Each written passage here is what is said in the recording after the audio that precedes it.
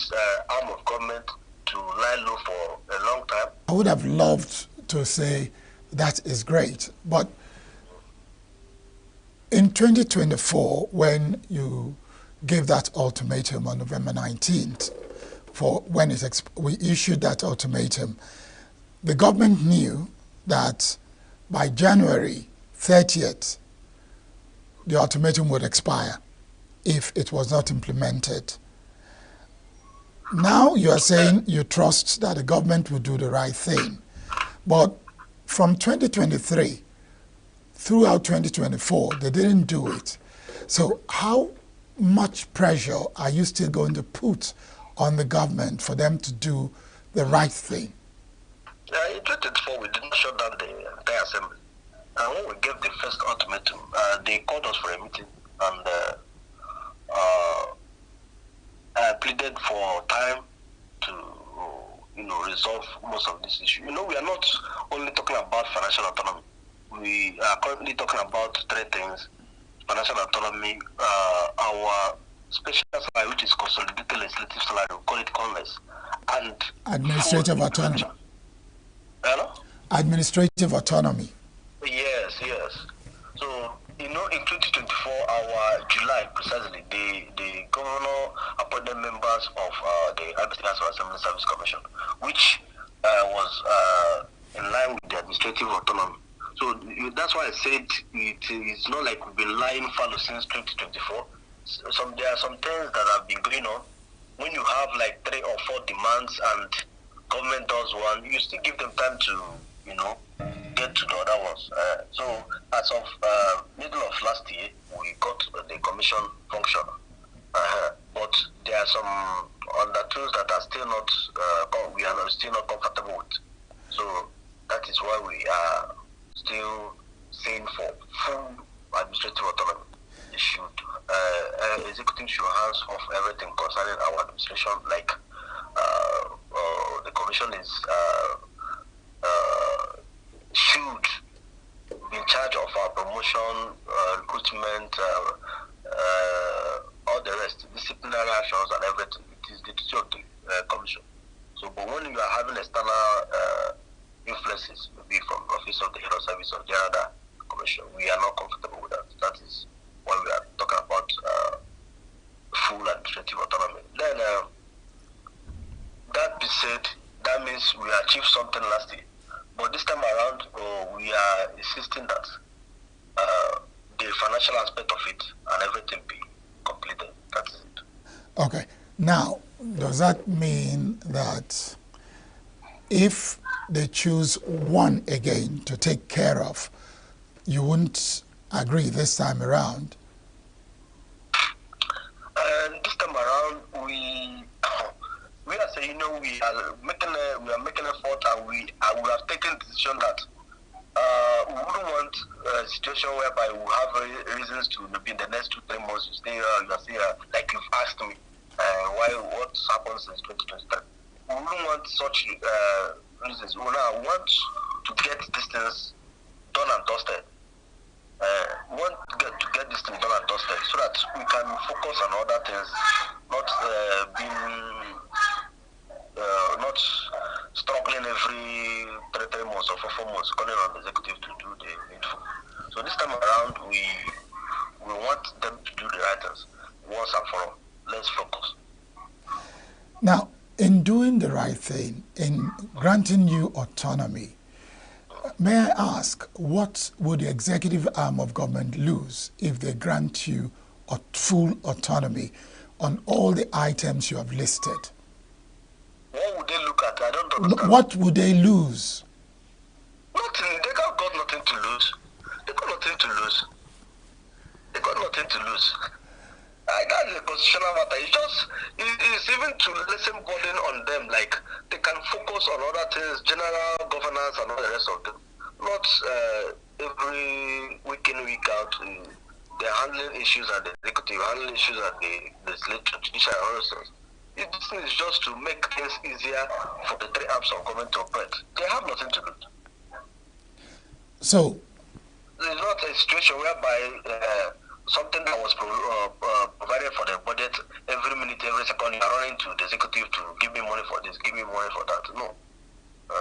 So those people that made a position in that form or that order, they know what they did. So you want your group person to be in the first line charge? Yes, as it is done in the National Assembly. Is the executive losing anything at the federal level?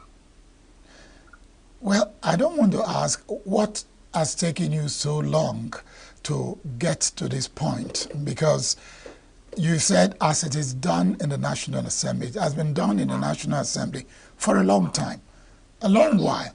But you are talking about it now. Well, there is this Igbo adage that did say that when you wake up is your morning. So let's say you are ready for it now. Just be mindful that I have not been the only person chairman. So that is why we have changed in leadership. Maybe the approach I am doing now was not the approach the people that left before me did. So that is it. So you have said it already. When somebody wakes up, that is his morning.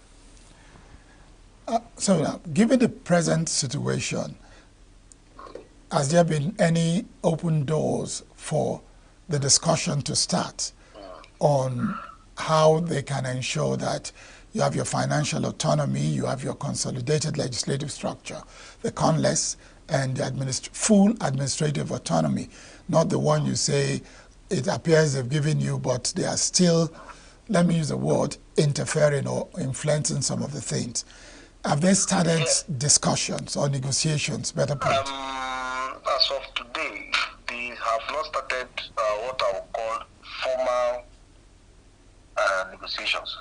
But I know I've been receiving some, what will I call it, indirect calls of some government officials asking what can be done and all the rest of them. But I know they are making their own underground work. So, but they have not formally invited us for negotiation.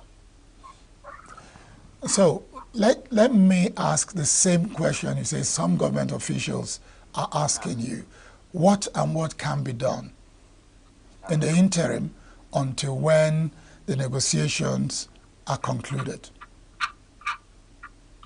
Nothing can be done. The assembly gates are under lock and key. So our members, they won't listen to us until the government presents something and we fall back to them saying, see what government is saying. For now, nothing can be done. We have that to the ready. All right, Sunday. Sonny, I want to ask this question before I let you go. Okay. You said that when the warning strike was later suspended and you started negotiation, you regretted that nothing has changed till date. I do hope that by the end of the negotiations for you to open the gates and for business to continue in the State House of Assembly, you won't go back to that statement. No. That's what I said. It's the resolution of the House. You know, I am not just the union. We have our state congress. Before the union decided to embark on this strike, there's a resolution that we can't just suspend the strike without anything tangible. So it's not my personal. Can't just wake up and say we decided to suspend the strike. There's a resolution on ground already. Thank you very much, Sunday Carlo, Comrade Sunday Carlo, Chairman, Parliamentary Staff Association of Nigeria, Abia State Chapter, for coming on to Southeast News on Signature TV. Thank you so much. I wish you the best. Thank you. And please keep us posted when the situation changes. No problem. Thank you very much. When we return, we'll be taking a trip to Ebonyi State. Stay with us. Thank you. Every second, every minute, every day, news is breaking, events occur, and there are new developments. At Signature TV, we follow these stories objectively, bringing all sides without bias, explaining the complex issues, breaking down the numbers, and investigating the issues behind the news. Anywhere and everywhere, near or far, wherever the news is, we will be there. Signature TV. News in your pocket.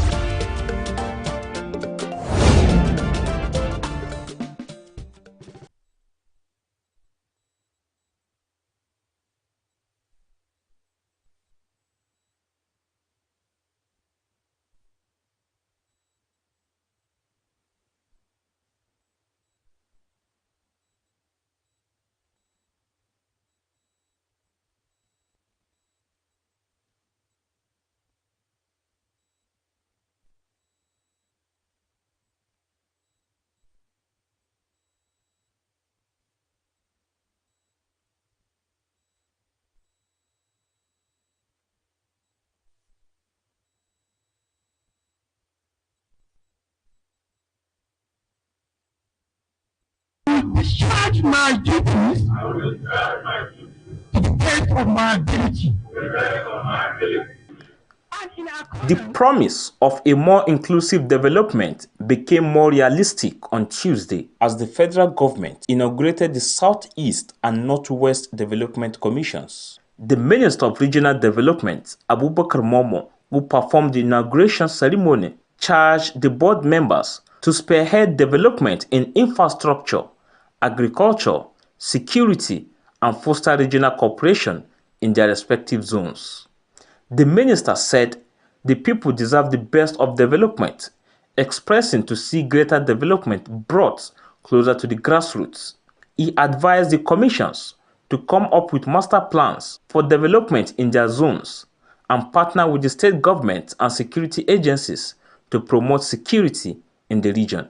We have just witnessed the swearing-in of members of the two new regional commissions, the Southeast and Northwest Development Commission, bringing to fore the journey towards complementing the efforts of other government agencies in bringing development closer to the grassroots.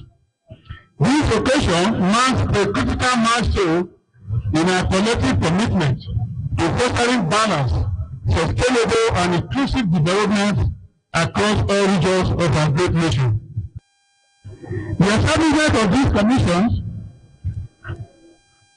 is a proof of the federal government's dedication to addressing regional disparities, promoting economic growth, and improving the quality of life for our citizens.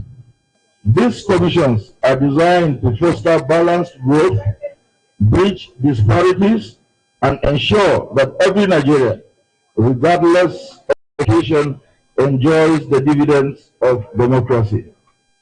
From roads and bridges to smart agriculture, food security, and clean energy, these commissions will spearhead critical infrastructure projects that catalyze economic growth and uplift the quality of life of our people.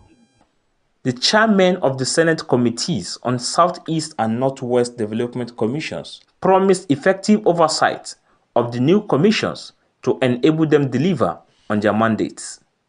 In his remarks, Chairman Governing Board of Southeast Development Commissions, Emeka ENUGU, and his Northwest counterpart, Lawal Samaila Abdullahi, promised to develop a roadmap to bring development to their respective regions.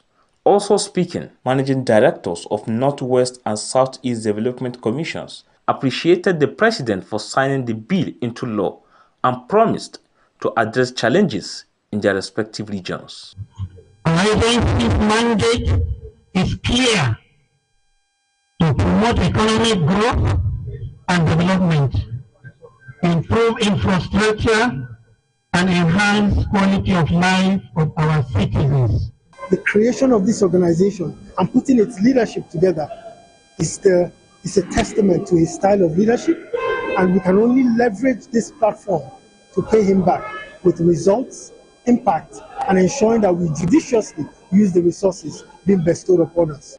Deputy Governor of Anambra State, Onyeka Ibezim, who was at the ceremony, said the coming of the Regional Development Commissions marks a shift towards greater grassroots development.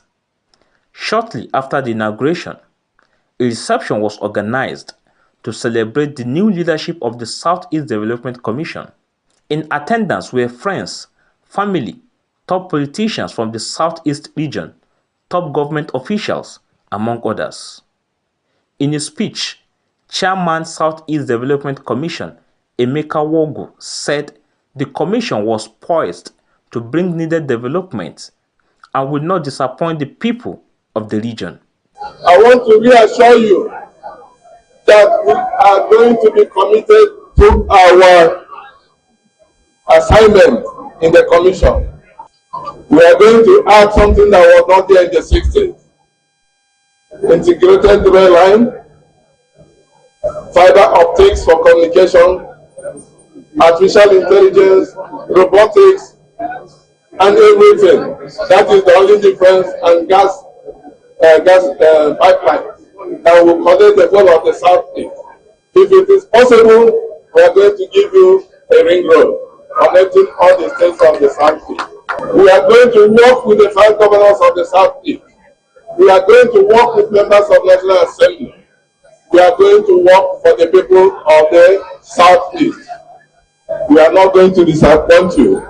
He was in APC, standing strong and working very hard. So I'm appreciative of the fact that he's remembered, and I know he's going to do the best. We want to thank the government of President Bola Ahmed Tinubu for making this a reality. The board has a tenure of 4 years in office, which can be renewed by the president. In Abuja, Nasir Usman for Signature TV.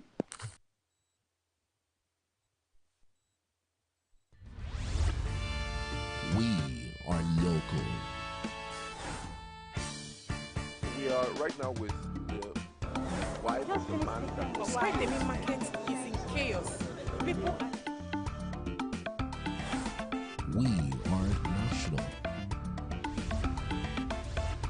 Those in support of this motion as amended, say aye. Aye. we have taken the vote by default. We are international. Israeli airstrikes. Donald Trump left us the worst unemployment.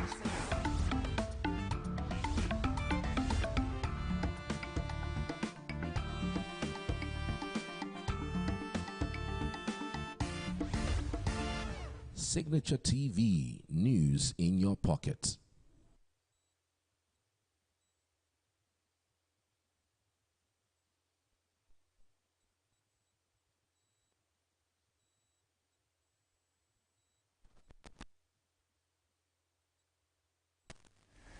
The crisis in Ebonyi State between Effium and Effium is decades old, if I should use that adjective to describe it. But the good news that's coming from Ebonyi State is that following the recommendations of a committee 159 pre-trial detainees in connection with the Effium and Ezza Effium crisis have been granted amnesty by the Ebonyi State government. We'll talk about that as we join Chukwubike Madu, who is a journalist in Ebonyi State. Chukwubike, good afternoon and welcome to Southeast News. Good afternoon, Barry. Can you give us a little background into the Effium crisis so that viewers would understand the impact of the 159 pre-trial detainees being given amnesty? Because the governor did mention that it was a dark chapter in Ebonyi State. It's time to open a new page. Okay, yes.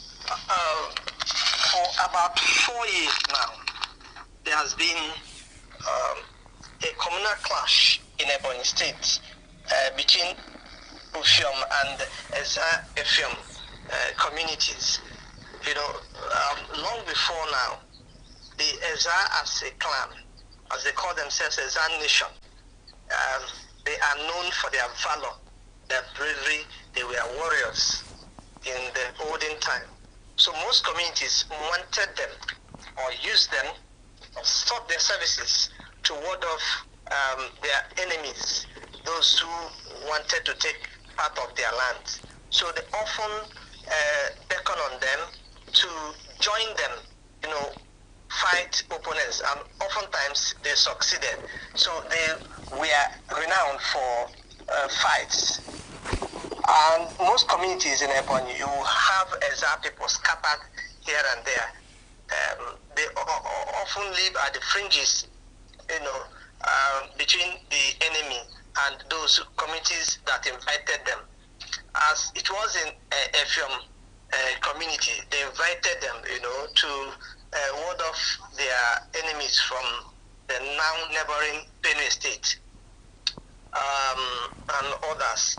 Now, over time, they live together, you know, they intermarried, they have their own enclave there. In fact, at some point, you will not know difference between them and the Effium people, because they intermarried and they bought land. Before now, they had a place they lived, but they decided to expand, and they were buying land as the population improved. And some people here would also argue that they had overtaken their initial hosts in terms of population. You know, they have increased in their numbers, but that is subject to argument. I don't want to delve into that. So they have lived there, so they are no longer strangers. So, but there was this fight. There was this untold, unspoken grief or rancor, acrimony between the two sides, because the other side felt that these people came here and they wanted to overtake us, and they wanted a king, they wanted this, they wanted to have political word for themselves. And so a little thing could trigger such crisis. So, and it occurred. And for about 4 years now, they have been engrossed in, meshed in guerrilla warfare. But the state government had tried to intervene, you know. They are talking about a lot of things. They have detained people from both sides, political leaders from both sides at some points. But people felt that the government was not, or did not do enough. So this crisis has taken lives. People's property were burnt. In fact, there is high level of insecurity there. People were, some businessmen, road contractors were said to have been kidnapped and killed. Those from Anambra State, and so on. So there are so many stories. That place is not secure. When people die, relatives die, they are buried outside, because you can't go into that area. Both sides had their own warriors, mercenaries that are fighting for them. So it's a no-go area. And as a result, over time, government has kept on, security agencies have kept on asking their youth, many youth, if you come to click here, like during 2023 general election, they voted and their ward was at the stadium because nobody go there. So they voted there. And you know, war doesn't pay. They are paying, they are still pains. One of them wants to, some people complain from both sides that their plans were a mission. That they will fend for their children all alone. And sometimes they had to fend for their own parents, aged parents. So it was becoming so burdensome that some of them, their children are out of school. You know, they have relocated to unknown areas, to their relative places and all that, and they are not quite settled. So finding what to eat is usually a problem. You know, it's an agrarian area, and some of them depended on farm, you know, agriculture, but they can no longer make ends meet. And you find some women, married women, see them going at it because their children must eat. So they engage in some illicit extramarital activities, while their husbands are languishing in the police cells, or rather the correctional center or custodial center, Abakaliki. A lot of them are there. And so for a long time, the two sides at a point were calling for government intervention so that these young men could come out and take care of their families and see a way of coming together to seek for peace. Because I think they have decided, they have seen that war does not pay. And so they want their freedom, they want to live, they want a life. Because what is happening there is not a life. There's nothing, even soldiers, security personnel have been killed.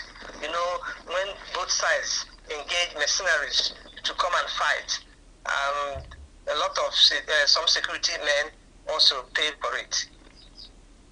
Thank you, Chukwuebuka. That's really painting a picture of a situation at the Effium and Ezeffium crisis, giving us a background story.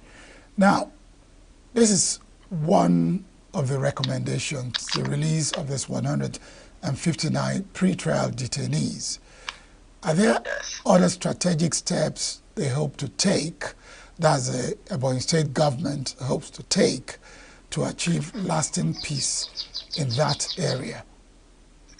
Yes, one has been taken, but it hasn't gone down well with some people.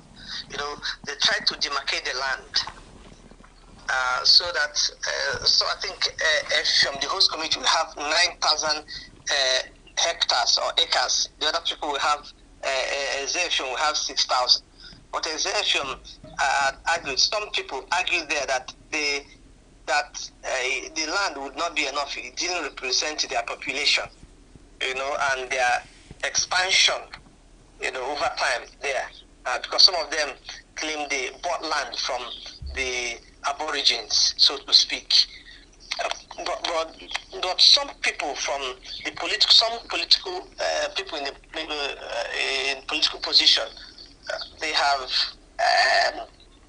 publicly accepted it. Whether it has gone down well with them is another case altogether. You know, when you're in government, they try to play along so that government will not see you as part of the problem. So they have come to see how they will galvanize others to accept the governor's resolution, because panels upon panels have been set up to look into the crisis, and sometimes the recommendations have not been so taken by both sides. Some feel they are aggrieved, but you know, in war, for there to be peace, you must let go. Something must you mustn't something must give way. way. Yes. Something must give way. Exactly. All right. Now, given this present situation, what are we looking forward to? Because the issue of land may also become a problem later on if they are not satisfied with what they are getting now. What are we supposed to look forward to? I think there ought to be good education sensitization, because at the end of all this, it is the common people, the ordinary people that suffer the most. Because these things are engineered by those in the higher mighty, because they are the ones that contribute money to buy guns, weapons, to sponsor these attacks and crises. So it is a common man that suffer. So it's time people began to understand the need for them to know when there is danger, and not to accept every situation that they are being pushed into. Because some of these people doing it, their children are not there. Their children are not the ones fighting. People who have died, yes, it may be taken that some political elites may have one or two of their relatives affected, but generally it is the common man that pays, because the big man will have connection and have his way and still enjoy his life, but these people are displaced. So it's high time people understood the need for them to embrace peace and leave all these old stories. And see, we have come a long way as a people. We have evolved over time. Things have changed. It is a new era, a new dawn. And so, yes, we have a history, but also look at the dynamics of the time. It is no longer as it used to be. We must embrace one another. Anywhere one person is born, anywhere somebody is born, it is not the person's design. It is nature. And so when these things have come, we have come to see that these people have lived there over time. So no need for these wars. And there is also a need to accommodate one another, embrace one another. Tolerance is very, very important. And it is to the youths that this message should go to. The churches, the traditional institutions should be pounding this message in the ears of our young people, because they are the tools, not the old men that go to war. The young people are often the tools that are used. Yes, and I think it's the right time to begin to talk peace and move towards achieving lasting peace. Thank you very much, Chukwubi Kemadu, for giving us a great insight into that situation in Ebonyi State. And that's where we say it's a wrap on this edition of Southeast News. We'll be back tomorrow, of course, by God's grace. Barry Kumar Ado is my name. Until tomorrow then, bye-bye.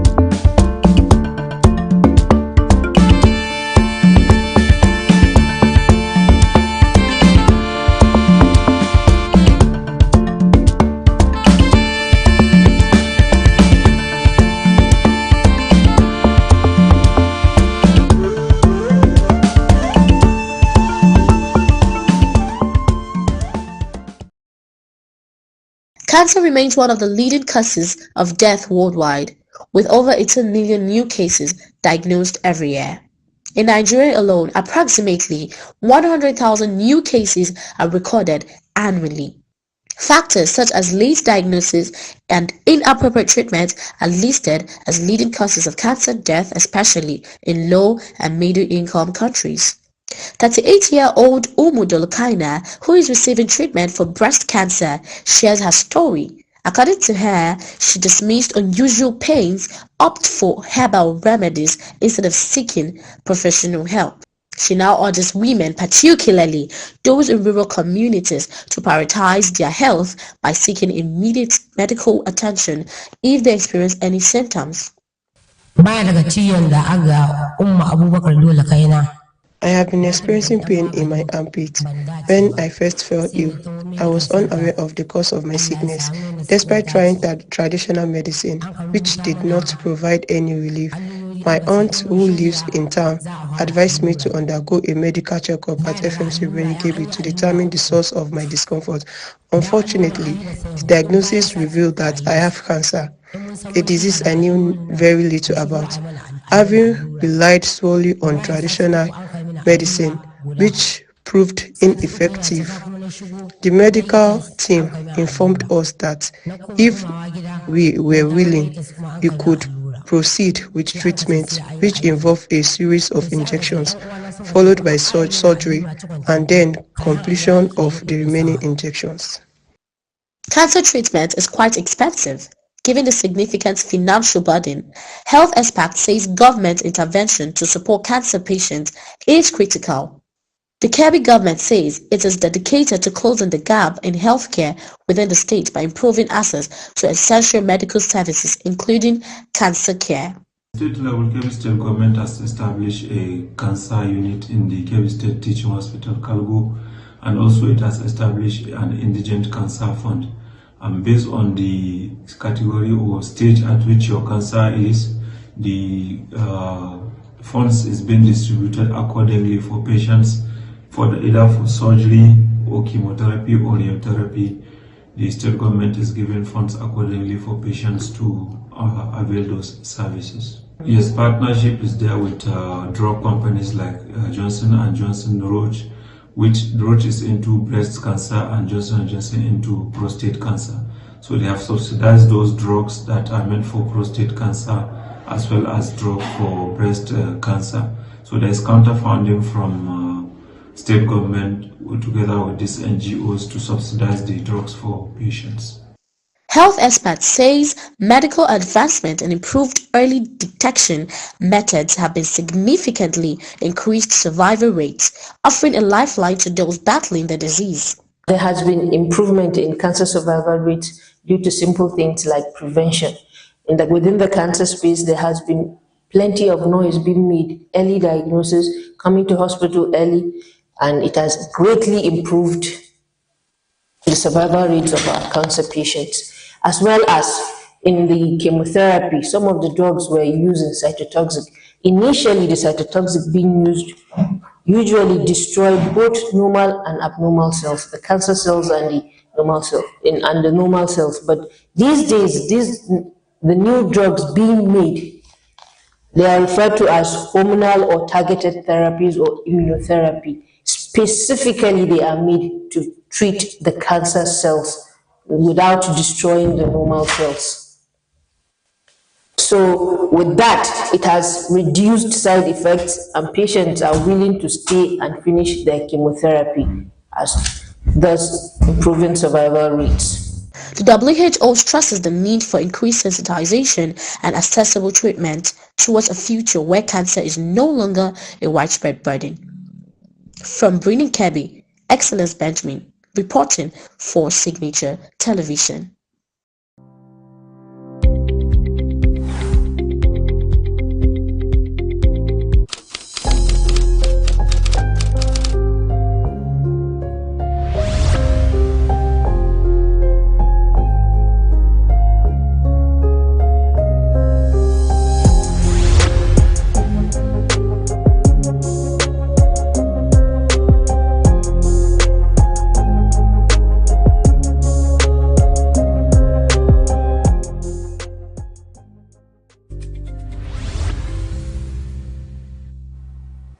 Hello and good evening. Welcome to Uncommon Conversations on Signature Television. We're reaching you from our studios in ENUGU, Coal City, the capital of Southeast Nigeria. This evening, we're having a look at a critical topic in the economic development of the Southeast and of course Nigeria. We're looking at the chambers of commerce and the economic development of the Southeast. If you are familiar with the Southeast, you will know that at least there's a CIMA, which is of course the ENUGU Chamber of Commerce, Industry, Mines and Agriculture. And of course there's another one at Nsukka. But of late, we now have a brand new Chamber of Commerce, not very far from ENUGU. And it's the 9th Mile Chamber of Commerce, Industry, Mines, and Agriculture. And I was just wondering, what is uncommon about 9th Mile? Why 9th Mile? 9th Mile is basically about, not up to 30 minutes from ENUGU. About that. About that. And so we'll be looking at economic potentials, the development benefits, and matters arising from this new Chamber of Commerce. And I have in the studio with me Surveyor Leonard Ugu is a surveyor. What is a surveyor, I believe? Land surveyor. Land surveyor. And is the president of the 9th Mile Chamber of Commerce, Industry, Mines, and Agriculture, NASIMA. Surveyor. Good evening, Uche. Good evening, viewers. Okay. What is the Chamber of Commerce? Actually, what is this? Chamber of Commerce is an association of organized private sector engaged in business, commerce, and trade. It's purely for private sector organizations. Its primary work is to focus on the primary objective, which is commerce, trade, international relations, facilitation of businesses amongst organizations. And it is that organization that can interface with government and advise government on her policies in such a way that it will benefit both the private sector and government. In effect, it promotes economy. It provides ease of doing business, both for government and private sector. Thank you. I'm familiar, very, very familiar with the ENUGU Chamber of Commerce. It's been around for a long time. And I know you've been a very active member of ESIMA. And an offshoot of ESIMA is the Nsukka Chamber of Commerce. And now we have the 9th Mile, the NASIMA. Why NASIMA? Why NASIMA? Okay. The ENUGU Chamber of Commerce, Industry, Mines, and Agriculture is a modern chamber in the whole of Southeast Nigeria. As time goes on, we had Onitsha Chamber of Commerce, New Chamber of Commerce, Aba Chamber of Commerce. As long as commerce is growing within any area,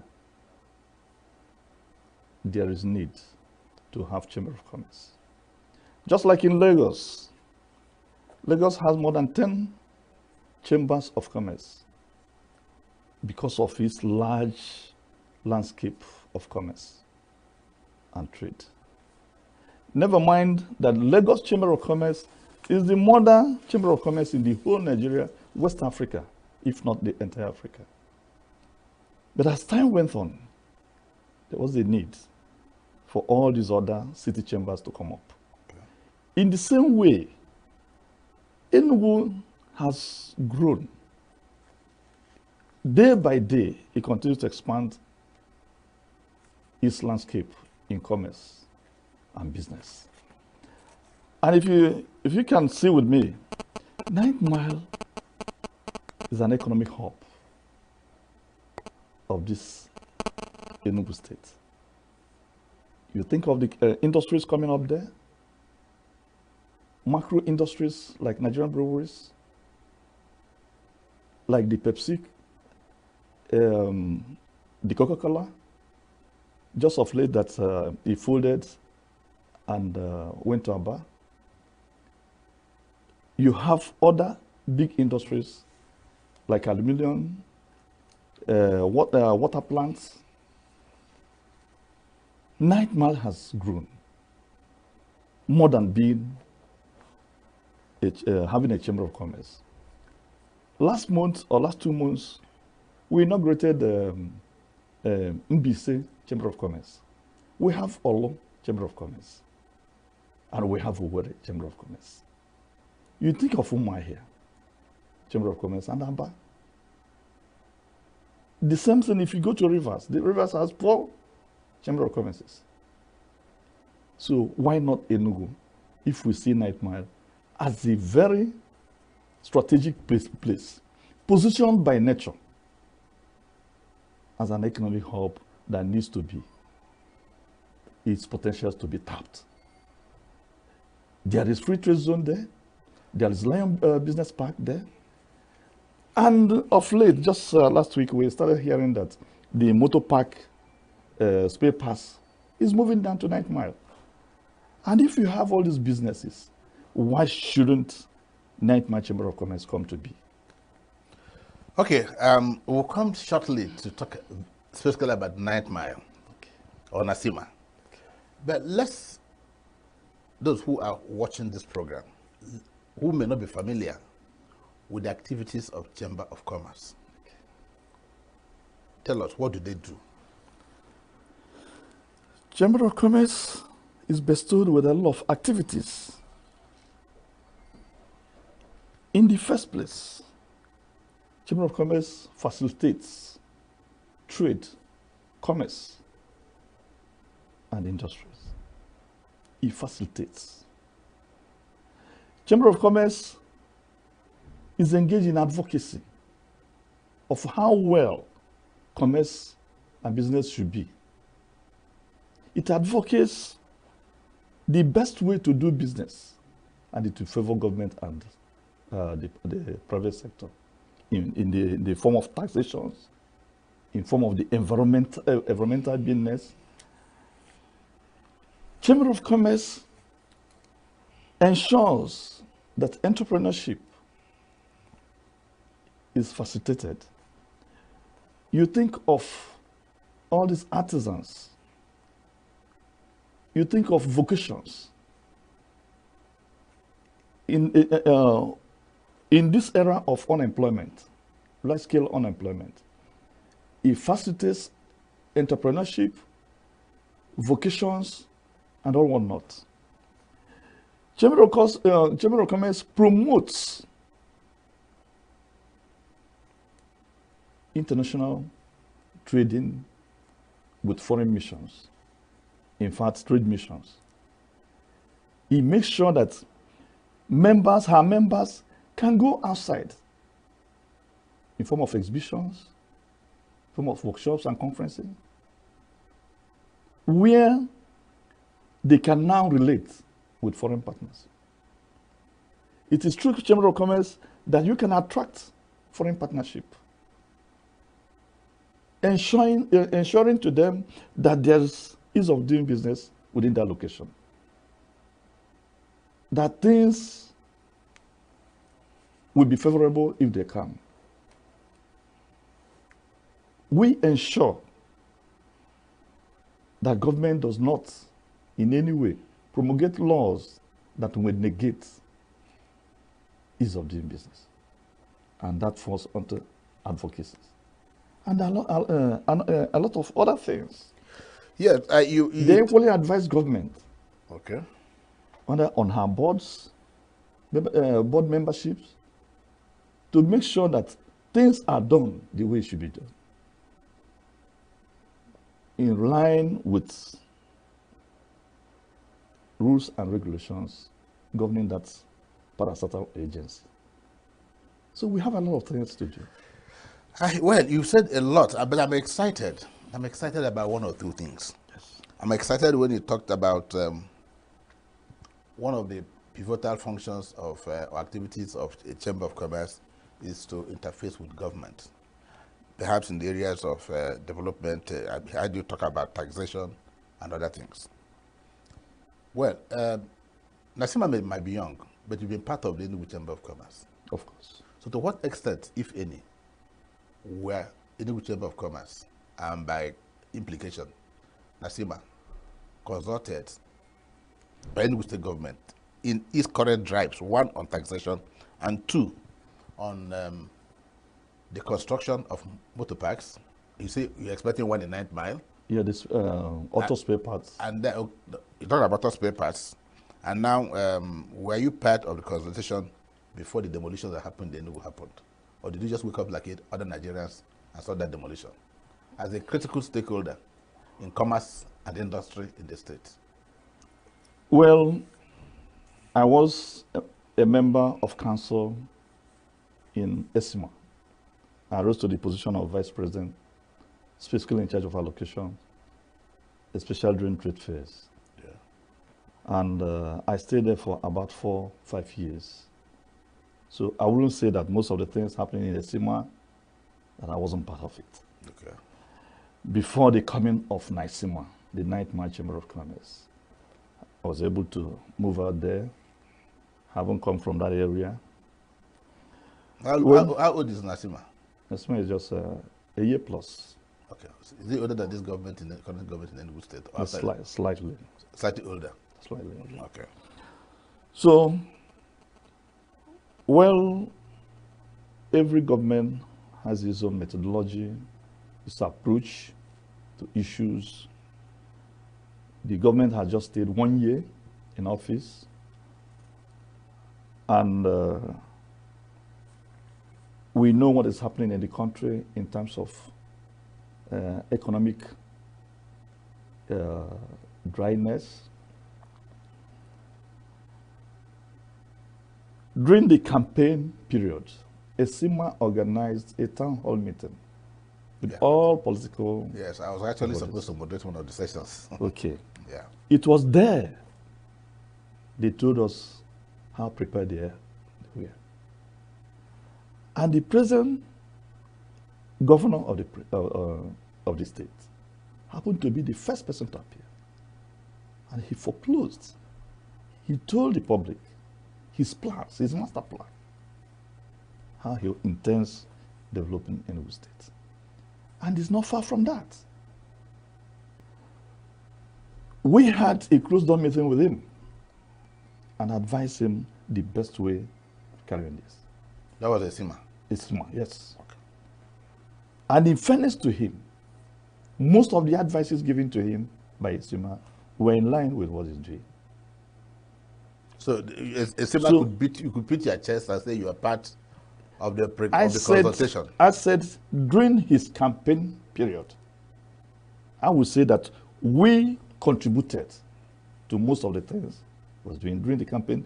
You know, somebody will roll out his program. Then you can now advise. But what I want to know is whether he consulted with ESIMA now that he's executing. Okay. 9th Mile is just very young. Just very young. Just about 2 weeks ago or 3 weeks ago that we paid courtesy call on the principal stakeholders of the government, most of the commissioners, like the Commissioner for Industry and Investment, Commissioner for Agriculture, the Chief of Staff. It was the former Secretary to the State Government that we paid courtesy call on. So I will not blame him much if 9th Mile is not consulted. For now. For now. But the one I know I'm talking of, that in one way or the other, he consulted us during his campaign period when I was a member of ESCOM. But whether he consulted the present council, I wouldn't know. Okay, you are president. Are you man alone? In my own chamber? Yes, are you man alone? So I cannot what's the structure? of Nasima? Every chamber of commerce, we derive our structure from NASIMA, the National Association of Chamber of Commerce. It has its own format. You have the president, you have deputies, you have vice president, all with designated positions. And that forms the council. You have ISCO, you have council, and you have membership. So, and we are duly registered with NASIMA. In fact, personally, I'm an executive member of NASIMA, National Association of Chamber of Commerce. Yeah, somebody, a close friend of mine said you were part of the last AGM in Lagos. Oh, yes. I think he had an interaction with you. Yes. I won't tell you who he is. So we are very serious about Chamber of Commerce. Chamber of Commerce is a movement. It's just like labor movement. It's not something you jump into the leadership. You have to graduate, learn the wings on how to fly. Therefore, NASIMA, Ninth March Chamber, is doing everything in consonance. We lay down rules and regulations of National Association of Chamber. Okay, let me ask you this question. Maybe don't tell me you are young. I know that even at the National, at the Abuja Chamber of Commerce, they've been able to institute alternative dispute resolution centers, ADR centers. I know at the time when there were plans to start it in Esima, because for every industry, for every commerce, you're bound to have conflicts. And so from the National in Emeko Begelu, I think is the president of Abuja. But he's also the chairman of the National ADR Center of NASIMA. Okay. And so, are you planning to institute this center, the ADR Center, in NASIMA? Well, that we have city chambers does not isolate you from others. We have Southeast Chamber of Commerce, and our headquarters is domiciled here in ENUGU. In fact, Esima gave us an office there. We have Southeast South-South coalition. So we all collaborate a lot. ENUGU Chamber of Commerce has a particular block they dedicated to this alternative dispute resolution. Has it taken off? Yes. Okay. If you get to the premises, it's just the other structure behind the main structure. You will see it there. It's inscripted there. So it sits quarterly, because we don't advocate for regular misunderstandings amongst organizations. But if it happens? That's what we're saying. Then the committee can call. Okay. So the office is here in ENUGU, but it's being managed by the entire Southeast Chamber of Commerce, of which our president is Chief Ngonade from Nnewi Chambers. Okay. So Abuja being conspicuous as it is, we know Obegolo SAN is the head of that ADL and still coordinating that of the national. Here in ENUGU, we have. Okay. How many local government area? Okay. What's your area of coverage for NASIMA? Is it just 9 Mile? Is it just with the local government? What are the component areas that are involved in this NASIMA? Well, the word 9 Mile does not limit it to Ngwo. That's why I want to know. That's why I want to know. We call it 9 Mile Zone. And this zone consists of the local government, Eziagi local government, Oji River, we can say 2/3 of Oji River, the municipality of Oji River local government, then ENUGU North local government, part of it that spans towards Ngwo is still ENUGU North. So within this radius is what we call 9 Mile Zone. You think that's viable? Oh, very, very viable. Convince me. Why it is viable is that if you now think of 9 miles, the kind of industries going on there. You think of cashew industry in Oye, is in Ezeagu. Even the Lion Business Park, 2/3 of her land is more in Ezeagu local government. Then you now think of the mega industry coming up at Ubnofianach. I think there are about 2 or 3 now coming up that axis.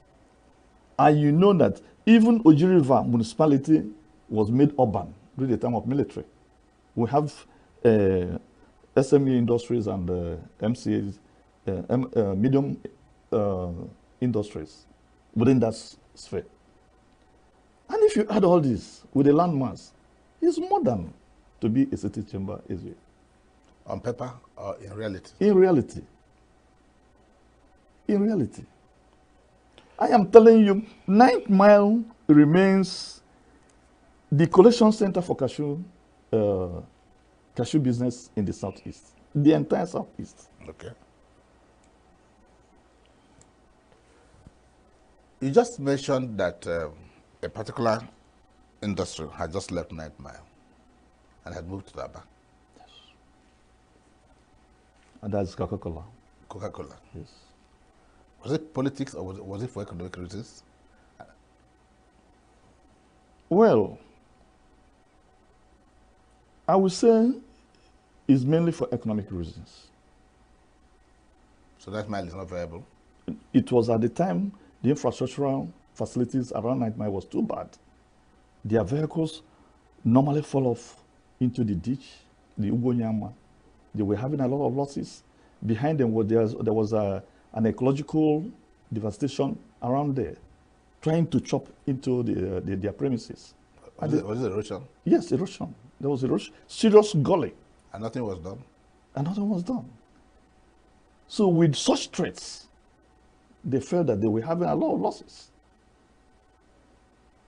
Every time, virtually every, from Upi down to 9th Mile was bad.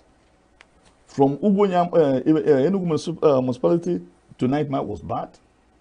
And that of Onitsha was bad. It was just recently that all these roads were being rehabilitated. And we intend to meet the management so that they will be able to consider coming back. Their premises is still there.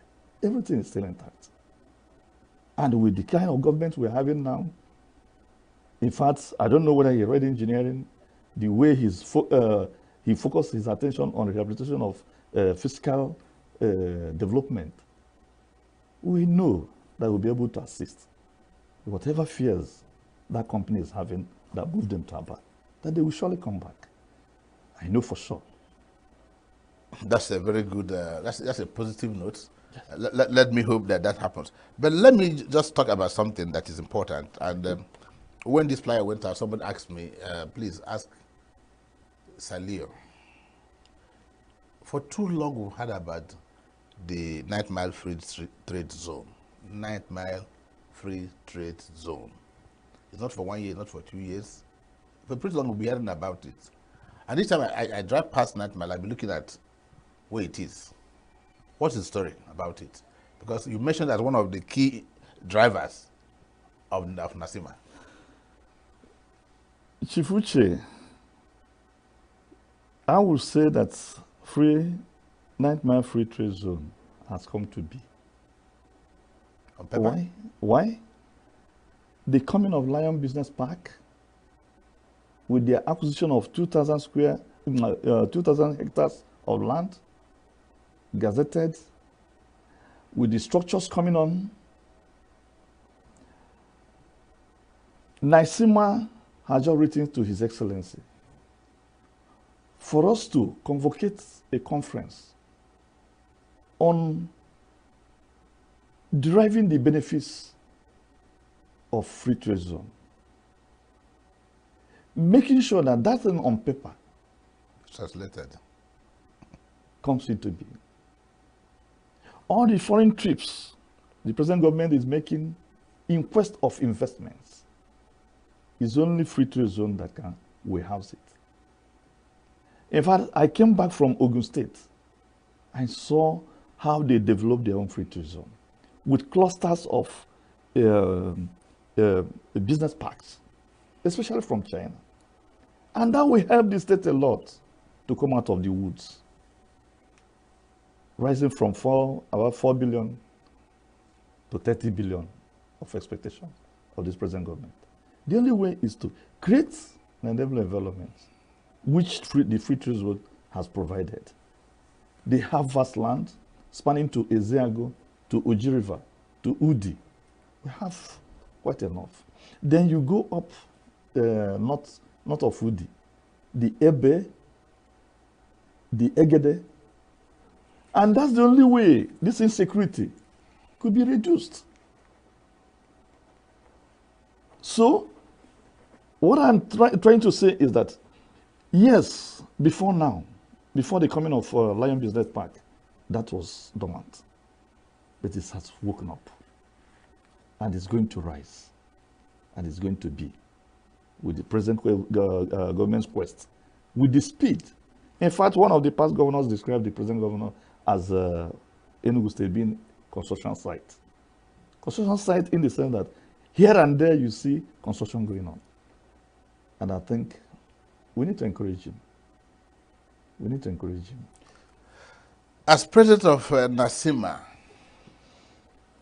what policies are you hoping to bring to bear on this young Chamber of Commerce that will make it uncommon, that will make it different from the rest?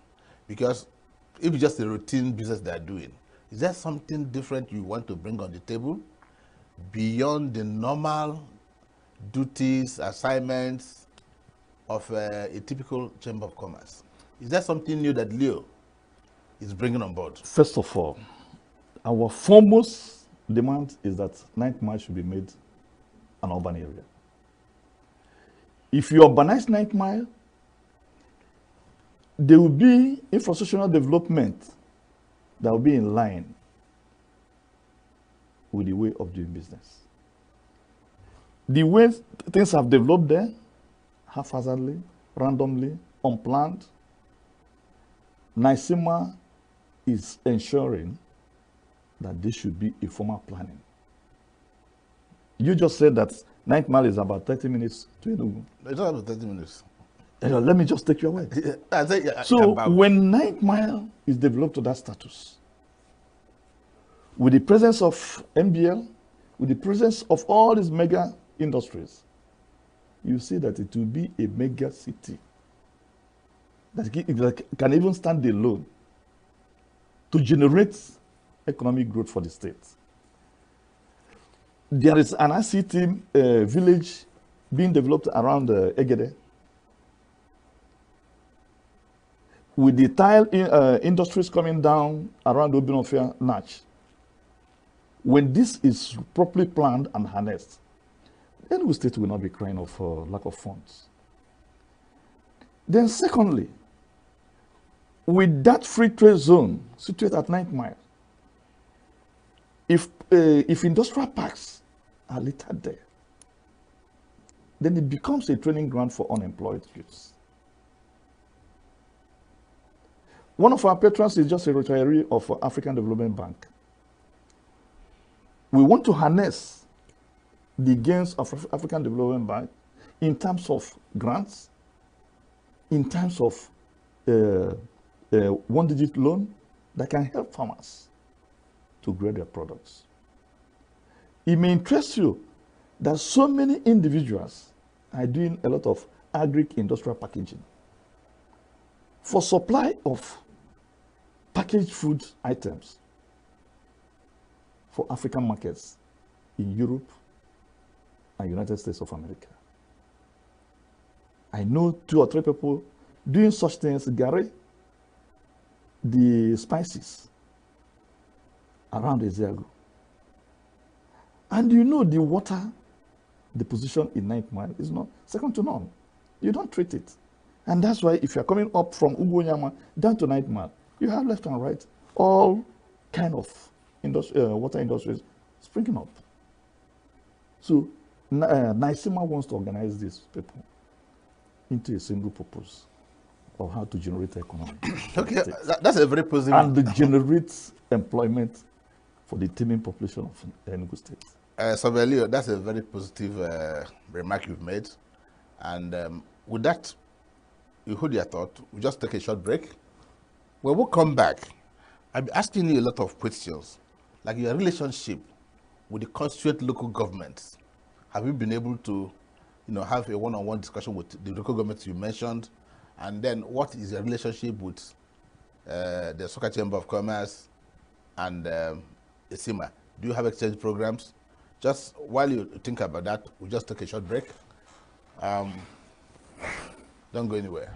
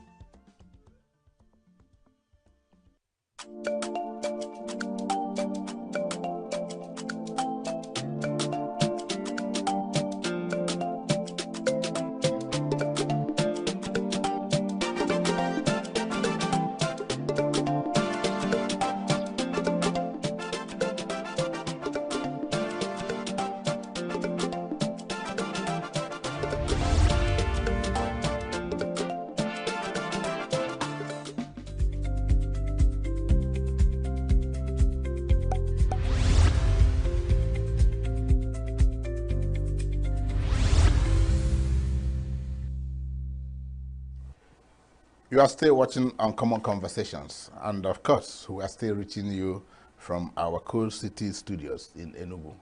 Of course, as always, ENUGU is the capital of Southeast Nigeria. And my guest is still Surveyor, Land Surveyor Leonard Ugu, who is the president of Night Mile Chamber of Commerce, Industry, Mines and Agriculture, NASIMA, a very young chamber of commerce. Before we went on break, I said I was going to ask you to talk to me and talk to those who are watching. What is your relationship with the component local governments? You talked about a chunk of ENUGU North, you talked about Udi, you talked about Eziago, and you talked about the metropolitan Uji River. This is a catchment area, and I'm tempted to agree with you that a lot of industries, a lot of businesses, concerns are springing up around this zone. But of course, they're landlords. Thank you. So what's the relationship with them? Thank you, Mr. Uche. Our relationship is very cordial. Cordial in the sense that we started from ESIMA. Before NASIMA was registered as a city chamber, ENUGU Chamber has to endorse. The entire Southeast city chambers have to endorse before it went to Abuja and duly registered with corporate affairs. When we came back, fully recognized, because we are recognized at Aba inauguration of the national president in 2022. That was why I said it started in 2022. The first place we went for Kosikol was Udi local government. We paid Kosikol on the mayor of the local government, and he embraced us. Like he's a landlord? That's the first and foremost. Okay. We went to Eziago. Something happened that day, we couldn't meet them on seat. Thereafter, there was this election. We participated in the town hall meeting at the ESIMA. They called all of us, both Nsukka and us, to join them in having that town hall meeting. I've told you we paid Kosikol on all the elected members from this constituency. We paid Kosikol on the Speaker of the House of Assembly, who is representing Udi North. We paid Kosikol on Chimwe Obieze, who is member representing Eziago. We paid Kosikol on the majority leader from ENUGU North. Then we've scheduled to see the House of Reps representing Oji River, Ezeago, Udi. Then and that of the senator representing ENUGU West. We've all written all these letters and we exchange. It's just a matter of time that they have not gotten time to see us. So there is a perfect relationship, good relationship existing. And like I told you, Nsukka didn't just wake up and start their own. It was blessed by ENUGU. We didn't just wake up and started our own. It was blessed by ENUGU. At the inauguration of the president of Nsukka Chamber of Commerce, I was the one represented the national president. In fact, I was the one that inaugurated him on behalf of the national president, Deloye. Most of the things happening at the southeast, Salt City of Ebonyi, I was equally part of the team that went there. So there's a correlation existing amongst city chambers. We all know that it's just like when we had Eastern Region, later Central States, later Southeast States, and we're asking for more. It's just the same in chamber movement. So, but we cannot move in isolation more than. Well, you just explained human relationship, and basically, I think I need much more than that. Relationship could be physical, it could be developmental, it could be human. Yes, the human angle you've done. You paid courtesy calls, and then you made visitations, and you've had interactions. I want to go further to talk about relationships in terms of infrastructure, because when you are making your opening statement, you talked about why the Kwekala left. That has to do with poor infrastructure around the area. So I'm now asking, the other is land allocation. Because if you want to do business in 9th Mile, you just can't do it on air. Land has to be available. The land tenure system, the land allocation system, then taxation. If you have multiple taxation, state, local government, and all that, that would certainly discourage people from trying to do, so the ease of doing business. I want you to look at the relationship in these perspectives. One, infrastructure, because that's the relationship. You are saying we need water, we need road, we need this to attract people. We need a favorable land allocation policy to attract people, because if I want to invest there, I can't do it on my head. I need the land. So do we have a landing permit, so to speak, to do business in that area? Uche, if you are current with the happenings in Enugu State, you see that the present government is tackling virtually everything that is hindering business coming into the state. There is this land grabbing law passed into law just recently. There were 4 bills passed into law by the Enugu State government just about a month ago. One is on land, to forestall these middlemen, frustrating people from getting allocations, and re-engineering the land ministry that you can get your CFO within a reasonable time. At what cost? Well, they say good soup, na money maker. You have to pay for the good services. Excuse me, you have to pay for the good services. The important thing is that if you file an application, will you be able to get it in good time? We have engaged the investment agency, development agency, manned by Barrister Obumud, and they're streamlining a lot of things. In fact, just this afternoon, I got a letter that is constituting a very powerful committee on ease of doing business. And His Excellency will be the chairman of that committee. He just came in this afternoon. And the entire 3 city chambers were recognized. We are members. The ENUGU, the Nsukka, and 9th Mile. The all related commissioners, ministries, they are members. And if His Excellency will be the chairman of such a committee, you know they are very serious about that. Then on the availability of infrastructures for us to kickstart. If you have been to Lion Business Park, if you have been to that place, you know that there is a facility for us to kickstart. because they are part of us. All the industries in 9 Mile, they're all part of 9 Mile Chamber of Commerce. And they've agreed that we can be using their facility until we get ours. We have just applied for land. These things cannot be done overnight. We paid courtesy call on the Nigerian breweries. They hosted the entire council. And they showed brotherhood the day we came. So we have hope that 9 Mile will grow. And we grow more than expectations. We have just booked an appointment with the tile industry at Obnofia. These are mega industries. Which all these big states, like Ebonyi, Anambra, when they were created, they were no offices.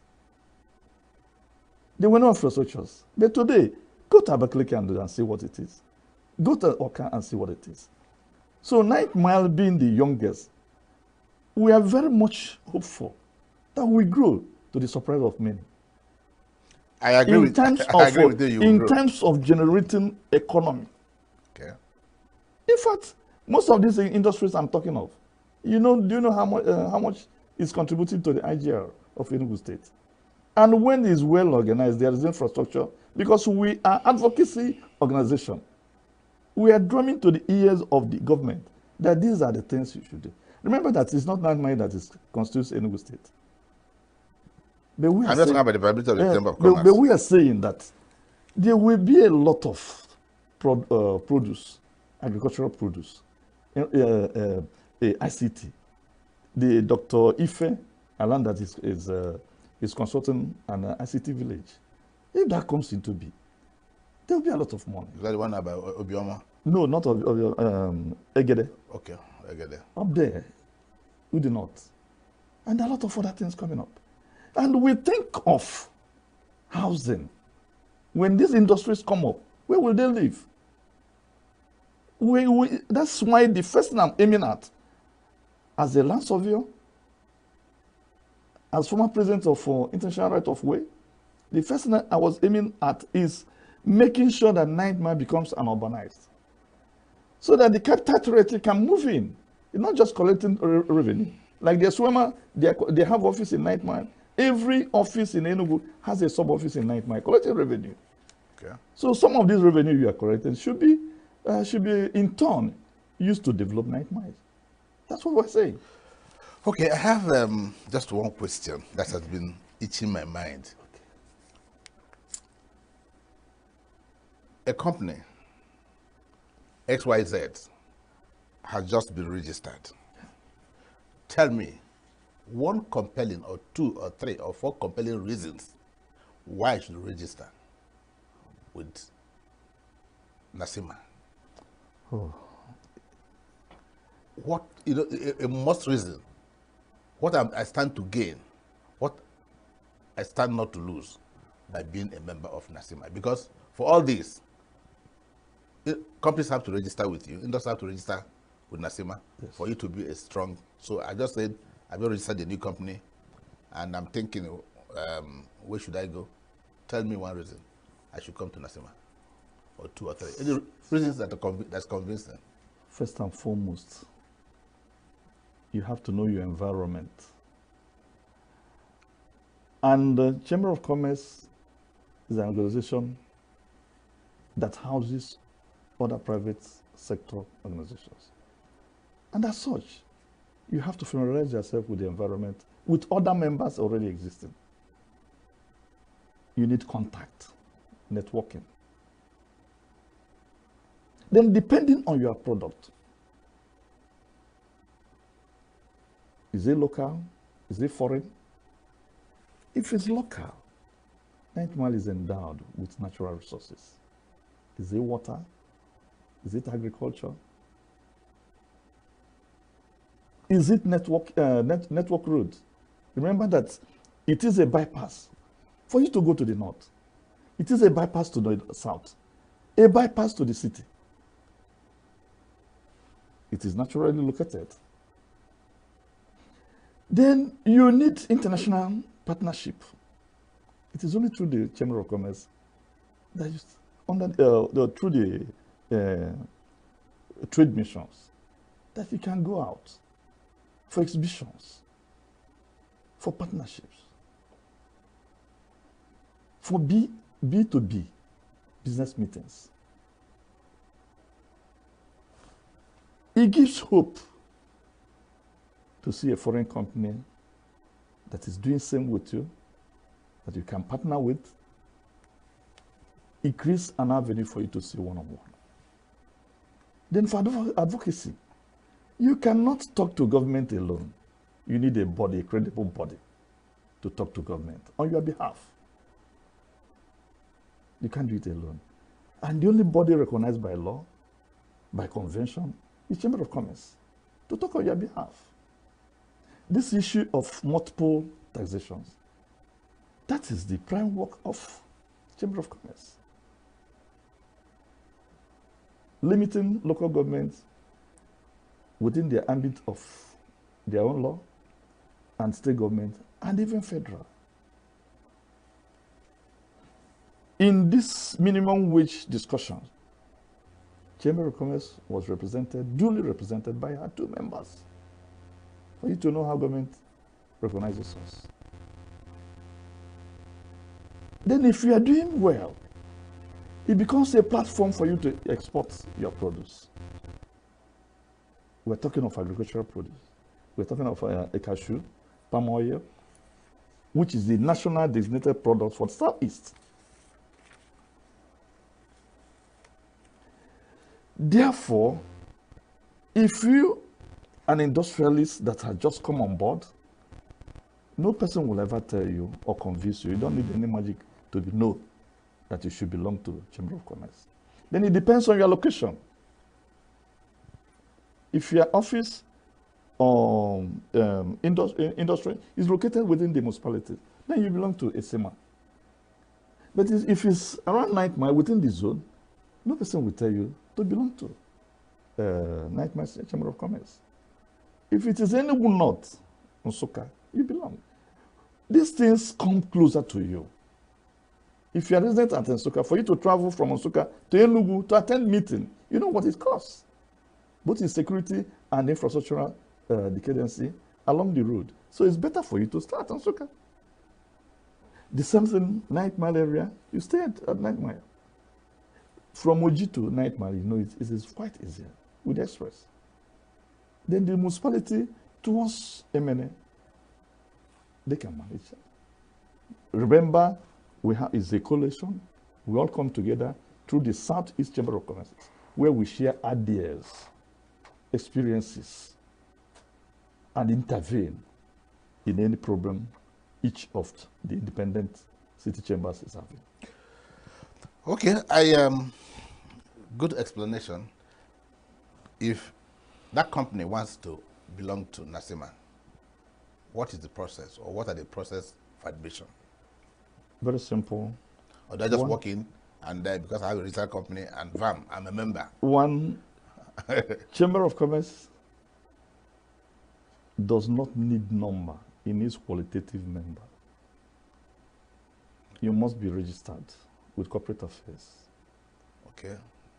You must be a limited liability company. Or a professional. A medical doctor can register. So you have corporate membership, then you have individual membership. Individual membership. That's what I wanted to know. So corporate membership, you must be registered with CSC. You must submit your shareholding.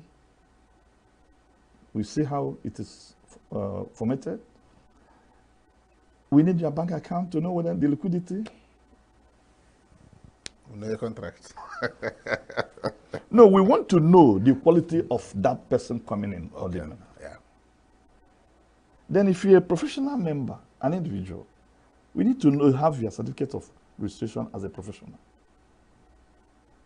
Then we need the due diligence. Like a broker journalist now. Yes, we need the diligence. So what do you want to know what do you want from me? Whether he's an obedient member of that profession, whether he's coming in to disintegrate us or to unite us.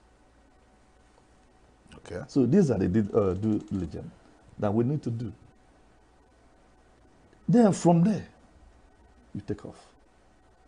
Why I say that, in as far as we need membership, that it's not just everybody's come. We need qualitative people. We need serious people. We need serious-minded people. Before you can be on your own, you must be a serious-minded person. If you don't work, you don't eat. Therefore, you have to be waking early in the morning, getting to your office, working lately to make sure that it's not like civil service. There's a flip side to 9 Mile. It's not human. Some in terms of I don't know why, whether it is natural, or whether it is human, or whether it is supernatural. 9 Mile seems to be prone to a lot of accidents. Whether you are coming down Ugoyama, or whether you are descending from the roundabout, going towards Abo and towards Nsoka, you know, before you just do a detour to the left. I don't know. Sometimes when I used to go to Nsoka, as you come, you see one big trailer that just entered into somebody's shop.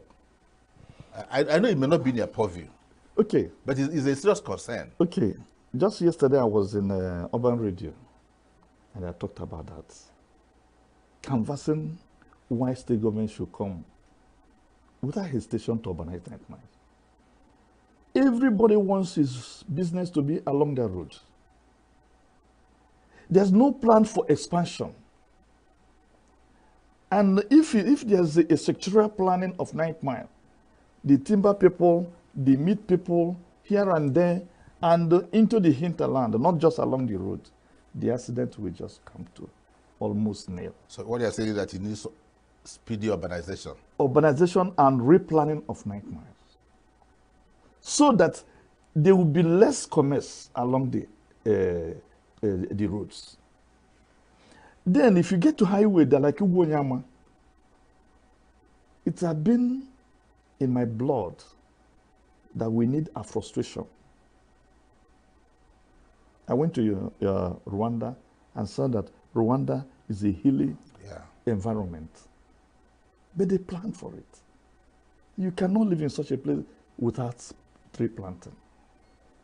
Today, I don't think if you go to the Ministry of Forest or the Forest Department, that you may see up to 5 people, because there's nothing they are doing. The entire milking hill value have been defrustrated. And I wonder the hope of any person living around that place. Then along the Ugonyama, there's no tree. When that road was newly built, there was tree. It was a line of trees along.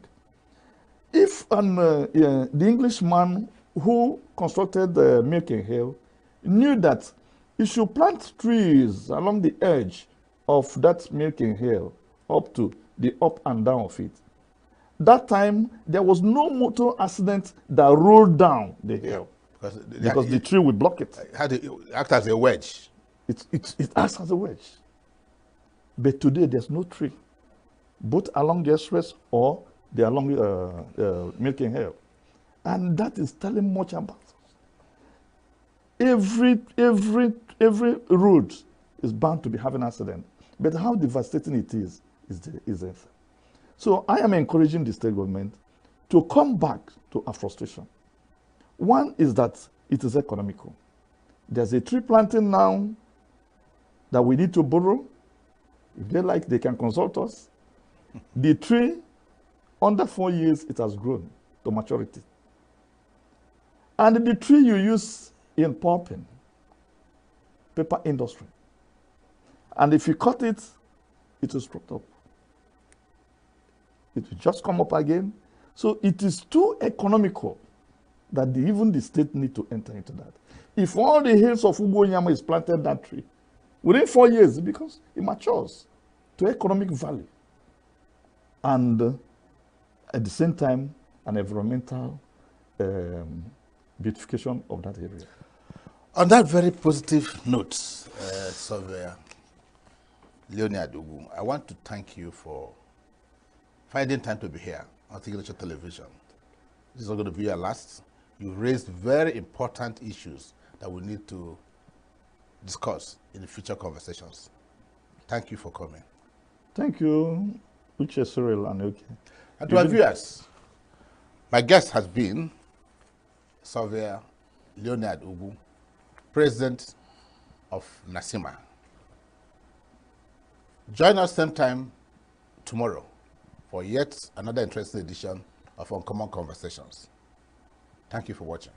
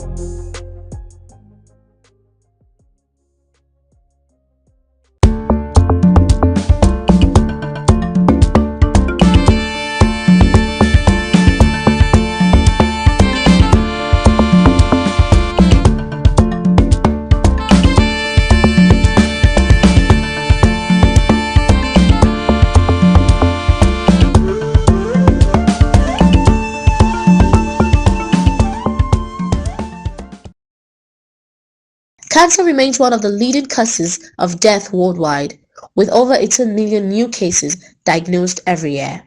In Nigeria alone, approximately 100,000 new cases are recorded annually. Factors such as late diagnosis and inappropriate treatment are listed as leading causes of cancer death, especially in low and middle-income countries. 38-year-old Umu Dolokaina, who is receiving treatment for breast cancer, shares her story. According to her, she dismissed unusual pains, opted for herbal remedies instead of seeking professional help. She now urges women, particularly those in rural communities, to prioritize their health by seeking immediate medical attention if they experience any symptoms. I have been experiencing pain in my armpit. When I first fell ill, I was unaware of the cause of my sickness. Despite trying traditional medicine, which did not provide any relief, my aunt, who lives in town, advised me to undergo a medical checkup at FMC Renikebi to determine the source of my discomfort. Unfortunately, the diagnosis revealed that I have cancer, a disease I knew very little about. Having relied solely on traditional medicine, which proved ineffective, the medical team informed us that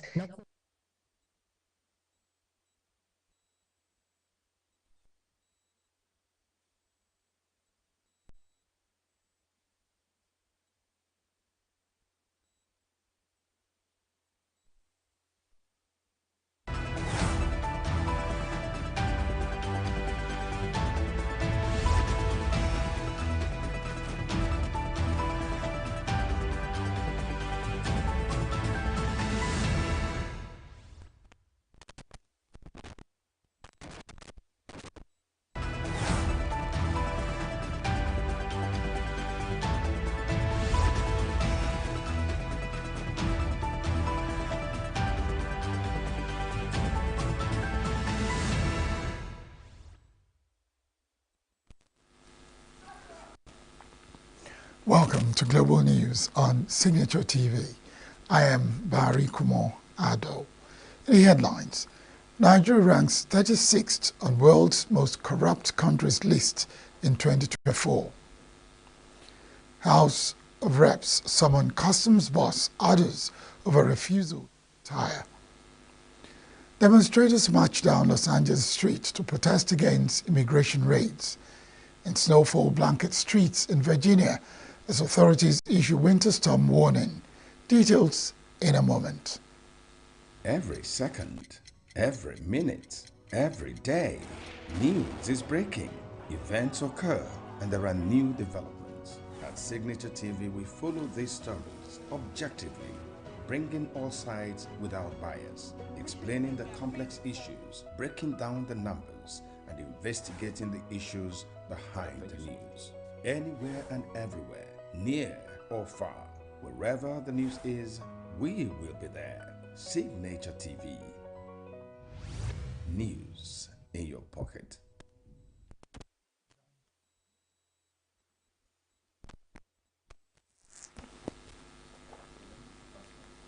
Transparency International, a global coalition against corruption, has ranked Nigeria as the 36th most corrupt country in the world, according to the 2024 Corruption Perception Index released on Tuesday. Nigeria shares the 36th position with Uganda, Mexico, Madagascar, Iraq, and Cameroon, each scoring 26 points on the corruption index. Denmark retained its position as the least corrupt country in the world with 90 points, followed by Finland with 88 points and Singapore with 84 points. The top 10 least corrupt nations were predominantly European, with no African country making the list. However, Cape Verde emerged as the least corrupt country in Africa, ranking 35th globally with 62 points. At the other end of the spectrum, South Sudan, Somalia, and Venezuela were named the most corrupt countries in the world for the year under review. Commenting on the report, Francois Valéry, chair of Transparency International, emphasized the widespread threat of corruption and its impact on global challenges such as climate change. The Nigeria Labour Congress has condemned the recent 50% tariff hike by telecommunications companies, calling for immediate reversal to avoid severe consequences. It issued a March 1 deadline for the reversal of a tariff hike, or risk a total shutdown of the operations. The communique signed by President Joe Ajero and General Secretary Ima Uwaja, NLC accused telecom firms of betraying trust and disregarding due process by implementing a hike before the agreed review was completed. Congress also criticized the government for failing to protect citizens from corporate exploitation. NLC reviewed the tax reform bills, warning against policies that could further burden Nigerian workers and vowed to push for fair and worker-friendly tax policies. Congress urged civil society groups and all Nigerians to join the protest against exploitative economic policies. The national grid experienced another system collapse on Wednesday morning, throwing many Nigerians into darkness. Some power generation companies confirmed the collapse, which they described as general grid disturbance, which they said was caused by a tip-off. The Abuja Electricity Company, which confirmed the development on its X handle on Wednesday, said most power plants on the grid lost generation when the incident occurred. It's about the first time the grid will collapse in 2025, after experiencing a line tripping in January. In 2024, the grid collapsed 12 times and over 100 times in 10 years. The House of Representatives Committee on Public Petitions summoned the Comptroller General of Nigerian Customs Service, Adewale Adeniyi, to appear before it Tuesday next week. According to a statement by the media head Public Petitions Committee of the House of Representatives, Chuks Oko, Adeniyi is to answer a petition before the committee over the refusal of some top officials of his service to leave the service after the due retirement dates. Obasi Fersen Help Foundation petitioned the 10th House alleging that some assistant controllers and controllers were due for retirement but have blatantly refused to leave the service. They named the affected officers as Imam, Umar, and Ebu, all assistant controllers, and Awe, Fatia, and Fate, controllers as the culprits. Issuing the summons, the House noted that the CG has a duty as a public officer to explain to Nigerians what the true position is. In a related development, Oko noted that the committee has threatened to order the arrest of the Director General and Chief Executive Officer of Nigerian Identity Management Commission, NIMC, if she fails to come in person to answer charges on refusal to pay for state-of-the-art software development project installed and deployed to the Commission by a private firm, Truth Nigeria. Reacting to the submissions of the councils of both the petitioners and the respondents, Chairman of the committee, Mike Etaba, frowned on the continuous absence of a NIMC Director General despite several invitations. The House of Representatives on Wednesday began debates on the 4 tax reform bills transmitted to the National Assembly in 2024 by President Bola Tinubu. This is coming 6 months after the President transmitted them to the National Assembly for consideration, based on the recommendations of a Taiwo Oyedele-led Committee on Fiscal Policy and Tax Reforms. The bills include the Nigeria Tax Bill 2024, Tax Administration Bill, Nigerian Revenue Service Establishment Bill, and the Joint Revenue Board Establishment Bill. Tax bills have been greeted with widespread controversy and stiff opposition from many, including northern governors and opposition politicians who demanded their withdrawal from the National Assembly. During a plenary on Wednesday, several legislators spoke in favor of the bill, but the lawmaker Sadat Soli feared that some sections of the new bills might contradict the 1999 Constitution, insisting that the issue of derivation must be clearly defined to avoid any ambiguity. Other lawmakers drew attention to the 40 Act, which the bill sought to amend, requested that it should be laid before Parliament and that the issue of multiple taxation involving property purchase provided in the bill should be addressed. The Nigerian Customs Service NCS ENUGU Anambra Ebonyi Area Command said that it generated 50.8 billion naira as revenue in 2024.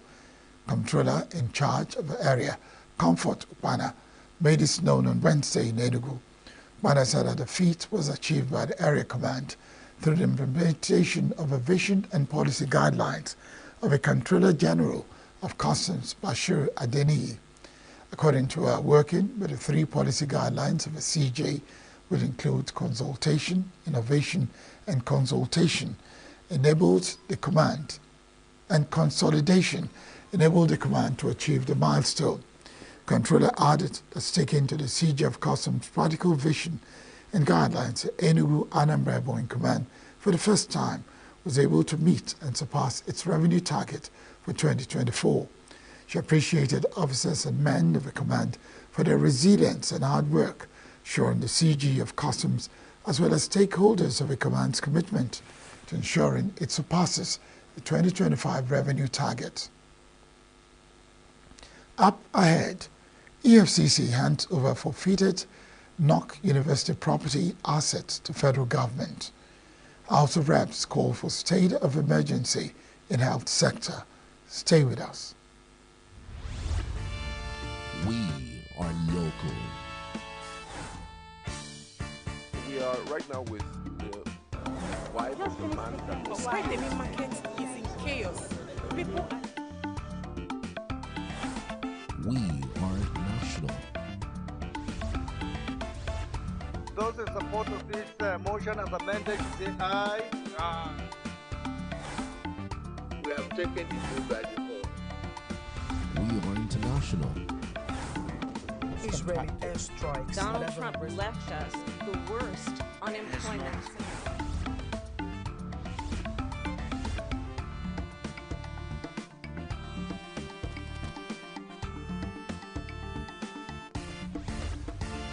Signature TV, news in your pocket.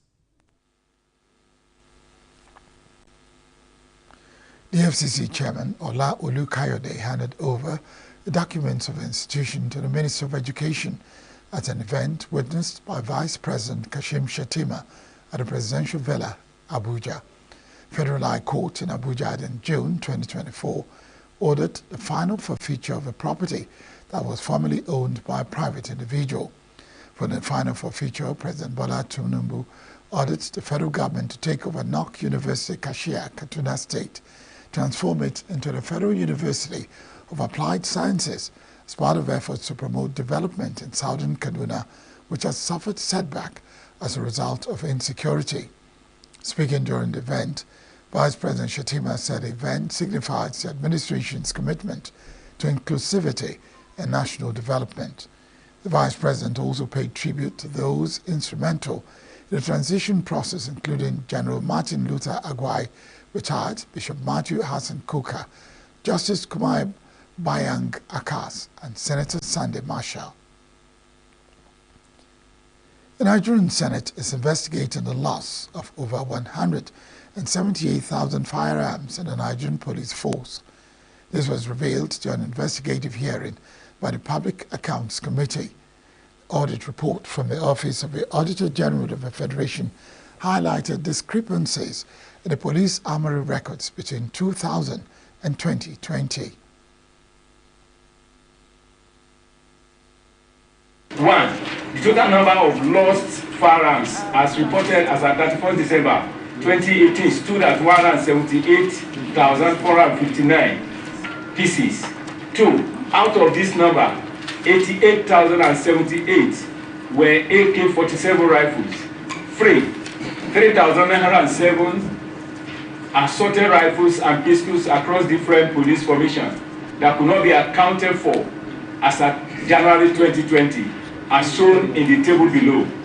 In the table we have serial number 1 to 5 and locations, total number of missing unserviceable firearms. Serial number 1, 15 training institutions. Total number of missing ammunition, 601, not reported, was the remarks.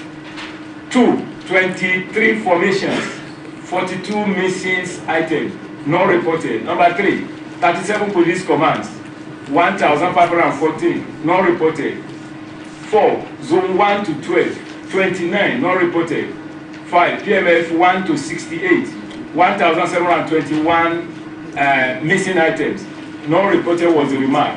And the source was extract from schedules of returns of arms and loss of arms as at January 2020. The lawmakers criticized the police for failing to trace the missing weapons and apprehend those responsible. Concerns were raised that the firearms may have fallen into the wrong hands, worsening the country's security crisis. Firearms are missing. So this is part of the insecurity we are seeing today in Nigeria. It goes without saying. And this is a very big revelation for Nigerians to see what is happening. If 3,900 firearms, mainly AK-47 and other rifles, are in the hands of enemies, that tells you that we are not safe. Even the police is not safe.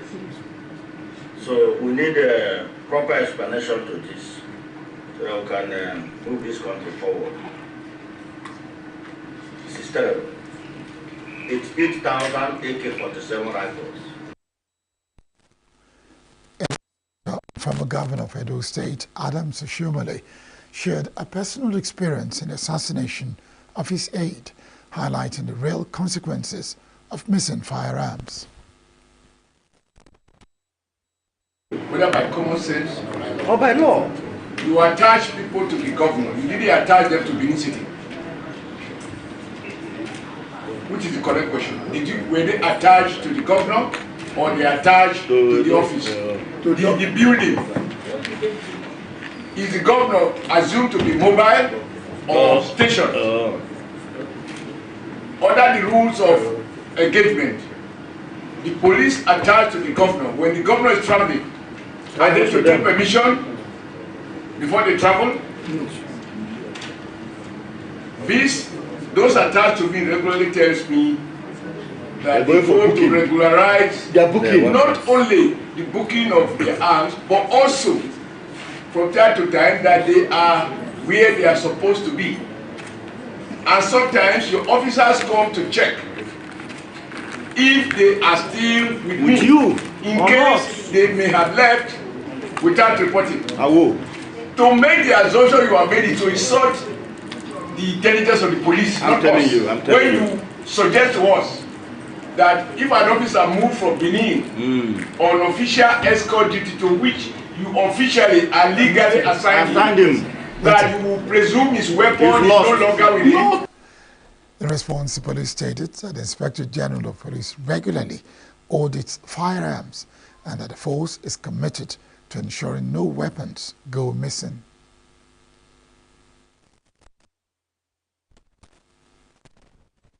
Some commands and formation did not report loss of firearms and ammunition. Consequently, signals were sent to the affected formation to produce comprehensive investigation report on the loss of the said ammunition and on the firearms and ammunition, as well as complete Treasury Form 146 for audit attachment in pages 219 to 224. However, it is required that the Treasury Forms 146 is completed by the Commissioner of Police in charge of the affected commands. Again, number 21 PMF did not include report of their loss of arms and ammunition to the force armament for the period of that successive audit of returns, and reason being that they were issued an official query by the external auditor, and the said query was answered. Copy of the query is hereby attached, which shows the required investigation report and Treasury Form 146 in pages 225 to 324. Lawmakers insisted on a clear and public explanation of the missing firearms, especially in the light of recent security concerns across the country. They cited previous reports of security personnel selling arms to criminals, stressing that transparency is crucial. The Senate Committee on Diaspora and Non-Governmental Organizations is lamenting the mass migration otherwise known as Japa by Nigerians to foreign countries in search of greener pastures, which it says must be checked. Committee chaired by Natasha Akpoti-Uduaghan made a declaration at its maiden meeting held at the Senate wing of the National Assembly Complex, Abuja. Natasha will represent Kogi Central on the platform of the People's Democratic Party, said the issue of mass migration must be addressed in the interest of the nation. Earlier in his remarks, the immediate past chairman of the committee, Victor Ume, expressed hope in the ability of Senator Natasha to take the committee to greater heights. As Nigeria continues to grapple with brain drain, the Senate's move signals a renewed effort to retain talent and build a nation where citizens see a future worthy of their investment. The need to recognize the contributions of women in science came to the fore at a forum in Birnin Kebbi, the Kebbi State capital. This is one way of encouraging more women and girls to pursue careers in science, technology, engineering, and mathematics. Women have made groundbreaking contributions to science all over the world, despite facing centuries of systematic barriers. From pioneering scientists like Maria Curie, who won 2 Nobel Prizes in physics and chemistry, to modern innovators like Adeola Olubamiji, the first Black woman to earn a PhD in biomedical engineering, women have shaped scientific advancements across disciplines. Samira Kangiwa, a medical laboratory scientist at the Federal Teaching Hospital, Birnin Kebbi, emphasized the need to encourage more girls and women to pursue careers in science, technology, engineering, and mathematics. We need more female in science, especially in medical profession, because female patients, they feel comfortable with a female staff. They can express themselves with a female. Sometimes when a patient comes in and she saw that it's a male, that she will lay her complaint. She will leave some complaints that she cannot express to the male. But if it's a female, she will be happy. She can say whatever she wants to because it's her own gender.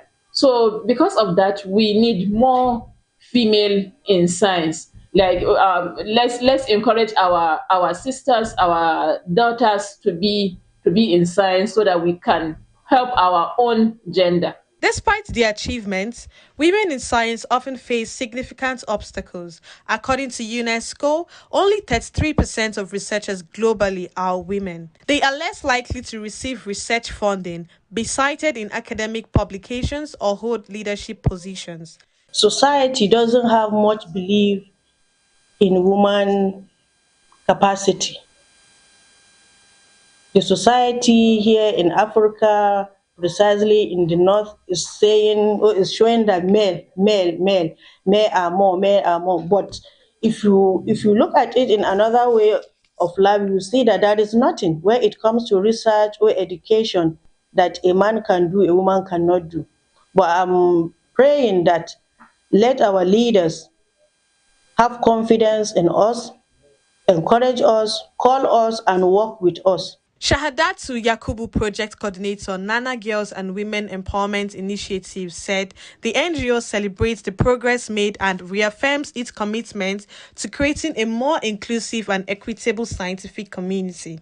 Nana Girls and Women Empowerment Initiative is an organization that focuses on bridging the gap, bridging the gender gap, empowering women and girls in terms of education and other relevant programs to bridge the gender gap. And science is a very vital subject. So we go through schools, we mentor young girls, women, encourage them to pick subjects or career in terms of science, career oriented. Then we sensitize them, we advocate for science subjects. Not that other subjects are not relevant, but we want to bridge that gap, that gender gap. Then we go to schools, we mentor them, provide mentors, people who are already successful in career science-oriented career path, to serve as a mentor for these young women, that they can actually be whatever they want to be. Being a girl or a woman is not a limitation. As the world focuses attention on women and girls in science, it is essential to recognize the pioneering women who have paved the way for future generations. There is therefore an urgent need for all to work towards a world where women and girls have equal opportunities to pursue their passions in science. The federal government says it has unveiled a national policy for skills development in the formal and non-formal education sector. The Minister of Education, Dr. Tunji Alausa, disclosed this at a ceremony in Abuja on Wednesday, where it was represented by a senior special advisor, Dr. Ismaila Adiatu. Alausa said the policy would provide a comprehensive framework for the development and implementation of skills development programs across all sectors of the economy. He explained that the policy was not merely a collection of ideas, but a blueprint and a roadmap that charts a course towards a brighter future for all Nigerians. The minister explained that the policy emphasized the alignment of skills development programs with the actual needs of industries and employers, and encouraged stakeholders to ensure that the training institutions were producing graduates equipped with the skills that were in demand and not just skills relevant in the past. The House of Representatives has called on the federal government to declare a state of emergency in the health sector, specifically in addressing the critical power situation. Parliament also urged the Minister of Power, Adebayo Adelabu, to ensure immediate proactive steps are taken towards restoration of power to health institutions to ensure their continuing functionality. It also summoned the Minister of Health, Ali Pate, to account for the decadence and provide a comprehensive plan to address the critical power situation at University College Hospital, Ibadan. Decisions of the House followed the adoption of a motion of urgent public importance moved a plenary on Wednesday by Afolabi Afuakbe. Moving the motion, the lawmaker said UCH is a critical healthcare institution that provides essential medical services in Nigeria. Afuakbe decried that the situation has become embarrassing to the extent that relatives of patients now bring power generators and solar inverter appliances to the hospital. Expressed concern that the healthcare institution has been thrown into a persistent blackout that has lasted for almost 3 months by the Ibadan Electricity Distribution Company over an electricity bill of 495 million naira. The Institute of Maritime Studies of the University of Nigeria, ENUGU campus, and Signature TV have agreed to go into partnership to create awareness on maritime education in the state and the southeast. This is the outcome of a visit by a delegation of the Institute to the corporate headquarters of Signature TV at the Raymond Okpesi Broadcasting House, Thinkers Corner, ENUGU. Correspondent Ugoni Owalu was there.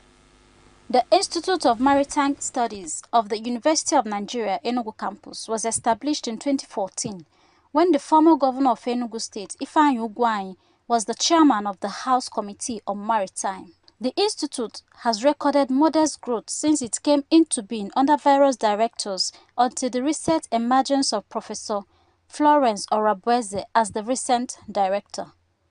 Orabueze, who led a delegation of the institute to Signature TV, spoke of her intention to introduce new courses and programs as well as doctorate degree programs on maritime studies in the university. She therefore solicited the cooperation of Signature TV in growing the institute and boosting the blue economy in the country. We are now trying to expand the scope and introducing new programs in terms of certification courses, programs in terms of new courses, and introducing also new programs to have a kind of omnibus that any graduates of many of our faculties come in. So we are at it. And also extending it to having a doctorate degree, because we found that people that graduated, they are already marooned, so we have to help them, open the way for them. Professor Orabueze also announced the forthcoming international conference of the institute, billed for the 26th and 27th of February at the Conference Center of the Faculty of Law, ENUGU campus of the University of Nigeria. The team is navigating the future, anchoring sustainability while bridging the gap between economic growth and marine preservation. The importance of linkage between the citadels of learning and the industries in driving growth and development. It is therefore expected that the collaboration between the Signature TV, the Vice President and Chief Operating Officer of Signature TV, Barikumo Ado, commended the passion and dedication of the new leadership of the Institute to ensure the development of the maritime industry, which he described as truly inspiring. He, however, urged the Institute to ensure that the proposed conference and other activities of the Institute are designed to create impact on the lives of the students and the wider society beyond delivering of academic papers. He is someone who's ready to sacrifice for common good.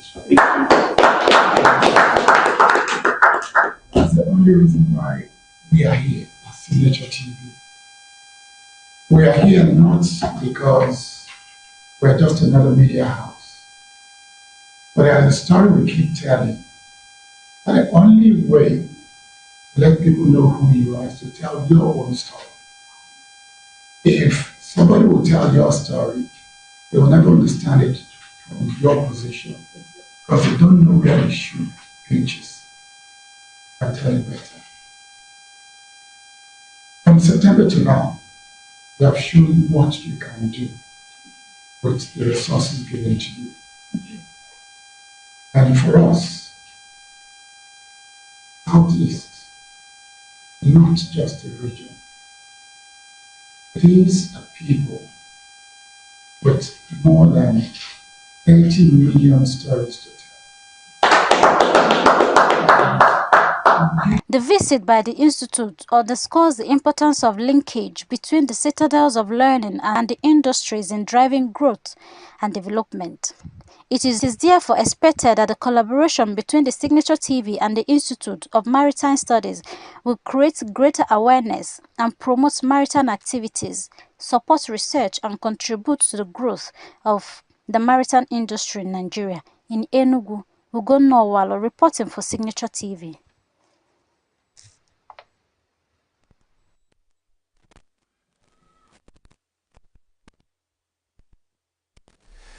Let's focus our attention now on business news.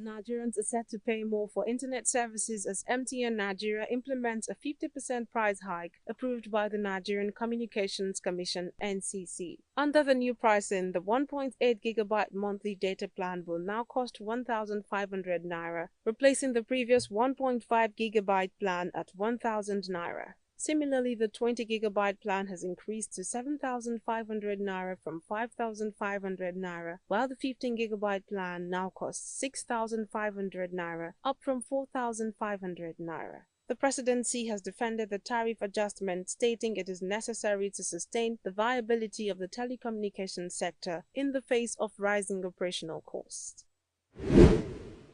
Nigeria is set to benefit significantly from a $4.4 billion investment by the African Development Bank (AFDB) aimed at expanding the Special Agro-Industrial Processing Zones (SABs) across all 36 states and the Federal Capital Territory. AFDB President Akinwumi Adesina stated that the initiative is key to transforming agriculture and boosting economic growth. The SABs program, launched in 2022, seeks to enhance agricultural productivity, promote value addition, and generate employment opportunities, particularly in rural areas. These zones will be equipped with essential infrastructure, including power, water, roads, digital connectivity, and irrigation, attracting agro-processing companies and reducing post-harvest losses. The European Union is set to invest an additional 50 billion euros, approximately $51.6 billion, to boost its ambitions in artificial intelligence. This announcement was made by European Commission President Ursula von der Leyen on Tuesday, February 11th at the Paris AI Summit. This investment comes on top of the European AI Champions Initiative, which has already allocated 150 billion euros from providers, investors, and industry leaders. The AI race is far from being over. Truth is, we're only at the beginning. The frontier is constantly moving. Global leadership is still up for grabs. And behind the frontier lies the whole world of AI adoption. And today I can announce that with our Invest AI initiative, we can top up by 50 billion euros, so thereby we aim to mobilize a total of 200 billion euros for AI investment in Europe. We will have a focus on industrial and mission-critical applications. It will be the largest public-private partnership in the world for the development of trustworthy AI. Yes, AI needs competition, but AI also needs collaboration. And AI needs the confidence of the people and has to be safe. And actually, this is the purpose of the AI Act, to provide for one single set of safe rules across the European Union, 450 million people, instead of 27 different national regulations and safeties in the interest of business.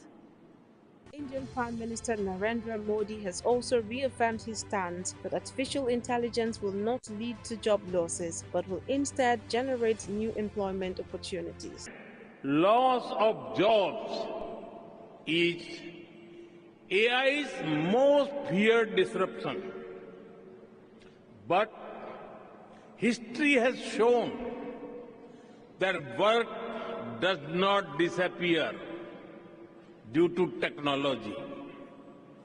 Its nature changes and new types of jobs are created. We need to invest in skilling and reskilling our people for an AI-driven future.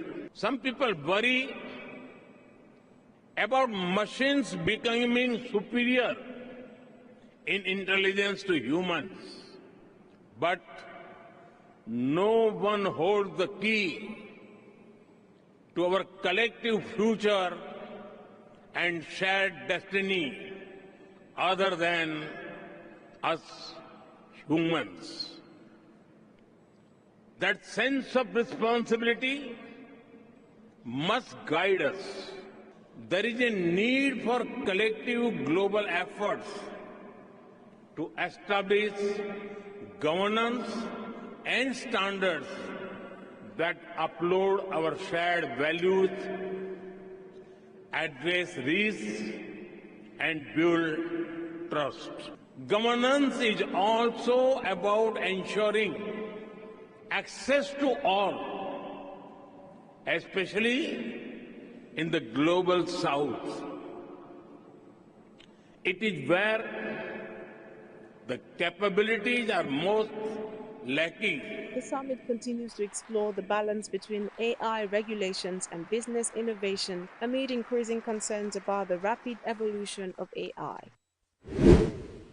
Wall Street's main indexes opened lower on Tuesday, February 11, as investors awaited Federal Reserve Chair Jerome Powell's testimony for insights on tariffs and their impact on inflation in the U.S. economy. The Dow Jones fell 69 points to 44,401.38, while the S&P 500 and Nasdaq Composite also saw declines. Meanwhile, Saturday Night Live cast members rang the opening bell at the New York Stock Exchange to celebrate the upcoming SNL 50, the anniversary special, airing February 16th.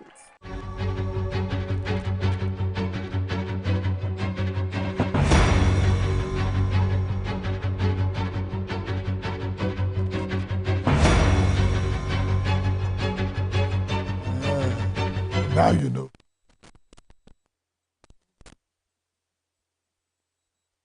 Still to come, Greece elects former parliament speaker as new president.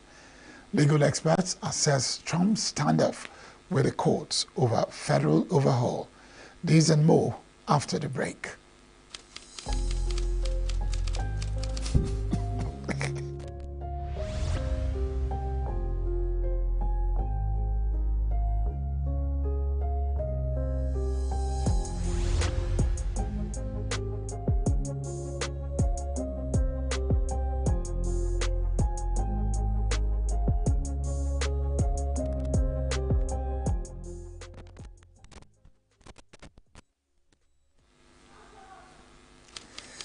South Africa's G20 president was meant to be an opportunity to get rich, powerful nations to pay attention to poorer countries' concerns, such as burgeoning inequality, crippling sovereign debt, and a lack of progress in the fight against climate change.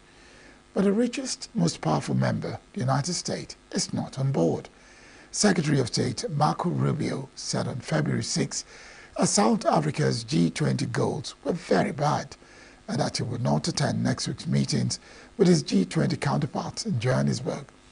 In a broader attack on South Africa, President Donald Trump cut U.S. financial assistance to the country, citing disapproval of its land redistribution policy and of its genocide case against Israel at the International Court of Justice. Acting Director of the Raymond Nlaba Center for Governance and Leadership at the country's Nelson Mandela University, Ongaba Ntika, said the U.S. stance seemed to be aimed at making sure South Africa doesn't hold a successful G20. I think what the Trump administration are doing is to throw South Africa's presidency of the G20 into a tailspin by precipitating a crisis that actually seems to be aimed at making sure that South Africa doesn't hold a successful G20 leadership role. Because I think very soon they will not just demand that what they can control as politicians affects South Africa's hosting of the G20, but it may be that they also may want to get American companies and American investors to boycott this conference. The US boycotts international fora in the manner that they are doing. They are going to hand over the leadership of the world to the next powerful groupings, whether that is China or Russia, on a silver platter. Launched after the 2007-2008 financial crisis to include big emerging economies and talks that had previously been confined to the group of 7 industrialized nations, the G20 is supposed to be a key venue for economic and financial cooperation. The United Nations Human Rights has accused officials from Bangladesh's former government and security apparatus of systematically committing serious human rights violations against protesters staging mass demonstrations last summer. Presented a report of a fact-finding mission, High Commissioner for Human Rights Volker Turk told reporters in Geneva that crimes against humanity may have been carried out amid a climate of fear and mass arrest. The report revealed that testimony from senior Bangladesh officials and other evidence showed an official policy to attack and violently repress anti-government protesters and sympathizers. There are reasonable grounds to believe that officials of the former government, its security and intelligence apparatus, together with violent elements associated with the former ruling party, committed serious and systematic human rights violations. These include hundreds of extrajudicial killings, extensive arbitrary arrest and detention, and torture and ill treatment, including of children, as well as gender-based violence.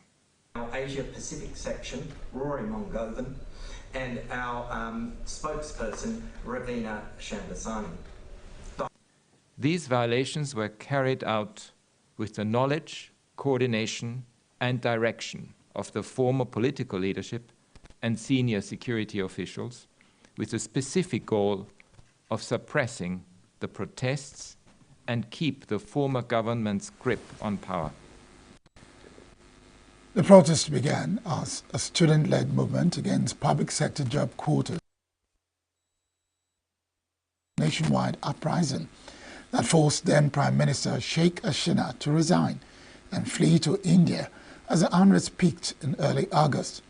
Hasina, who had ruled Bangladesh since 2009, is being investigated on suspicion of crimes against humanity, genocide, murder, corruption, and money laundering, and Dhaka has asked New Delhi to extradite her. Indian Prime Minister Narendra Modi has visited the headquarters of major French shipping and logistics company CMA-CCM during a trip to Marseille on Wednesday. France is looking to expand its economic partnerships with India, who wants the southern port city to serve as a gateway to trade with Europe. During the visit, Modi also opened a new Indian consulate, greeting supporters outside and paid homage to Indian soldiers who died in the world wars. Modi was expected to visit Washington, D.C. after his trip to France, where he will meet U.S. President Donald Trump.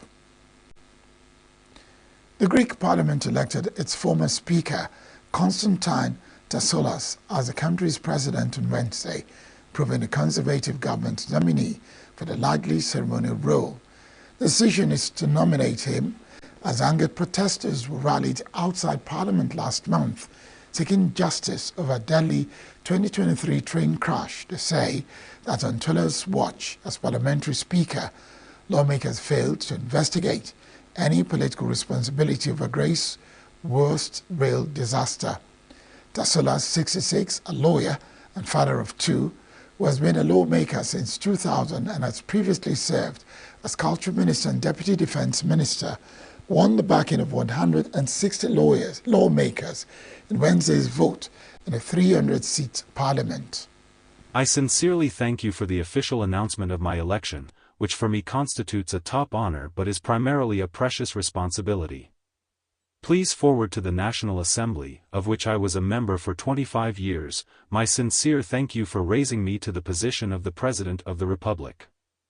In an unstable international environment, the political life of the country is evolving with certainty and responsibility, on a stable path of democracy, economic development and social progress, which the new president will also contribute to.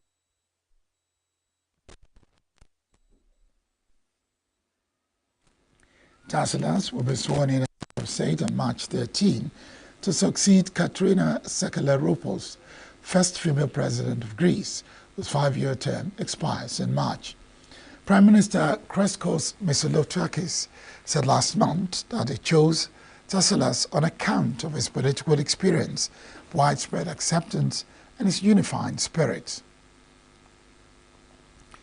Romania's outgoing centrist president, Klaus Iohannis, who resigned after more than a decade in office, met with interim president and Senate Speaker Elen Boloyan on Wednesday and attended an official leaving ceremony afterwards. Iohannis resigned on Monday to preempt an impeachment bid by opposition parties in parliament, with voters highly polarized and the far right gaining ground ahead of a repeat presidential election in May. The European Union, a NATO member state which borders Ukraine, was plunged into institutional chaos last year when little-known far-right NATO critic Kalin Georgescu won the first round of a presidential election. After accusations of Russian interference denied by Moscow, Romania's top court voided the election and said Iohannis, whose second and last term expired on December 21, will stay on until his successor was elected in a May election rerun. 3 alt-right parties had used their campaign against Iohannis as a reason to stage protests and seize the political agenda. The Kremlin said on Wednesday that a Russian citizen was freed from a U.S. prison in exchange for Moscow's release of jailed American school teacher Mark Fogel. Kremlin spokesperson Dmitry Peskov said a Russian will return home in the coming days, at which point Moscow will release their name. Peskov was briefing reporters a day after Russia freed Fogel from prison in a diplomatic deal that U.S. President Donald Trump said could contribute towards ending the Russia-Ukraine war. Commenting on Trump's remarks that this could help end the war, Peskov said it was unlikely to be a turning point, but described the release as gradual steps to increase mutual trust, now at a low point. There were contacts, and the result of these contacts was the release of Fogel, as well as one Russian citizen who is currently in a prison in U.S. This Russian citizen will be returned to Russia in the upcoming days. Such agreements could hardly become a crucial moment. But at the same time these are gradual steps to increase mutual trust, which is at a low point now. Journalist saying, is it true that Russia will be handed over Alexander Vinnik? Wait. When a Russian citizen will be on Russian Federation territory, his name will be known. Fogel, 63, was serving a 14-year sentence for drug smuggling after being caught at a Moscow airport with a small amount of marijuana and was flown on Tuesday to Washington, where he celebrated his release with Trump at the White House. Trump said Fogel's release could be a big important part of ending the 3-year-old Ukraine war. Russia's emergency services said on Wednesday that it had rescued all 139 fishermen stranded on an ice floe drifting in the Sea of Okhotsk in the Western Pacific.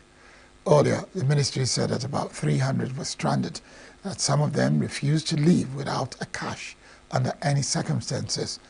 The ministry posted several videos from the rescue operation, including one showing fishermen walking on snowy ice away from the rescuers. But later, the ministry said on Telegram messaging service that the rescue operation involving helicopters and vessels and brought all the 139 stranded people ashore. It was unclear why so many fishermen had gathered at a location in Russia's Sakhalin region. Traditionally, the Sakhalin winter fishing season begins in early February with a period of active biting until April. Russia's missile attack on Kyiv early Wednesday morning killed at least one civilian, injured three, and sparked several fires throughout the city, Ukrainian officials said.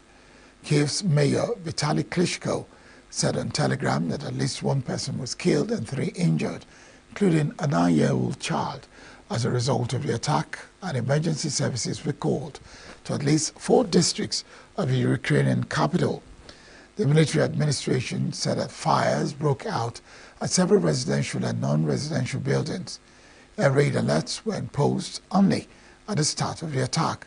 It was not immediately clear what missiles were used, but a late launch of air raid alerts suggests they were difficult to detect by radar. We work here. I was home during the air raid alert. When it was over, I went to work. I came here and I saw all of it. There are no windows, everything is broken. It is horrible, there were explosions the whole morning. Then I got a call from security, they said our windows and doors are blown out, everything is ruined. So, thank you very much for watching. I am Barikumo Ado.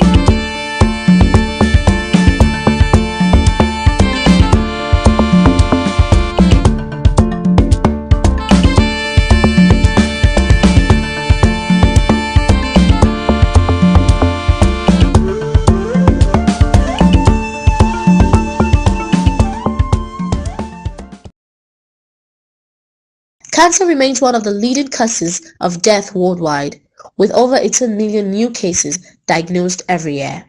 In Nigeria alone, approximately 100,000 new cases are recorded annually.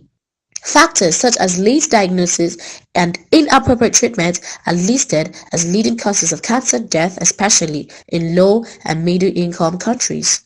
38-year-old Umu Dolukaina, who is receiving treatment for breast cancer, shares her story. According to her, she dismissed unusual pains, opted for herbal remedies instead of seeking professional help. She now urges women, particularly those in rural communities, to prioritize their health by seeking immediate medical attention if they experience any symptoms.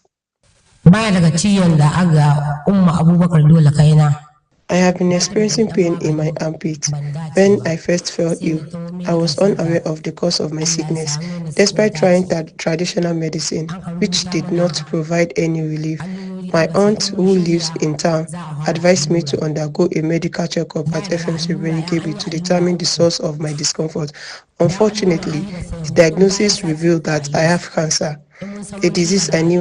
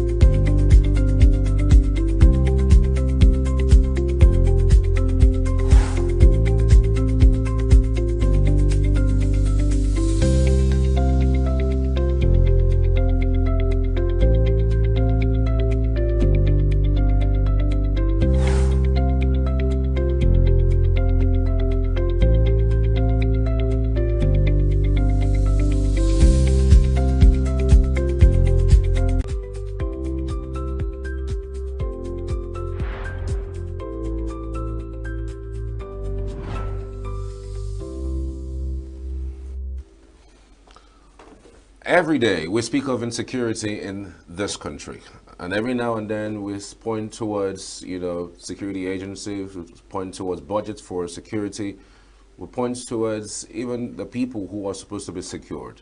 Sometimes we don't really point towards the agents themselves. I'm talking about the security agencies themselves, whether they are police, they are army, or even the paramilitary. I'm just thinking to myself, how on earth are we talking about insecurity when the police haven't been able to account for more than 175,000 missing guns? It is unbelievable. Maybe we should start looking at places that are places like this, because I mean, if the IGP cannot account for 175,000 missing guns, then we are in deep trouble. Welcome everybody. This is the morning show. I'm Charles Pies. We'll go straight to the headlines on our dailies this morning.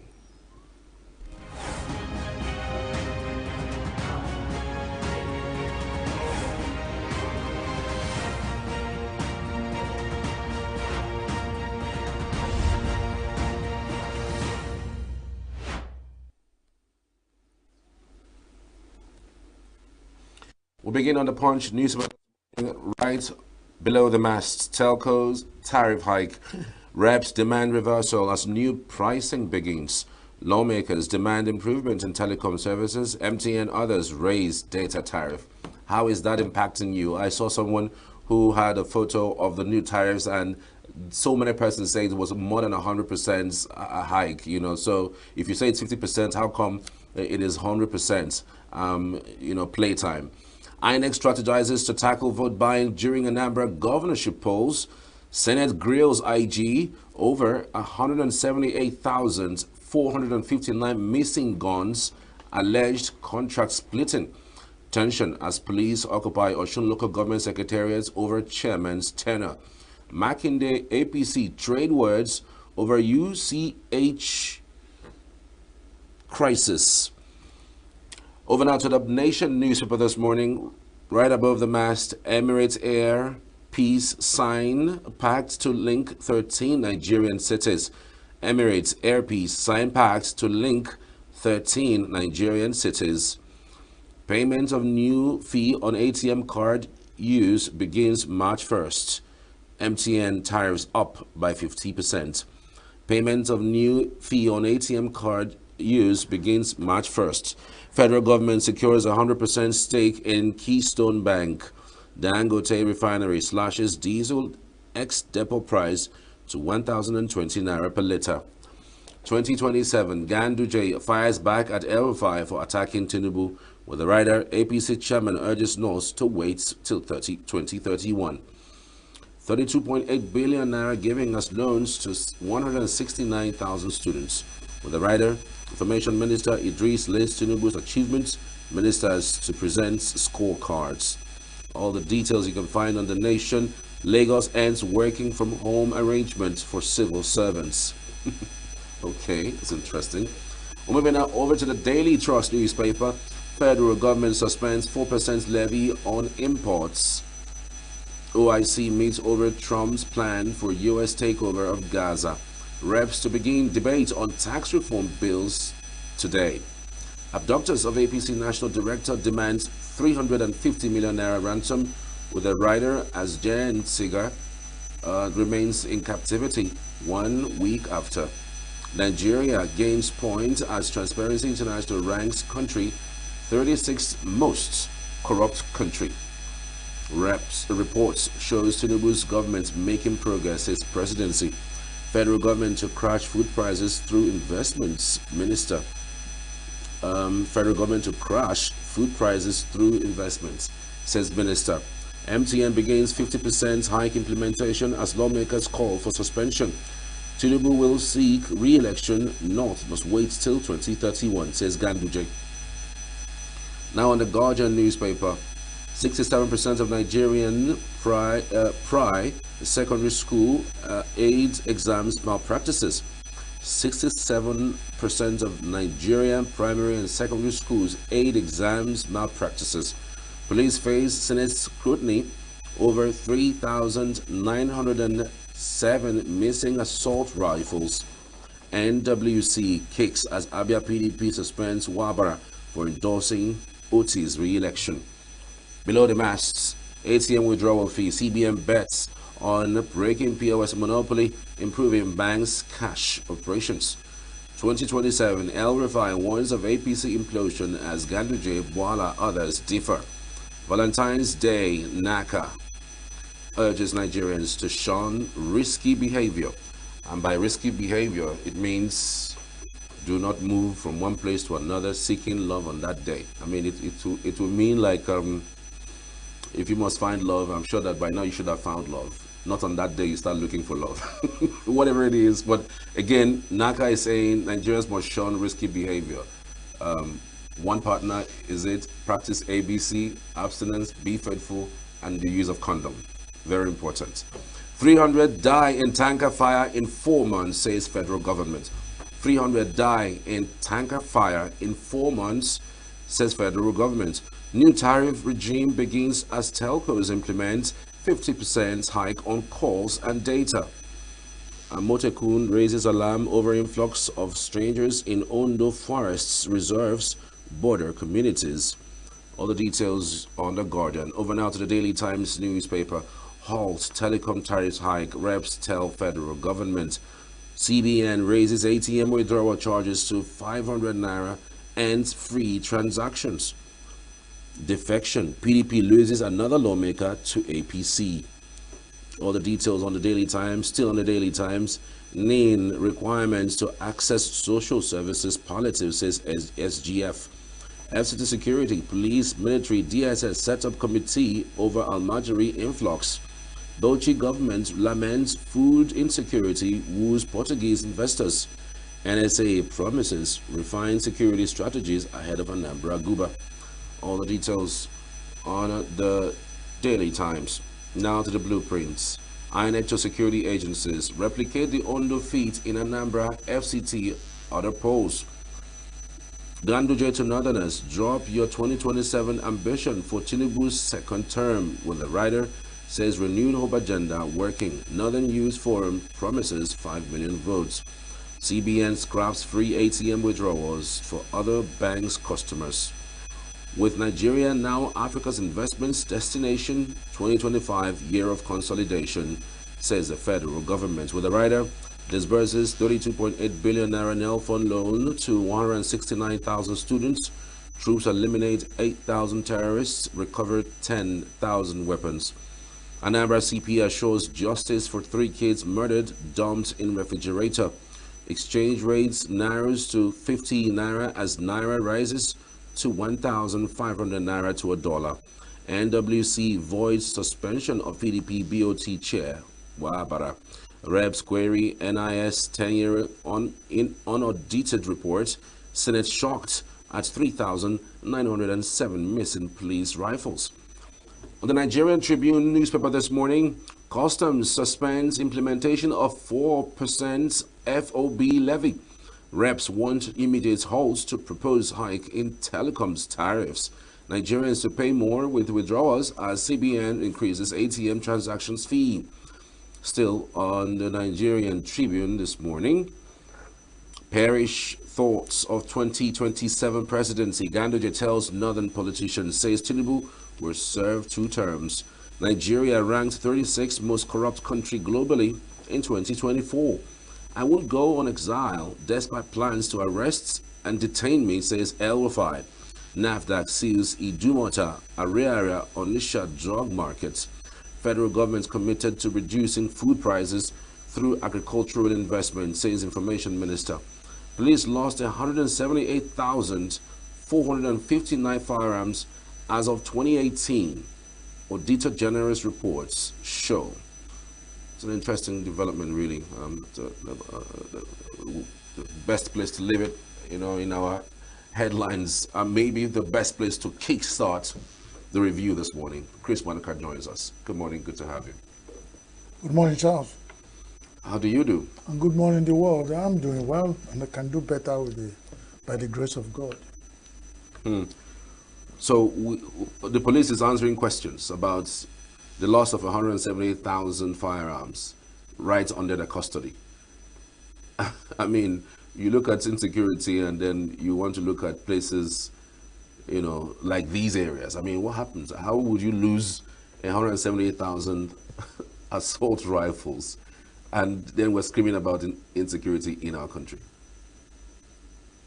The police and the loss of almost 2,000 assault rifles.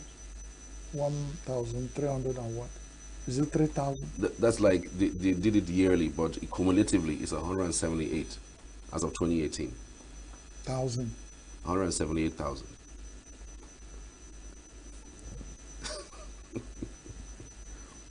And the police know where the rifles are. Nigerians know what happened to the police and their rifles, because police are Nigerian police. Their name is Nigerian Police Force, NPF. They are Nigerian police serving Nigeria in an era of insecurity. And they find it may be that the terrorists, the bad ones, find that the police is a low-hanging fruit, a source of their arms. Mm-hmm. For us to be losing that quantity, and we're just hearing about it now. So what are we talking about? When we're talking about assault rifle, we're talking about AK-47, very sophisticated weapon. Most of these terrorists, with one AK-47, they can rule over a city like ENUGU. Just one. Mm-hmm. And then check the number that is missing. My surprise is that we are in February 2025. That's when we are coming out with this report that this is the quantity of assault rifles that are. I'm not blaming police for anything. There are people who have devoted themselves to going to police as source target. And let me assure you that some of our Nigerian army boys, the gallant boys, who are in the front line fighting, that when they are down, these terrorists ambush them, in some cases overpower them for benefit of propaganda and all that. Nobody reports that, but we know we are also bleeding. It's almost like full war.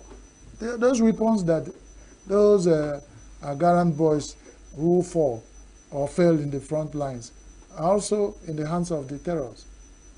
And so probably we are not talked about the one lost by, direct or indirectly, by the Nigerian army, the Nigerian customs, they bear arms, DSS bear arms, Nigerian Navy and all the security agencies, the ones that bear arms. And Nigeria has made it like it's already, some of them have begun to use. There's some, I don't know the name they call that one. You see some sophisticated weapon that these boys wear. That's cool. Now, this quantity to be in the hands of terror and people against us is a very dangerous situation. Let's talk about these people who are the good ones fighting in the front line, and they lose their life, probably lose the weapon, and it's in falls in the hands of. What of those that we have learned that connive and supply their weapons? Some people hire their weapons. There have been cases where criminals were caught, and they said that they start pointing at security agencies or a security man who is armed with Nigerian taxpayers' money. Probably uniform subsidized to a great extent, the boot he wears, everything, and some allowances paid to him by our taxpayers' money. We use the same weapon as his asset, national cake. We'll be renting it to the bad ones to fight his back up. Nigeria is a place where you hear so many stories, and bet you some of those stories are no smoke without fire. So there's nothing you hear in Nigeria you pretend and say, no, you wave it off. Don't pretend you don't hear anything in Nigeria. Just recently, there's a viral video going on that the people who are the armed robbers are condemned criminals inside prisons. It's going around. Have anybody defended that one? Has the Nigerian Correctional Center defended that condemned criminals in death rows are released at night to go into Nigerian street, and they return in the daytime to the prison? And somebody said, what if they find the operation so dangerous that they decided not to return and then go somewhere else to hide? Certain things you hear, you start feeling it's dizzying, and you say, am I okay? Something is wrong. But like the person said, it's not verified because it's not coming through the official quarter. But I cannot pretend I didn't hear it. Because if you pretend that you didn't hear it, you will only be dead by the time you prove it and you confirm it. So it calls for concern that number of assault weapons, which are mixed, could be from AK-49, also maybe among, and the AKs and all the sophisticated weapons in the hand of, cannot be accounted for, only by Nigerian police. What happens to the other ones that cannot be accounted by other security forces? Meaning, we are clearly sitting on keg of gunpowder, and we're not expecting to get better. You can only, when it explodes again, it's like, hey, it has happened again, and we're counting numbers. And those who write beautiful speeches for Nigerians who are in high position of authority, who have invested with our life, the speeches, and they just dust it and customize it. If it happened in ENUGU, they will just customize that speech to fit. They are not writing fresh speech because they also predicted what will happen. With this number of weapons in the hands of people who cannot account for, the speech writers for the governors, the presidents, and all the ministers, IGPs, when they write all those condolence messages, they don't have big jobs. It's just to be running it around. My problem is that I'm even shocked at how these rifles get missing. Is it that the police sometimes go out with it and they don't return with if you are attacked because you are in the front line, or some people ambush you and they take your weapon. That one is understandable, Yeah, we know. but But the way I'm talking about different sources, if you begin to analyze it and you even call the police themselves, they will start telling you different sources. But the ones we have said that warriors is the ones who deliberately hire these weapons out or sell them off, Yes. and then cook up stories. Anything can happen. Well, good luck. So there's a possibility that even the police themselves sometimes give away these rifles. We have had stories like that. To non-state actors. We have had stories like that. But it's only then that will confirm. Because if you talk about it, like nobody's against the police, is your friend. We have accepted it over the years.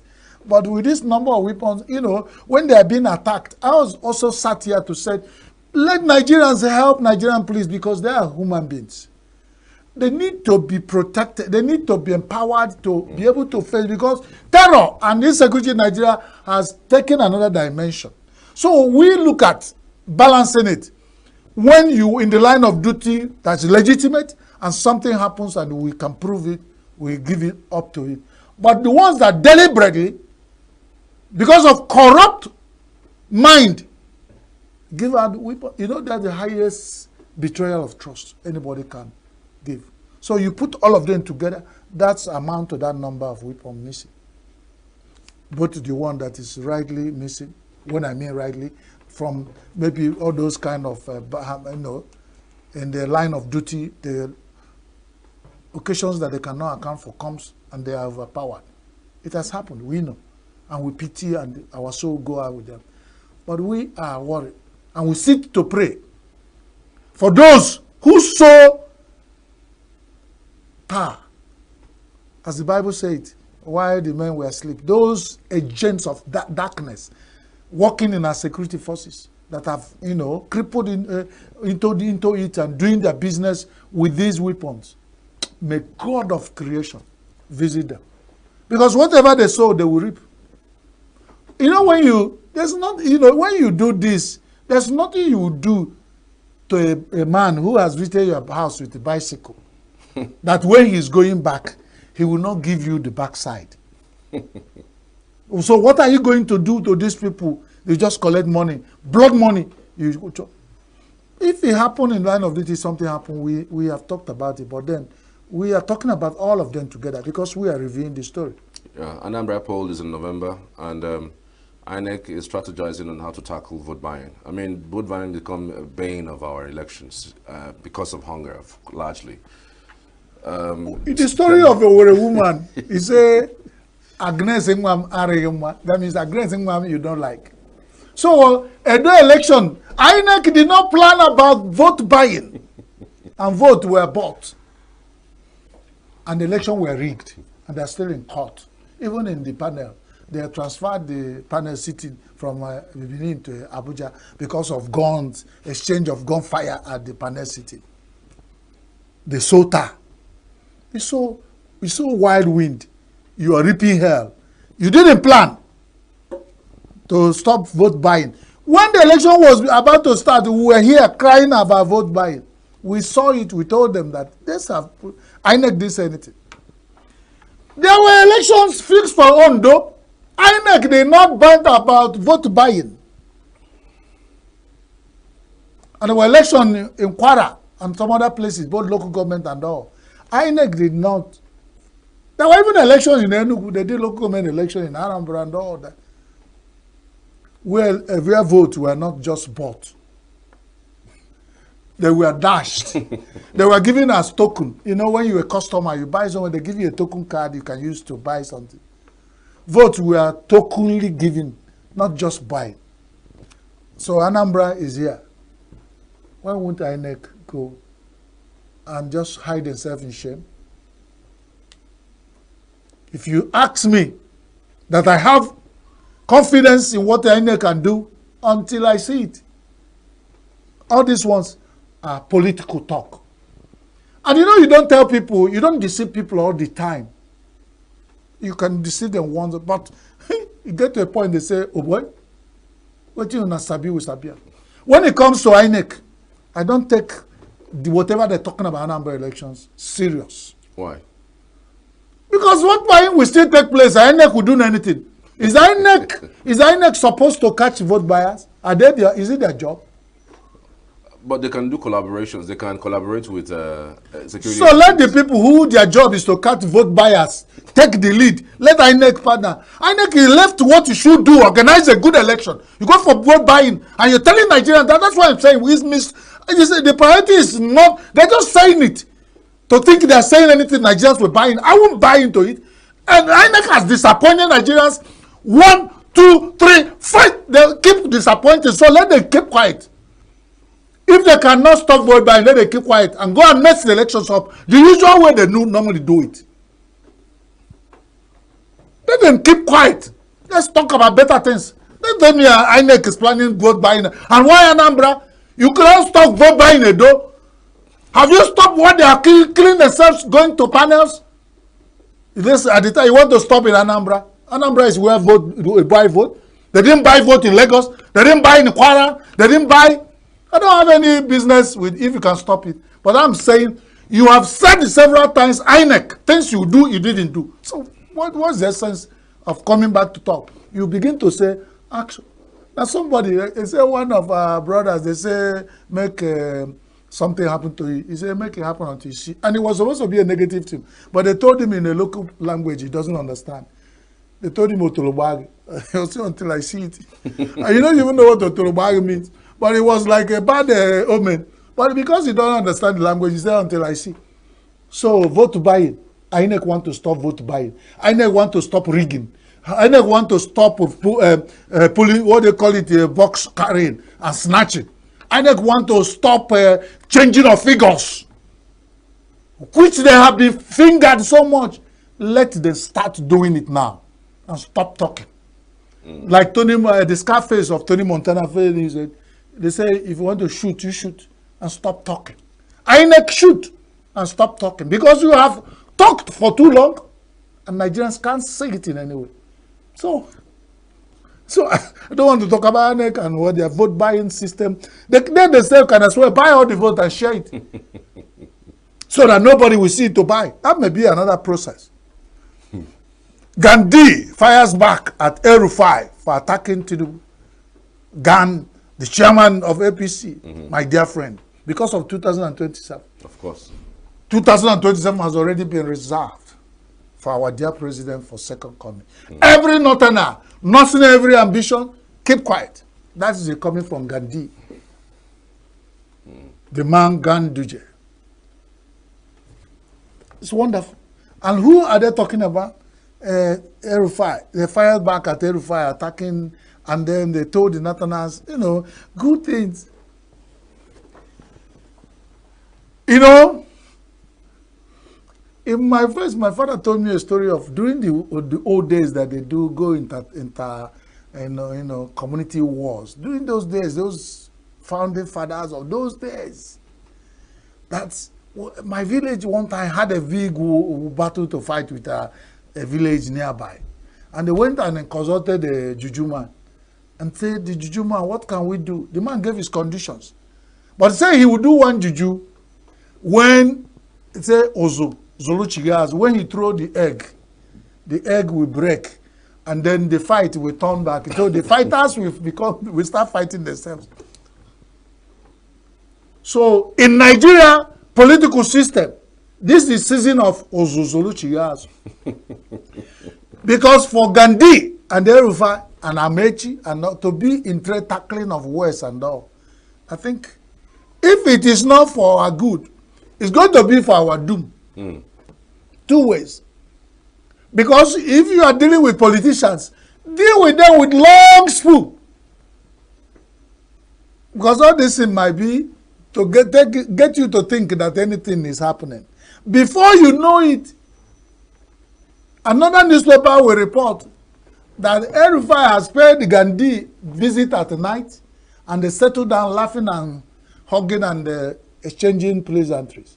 You that is coming here to talk and say anything, you will start eating your words. So let the deads bury their own deads and let Nigeria go on. Because we don't even depend on politicians to save Nigeria. We are on our own. Only God of all creation has kept us where we are. Nothing coming from all these people beyond when it is convenient for them to get together, get corrupt, take our Nigerian money and snatch it away. When they have some little squabbles, that's how we know. All the time. Why didn't we hear? It's 2027 that has started coming, and they begin to come in the open to say some things against. What has happened beyond? Was it now? So leave matter for Ganduji and El-Rufai as it fires back to the north and the El-Rufai. And meanwhile, El-Rufai is not the sole politician that is representing the north. We're going to hear other ones who are to reply, because the reply will still come and we'll still hear it. 32.8 billion given as loan to 169,000 students. My own is, we have students in Southeast. I've not had anyone who received this. Was this loan selectively given?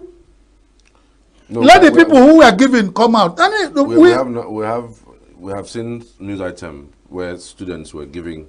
Where? UNN. In UNN. Yes. Okay. That's what I'm saying. Because it's like you go to church. It says there's a pastor who does miracle.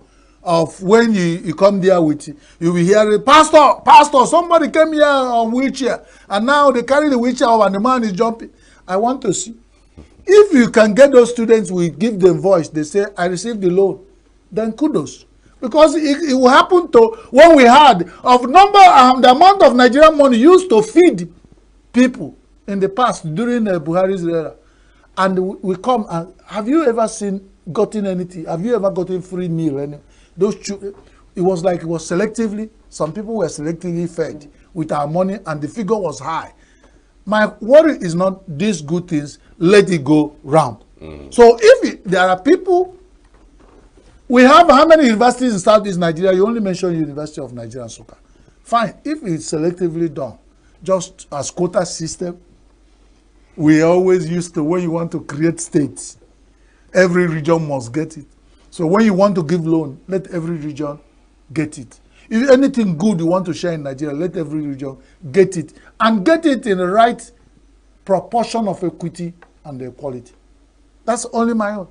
And if they do it, and I have evidence of it, I will say kudos to the people who will do it, or to the Nigerian government or establishment. That's all. Right. Nigeria gains points as Transparency International ranks country as 36. I'm surprised that our point, we are not moving fast. By now, with what I think of our country, we shouldn't be at 36 most. I mean, we're still very backward. Why should Nigeria be competing with Transparency International and then Nigerian national FIFA? We're at the same position. 36 was corrupt. I mean, is it not an improvement? We used to be, 15th. I said, why are we losing points? We're losing points. We're supposed to gain and move on to fourth position. Fourth position. Why should... there was a report of the president of Nigeria being there's some, I don't know, sometime what position they say he was, and it wasn't positive. Now, if the president can be in that, why should the country still lag back and 36? The country should be going where the president should be. If president is the third position, Nigeria should be third. So I'm not too impressed. Nigeria should get more points. We'll move forward to fifth position. That's why because Nigeria know they lag behind now. Why should we be at 36th position in most? They should not mess us up. I think they're beginning to marginalize Nigeria in this area. Transparency International, you are marginalizing Nigeria. Our point should be more than this. We should be at the fourth position of most corrupt country in the world. And until you do that, I'll begin to become suspect that you don't want us to progress. Why should we? With all these things we are doing, with all the number of guns in the hands of with nobody who cares for what that is hike. The National Assembly said stop hike in telecom. They've gone ahead to start hike. So who speaks? The boy who was sent to steal by his father has entered the house and start breaking all the doors with his leg, and you want to stop him? If NAS did not prove their mettle on this, then they will go back to remind me that they are just an appendage. This is NAS that when they have spoken. So when National Assembly of Nigeria combined with the red chamber and the green chamber spoke, the telecom still went ahead. Something is wrong. Now the idea is, who decides what happened in Nigeria? These people, if you don't watch them, they will begin to lose your powers as a National Assembly who make laws and determine. You have given orders that they should stop. National Assembly, distinguished senators, and the telecom operators. So you see Nigeria. By the and this is not the first time they said it. They've said this since the last week, middle of last week. National Assemblies, stop this hike, stop implementing it. But they've gone ahead to implement it. Somebody is behind them. And if National Assembly lose this battle, I just feel it's just a small screen. They just needed to say something so that it will look like they are doing something. Because, I mean, this hike has been on for a while. There has been even meetings upon meetings about whether the hike should be 50% or 30%. Even Labour Union had a meeting. You're not thinking what I'm thinking. So you just you are not. No. Our National Assembly is not small screen. We have distinguished senators, and we have honorable members of the Federal House of Reps all joined together. 109, and then you come to that one, 345. You put them together, they say something, and you say it's small screen. I mean, why didn't they say it all along? Because this has been on for a while. Why didn't they say it all along? They are so busy with making laws in the National Assembly, and their phones, they've not gotten the alert on their phone that because, of course, it's somebody like you that will load 100 naira to make a call. So when they take 16 naira from it in one call, you will notice. But if you are a distinguished senator who has unlimited bundle of data and calls, you hardly know that there's... So you need to go to your constituency. And you can't go because there's security. So you're in Abuja. So you didn't even know that your constituency, their constituents are suffering hike. So it is when they got to know that they begin to talk about it. I am defending our honorable and distinguished senators. So don't bring what is not small screen. It's only until I see with my eye. Let them fail this battle.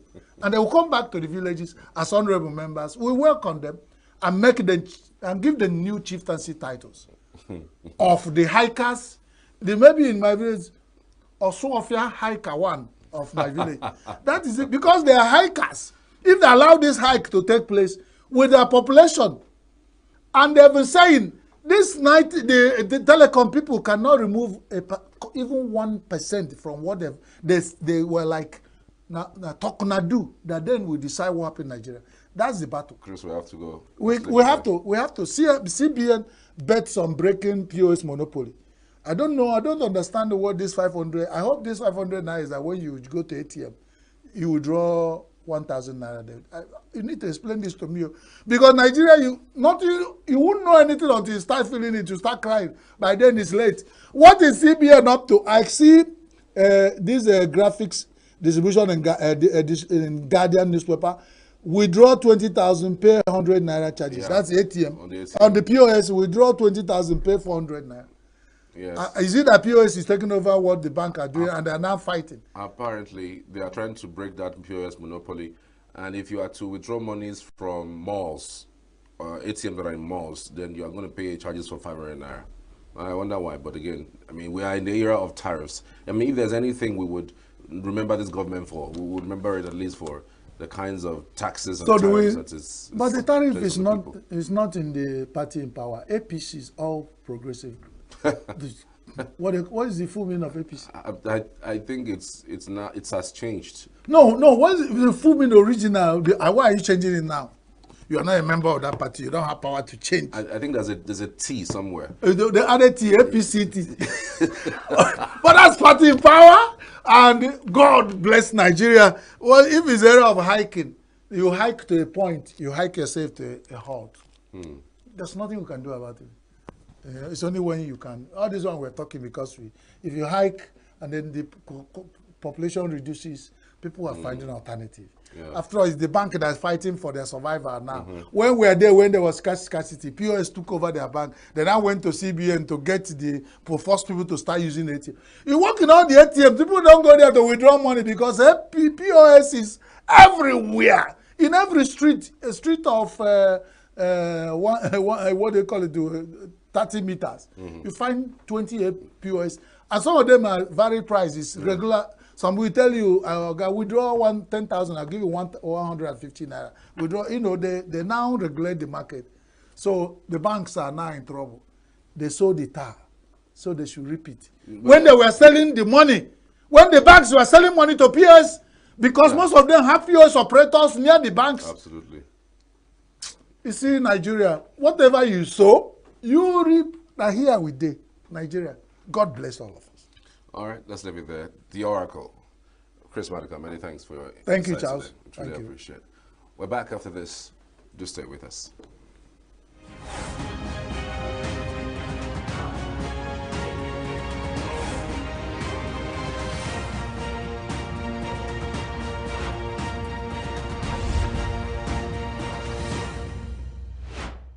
Every second, every minute, every day, news is breaking, events occur, and there are new developments. At Signature TV, we follow these stories objectively, bringing all sides without bias, explaining the complex issues, breaking down the numbers, and investigating the issues behind the news.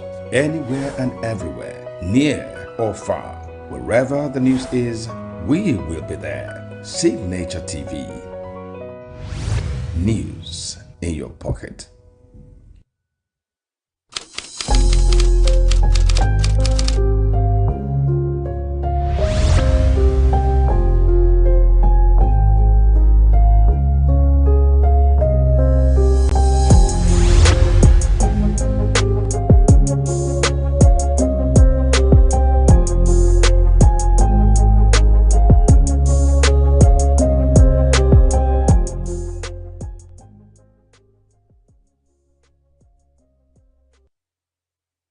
Discharge my duties. I will discharge my duties. Discharge my duties. I will discharge my duties. To the best of my ability. To the best of my ability. The promise of a more inclusive development became more realistic on Tuesday as the federal government inaugurated the Southeast and Northwest Development Commissions. The Minister of Regional Development, Abubakar Momo, who performed the inauguration ceremony, charged the board members to spearhead development in infrastructure, agriculture, security, and foster regional cooperation in their respective zones. The minister said the people deserve the best of development, expressing to see greater development brought closer to the grassroots. He advised the commissions to come up with master plans for development in their zones and partner with the state government and security agencies to promote security in the region. We have just witnessed the swearing-in of members of the two new regional commissions, the Southeast and Northwest Development Commission, bringing to fore the journey towards complementing the efforts of other government agencies in bringing development closer to the grassroots. This occasion marks a critical milestone in our collective commitment to fostering balanced, sustainable and inclusive development across all regions of our great nation. The establishment of these commissions is a proof of the federal government's dedication to addressing regional disparities, promoting economic growth, and improving the quality of life for our citizens. These commissions are designed to foster balanced growth, bridge disparities, and ensure that every Nigerian, regardless of location, enjoys the dividends of democracy. From roads and bridges to smart agriculture, food security, and clean energy, these commissions will spearhead critical infrastructure projects that catalyze economic growth and uplift the quality of life of our people. The chairmen of the Senate Committees on Southeast and Northwest Development Commissions promised effective oversight of the new commissions to enable them deliver on their mandates. In his remarks, Chairman Governing Board of Southeast Development Commissions, Emeka ENUGU, and his Northwest counterpart, Lawal Samaila Abdullahi, promised to develop a roadmap to bring development to their respective regions.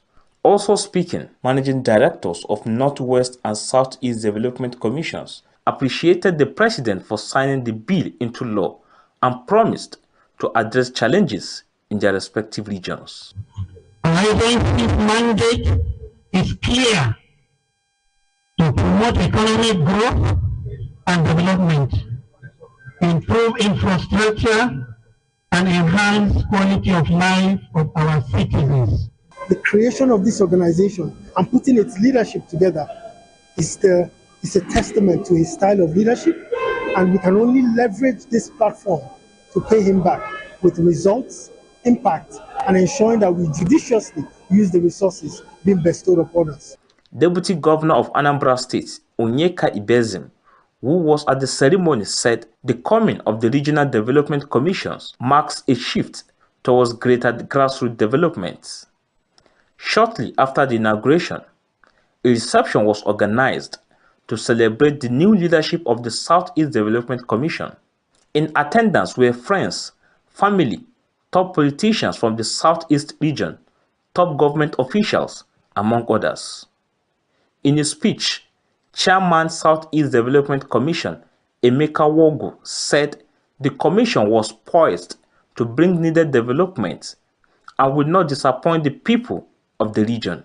I want to reassure you that we are going to be committed to our assignment in the commission.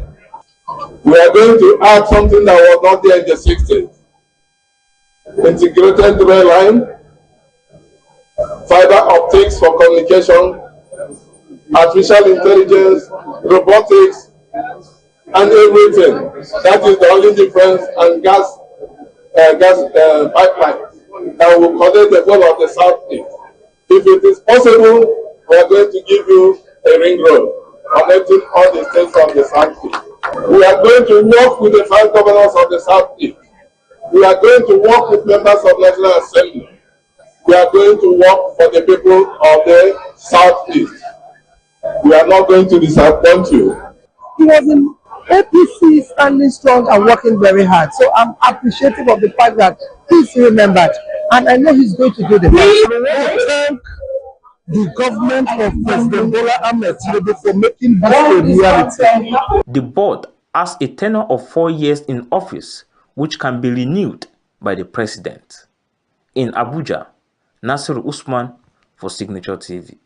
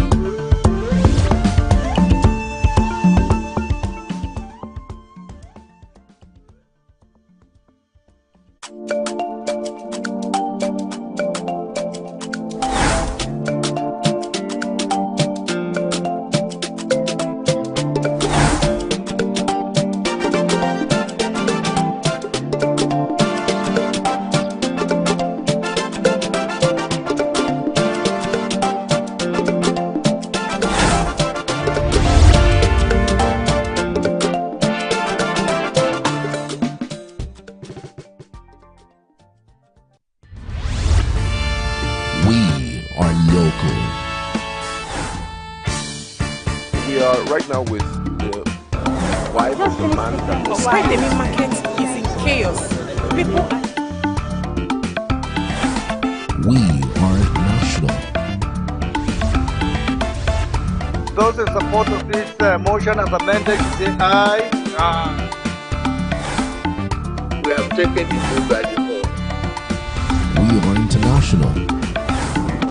Israeli airstrikes. Donald Trump left us the worst unemployment.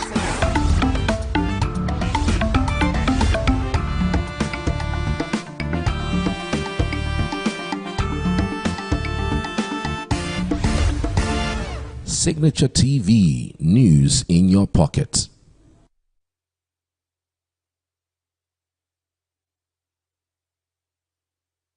Yeah, there is no way you totally eliminate alcohol in the society like Nigeria, you understand? So the alcohol profiting, I don't really know, but there are things that, why would they even put, the Nigeria inflation is not in a balance that somebody will just go to bed without alcohol. You get me right? You will not sleep well. You won't sleep well. Are you with me? Some of us these days, if our eyes are not dirty, we cannot sleep. But based on the situation we are facing today, like me in person, if I should go to my bed without the content of small alcohol, I cannot sleep. You got me right? I don't really know if when Nigeria fix our situation, we would divert from alcohol and be eating our food. Cancer is not minor disease that someone can take for granted. So having linked the alcohol, having linked to the cause of cancer and the rest of it, my advice to those taking alcohol would be that there should be a minimal intake of alcohol, not excessive. And for those that are addicted to it, there will be a kind of sensitization towards it, so that they, when someone is addicted to something, stopping it entirely will be very difficult. So when sensitization comes in, the sensitization will basically focus on minimizing it, the intake now. And it's also good to sensitize those that have not embarked on taking alcohol or that have not been addicted to taking alcohol. So all I can suggest is proper and thorough sensitization towards the effects or the consequences of alcohol, or taking alcohol, or too much of alcohol intake that regards or leading to the cancer problem. I think with that can minimize the rapid increase of cancer. Normally alcohol is not that bad, but much of it is bad. So you have to, alcohol is good for the body in some certain circumstance, but don't take much of it. It's a risk though, but there are alcohol that is also nutrition, it's a nutrient to the body. For stress, sometimes you need it, though don't take much of it, that is all. Honestly speaking, we have to see how we can incorporate, or should I say, have a lot of rehabilitation centers, and then also try to see how we can cancel all this ethanol, all this rubber drinks on the streets. Let's see how we can take them off the streets. It's affecting, and we should do it now. We shouldn't wait for any time. We should do it now. It has caused a lot of harm than good. So some people will say that they are taking it because of the situation, they find themselves, and maybe the environment, they're not conducive enough, people due to loss of job and all that, and some other frustrated issues. But the truth is that alcohol has never been a remedy to any issue. Yeah. And also, once you continue taking alcohol due to a problem, it increases it. It doesn't reduce it. So my response to it is that, in fact, it's better to mitigate the use of alcohol entirely. And once that happens, people will begin to find solution to their immediate problem other than running to a shop or a bar to get alcohol.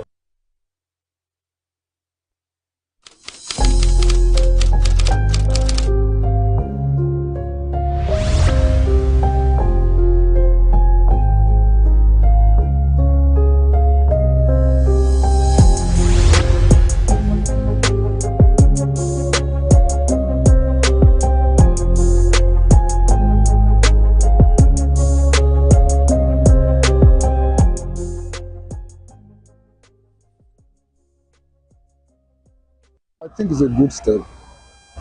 Number one, the older people grow, the more experience they have. Am I right?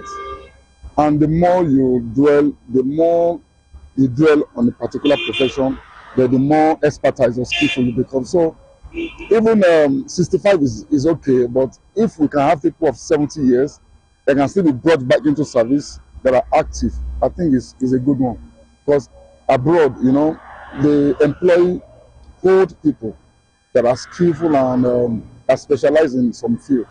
So 65 is nice, but it could be better. I don't see anything wrong about it, because with my perception of that profession, doctor, I believe it's an experienced profession. Okay, so if I walk up to any of the hospital, could be private hospital, could be general hospital, and I felt the doctor attending to me is of age, I feel there should be an experience in him. Okay, because it's something that he has done for several years, practiced for several years. With that, I'll be able to have confidence in them. Like now, I had a fracture on my leg. So when I walk up to, when I was amending my leg, and the younger doctor were coming around, but I wasn't having the confidence. But when the surgeon came in, I saw it's an elderly. I said, oh, for such an elderly person to be in this field, would operate my leg with, experience. And I had a very good confidence about that. So I think that is a good one. It's a good idea, because based on the unemployment I have, we have more youth that are finishing their NYSC, there is no job, lack of employment, and the rest of it. If they increase the doctors, I am not going against it fully, but the thing is they need to look at the other generation that is coming. So if they increase their retirement age, what provision the government made for the upcoming doctor that is coming? So is there any job for them, and all this we need to look at it. Nice indeed, nice, because one of these days I saw something in YouTube. A doctor want to undergo some operation like that, and he was watching a YouTube tutorial before he undergo that kind of a thing. They are quite just of these days. But if we can use that old brain, and if they have that that old knowledge that they can treat and get it right, I think it's better. It's better like that. I like it that way. You get me right? Yes, okay. I'm supporting that. Very, very support.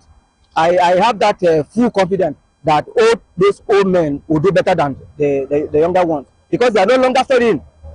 How can you go on YouTube before you undergo a process like that? So I'm in support of that.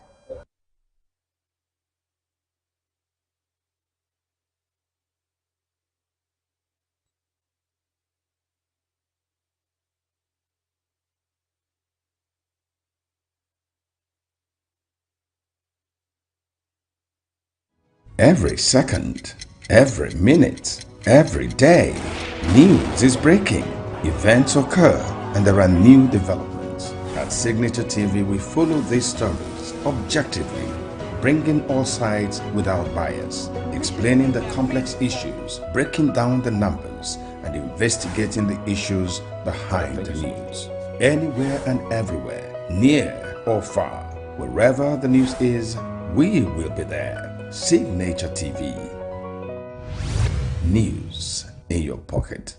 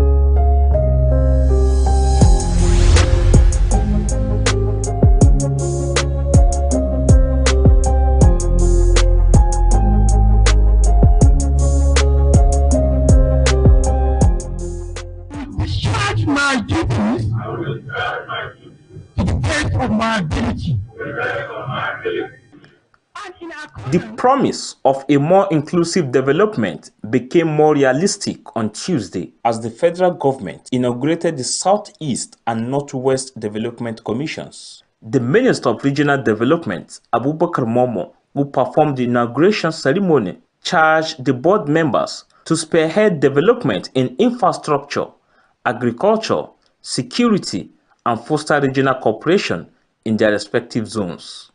The minister said the people deserve the best of development, expressing to see greater development brought closer to the grassroots. He advised the commissions to come up with master plans for development in their zones and partner with the state government and security agencies to promote security in the region. We have just witnessed the swearing-in of members of the two new regional commissions, the Southeast and Northwest Development Commission, bringing to fore the journey towards complementing the efforts of other government agencies in bringing development closer to the grassroots. This occasion marks a critical milestone in our collective commitment to fostering balanced, sustainable and inclusive development across all regions of our great nation. The establishment of these commissions is a proof of the federal government's dedication to addressing regional disparities, promoting economic growth, and improving the quality of life for our citizens. These commissions are designed to foster balanced growth, bridge disparities, and ensure that every Nigerian, regardless of location, enjoys the dividends of democracy. From roads and bridges to smart agriculture, food security, and clean energy, these commissions will spearhead critical infrastructure projects that catalyze economic growth and uplift the quality of life of our people. The chairmen of the Senate Committees on Southeast and Northwest Development Commissions promised effective oversight of the new commissions to enable them deliver on their mandates. In his remarks, Chairman Governing Board of Southeast Development Commissions, Emeka ENUGU, and his Northwest counterpart, Lawal Samaila Abdullahi, promised to develop a roadmap to bring development to their respective regions. Also speaking, managing directors of Northwest and Southeast Development Commissions appreciated the President for signing the bill into law and promised to address challenges in their respective regions. Our agency's mandate is clear: to promote economic growth and development, improve infrastructure, and enhance quality of life of our citizens. The creation of this organization and putting its leadership together is a testament to his style of leadership, and we can only leverage this platform to pay him back with results, impact, and ensuring that we judiciously use the resources being bestowed upon us. Deputy Governor of Anambra State, Onyeka Ibezim, who was at the ceremony, said the coming of the Regional Development Commissions marks a shift towards greater grassroots development. Shortly after the inauguration, a reception was organized to celebrate the new leadership of the Southeast Development Commission. In attendance were friends, family, top politicians from the Southeast region, top government officials, among others. In his speech, Chairman Southeast Development Commission, Emeka ENUGU, said the commission was poised to bring needed development and will not disappoint the people of the region. I want to reassure you that we are going to be committed to our assignment in the commission. We are going to add something that was not there in the 60s. Integrated rail line, fiber optics for communication, artificial intelligence, robotics, and everything. That is the only difference, and gas pipeline that will connect the whole of the Southeast. If it is possible, we are going to give you a ring road connecting all the states of the Southeast. We are going to work with the 5 governors of the Southeast. We are going to work with members of National Assembly. We are going to work for the people of the Southeast. We are not going to disappoint you. He was in APC is standing strong and working very hard. So I'm appreciative of the fact that he's remembered, and I know he's going to do the best. We want to thank the government of President Bola Ahmed Tinubu for making this a reality. The board has a tenure of 4 years in office, which can be renewed by the president. In Abuja, Nasir Usman for Signature TV.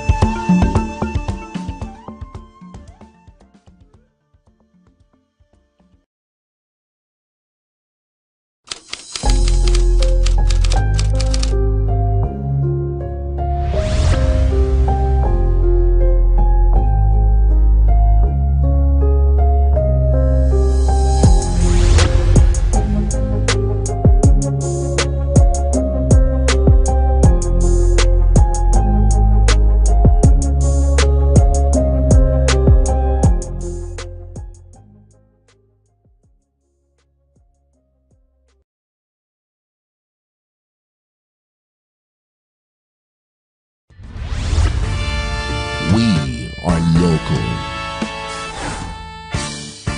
We are right now with the wife of the man that was Why the main market is in chaos? People We are national. Those in support of this motion as amended, say aye. Aye. We have taken it through by default. We are international. Israeli airstrikes. Donald Trump left us the worst unemployment.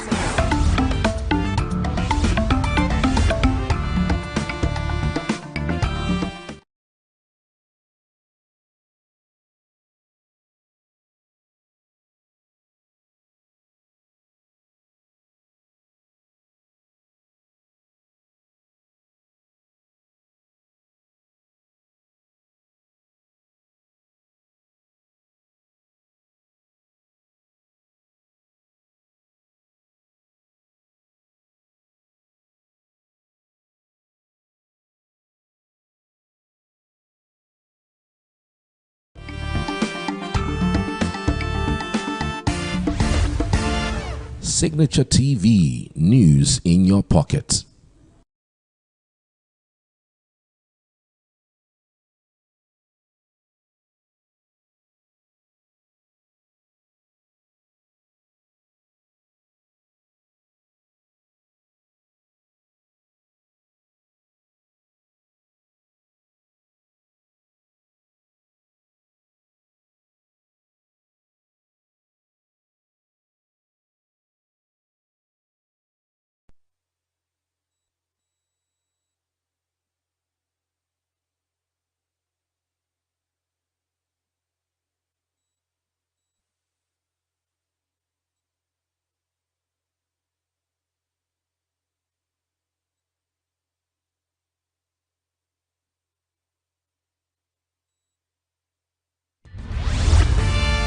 We are local.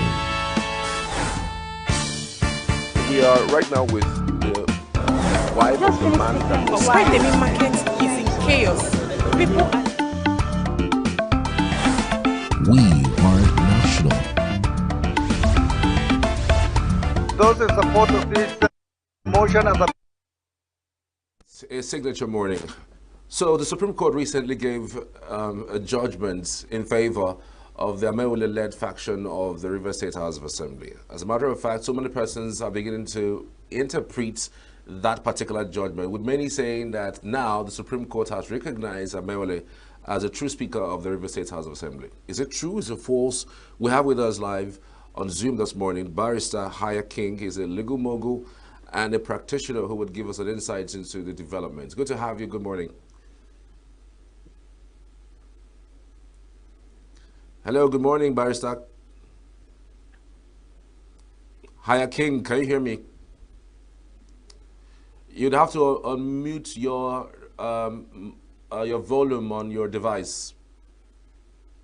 Unmute it if you can. Barrister Haya King, can you hear me?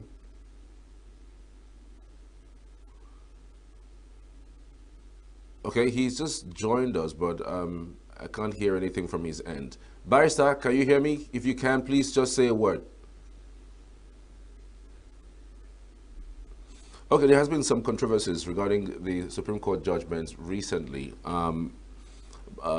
where, of course, you know, the governor of River State went to the Supreme Court stating clearly about the 2024 budget. Apparently, because events have actually overtaken the issues, the governor had to withdraw that particular suit against the Speaker of the House of Assembly. Well, this time around, it's alleged Speaker of the House of Assembly because the status is not really clear right now.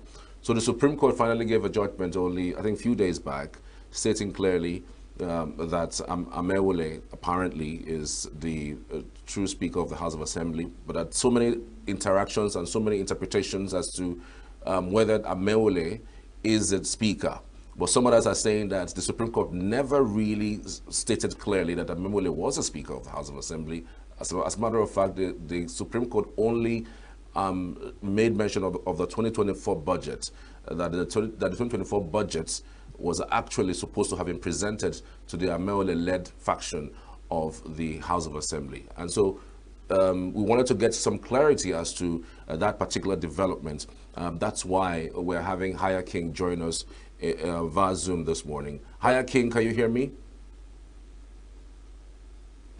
Yes, I can hear you now. I can hear you. I can hear you. Okay, Haya King, give us an overview of what exactly happened and how the news has been received in Rivers State. Well, the truth is that a lot of people who does not understand the judgment thinks it's a victory. It's not a victory for the Amewule-led faction. You know, the former House member. It's not a victory. But in Port Harcourt, a lot of people think it's victory based on the way some of them were interpreting the ruling or the ruling, so to say, not a judgment. What happened was actually that in law, when you start a matter, first and foremost, let it be noted that the matter that was struck out has nothing to do with the tenure of whether they are House of Assembly or not. That matter is not part of it. What they withdrew, what Fubara withdrew, was a matter that has to do with the presentation of budget. That is what Fubara withdrew. And you will also recall that that budget was for 2024. And now we are in 2025. Fubara have spent that budget. So it's no longer fashionable, it's no longer legal, it's no longer good to continue litigating on something that the rest has been dissipated, the rest has been destroyed. The matter has been spent, so to say. So the matter having been spent, there was no need continuing with the matter. Whether Fubara withdraws that matter or not, that is Governor Fubara, whether he withdrew that matter or not, that matter will be struck out by the Supreme Court. That was why I frowned at the cost that was awarded against Fubara. Fubara did not withdraw because he was afraid. He did not withdraw because he was about to be defeated. He did not withdraw because he sensed that something wrong will happen. No, he withdrew reluctantly. He withdrew because he fought his fight and was diligent in that prosecution by his lawyers. So he withdrew simply because it's now mere academic exercise. Falana was saying the same thing the other day. The Attorney General, Israel Dagogo, was also saying the same thing the other day, and I agree with them.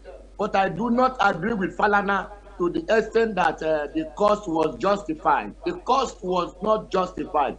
Assuming we are still in 2024, will Fubara withdraw that matter? The answer is no, he will not withdraw that matter. So because we are now in 2025, that budget has been spent, is now spending the budget of 2025. So why are you continuing? Why are you wasting the time of the court? Why are you wasting the time of your opponent? So I would have even justified the cost if Fubara had insisted on continuing with the matter. We have had matters like that, and we withdrew. There shouldn't be any cost because the time has overtaken the whole thing. You know, the time has overtaken the whole event. So there is no longer any case to continue with. That was what happened. But lay people or mischief makers, they begin to interpret that matter in a different way.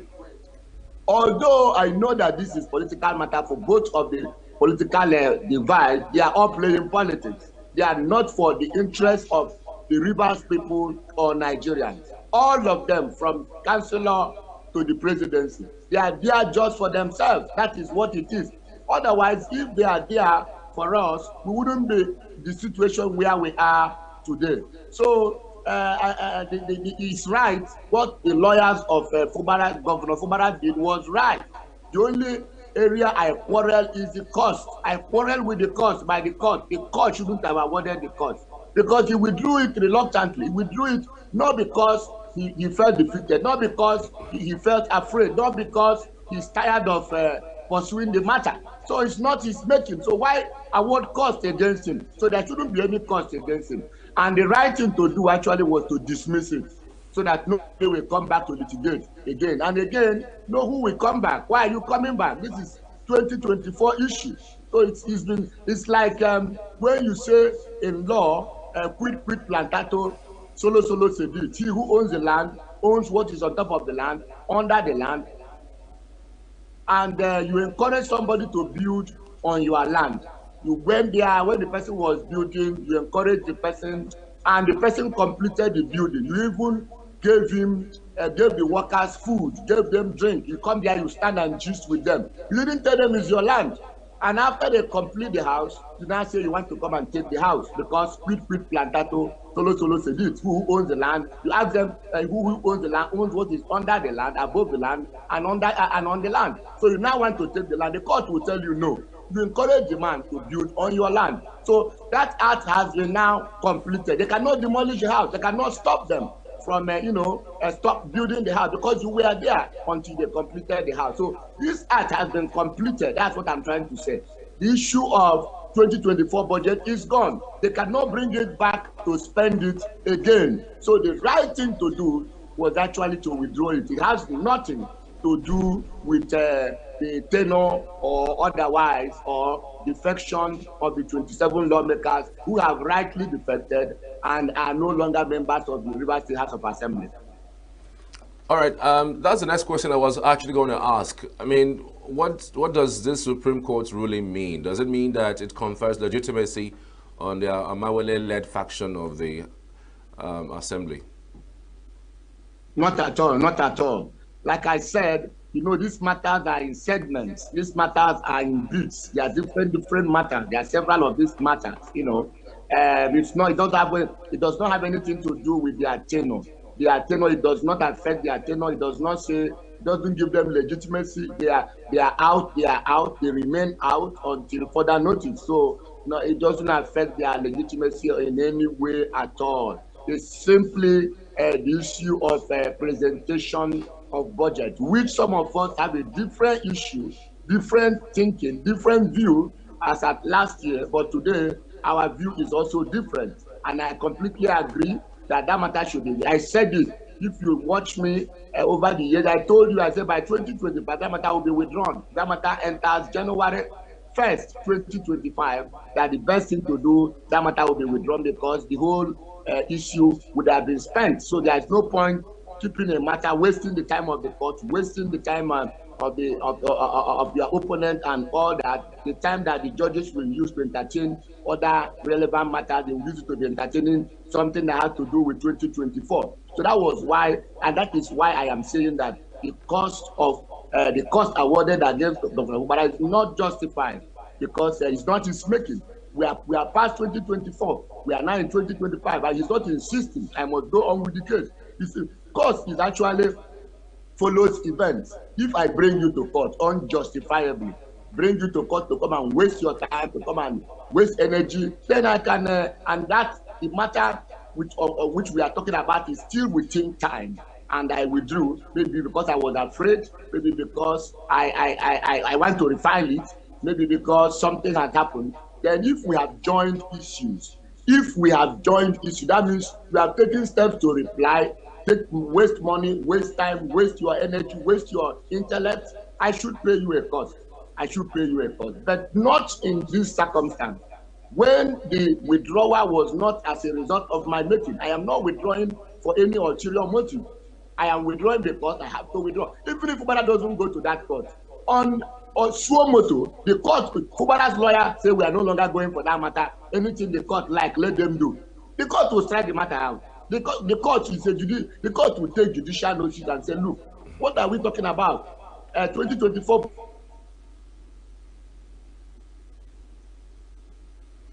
Hello, Haya King. All right. Haya King is reaching us all the way from Port Harcourt, giving us an insight into what he thought was the real meaning and why people are, not clear with what exactly the Supreme Court did. So he's tried to put that all in perspective so we understand clearly. I'm trying to. Okay, Haya King. The line is bad. Okay, yes, I'm still you're here. back. So go ahead.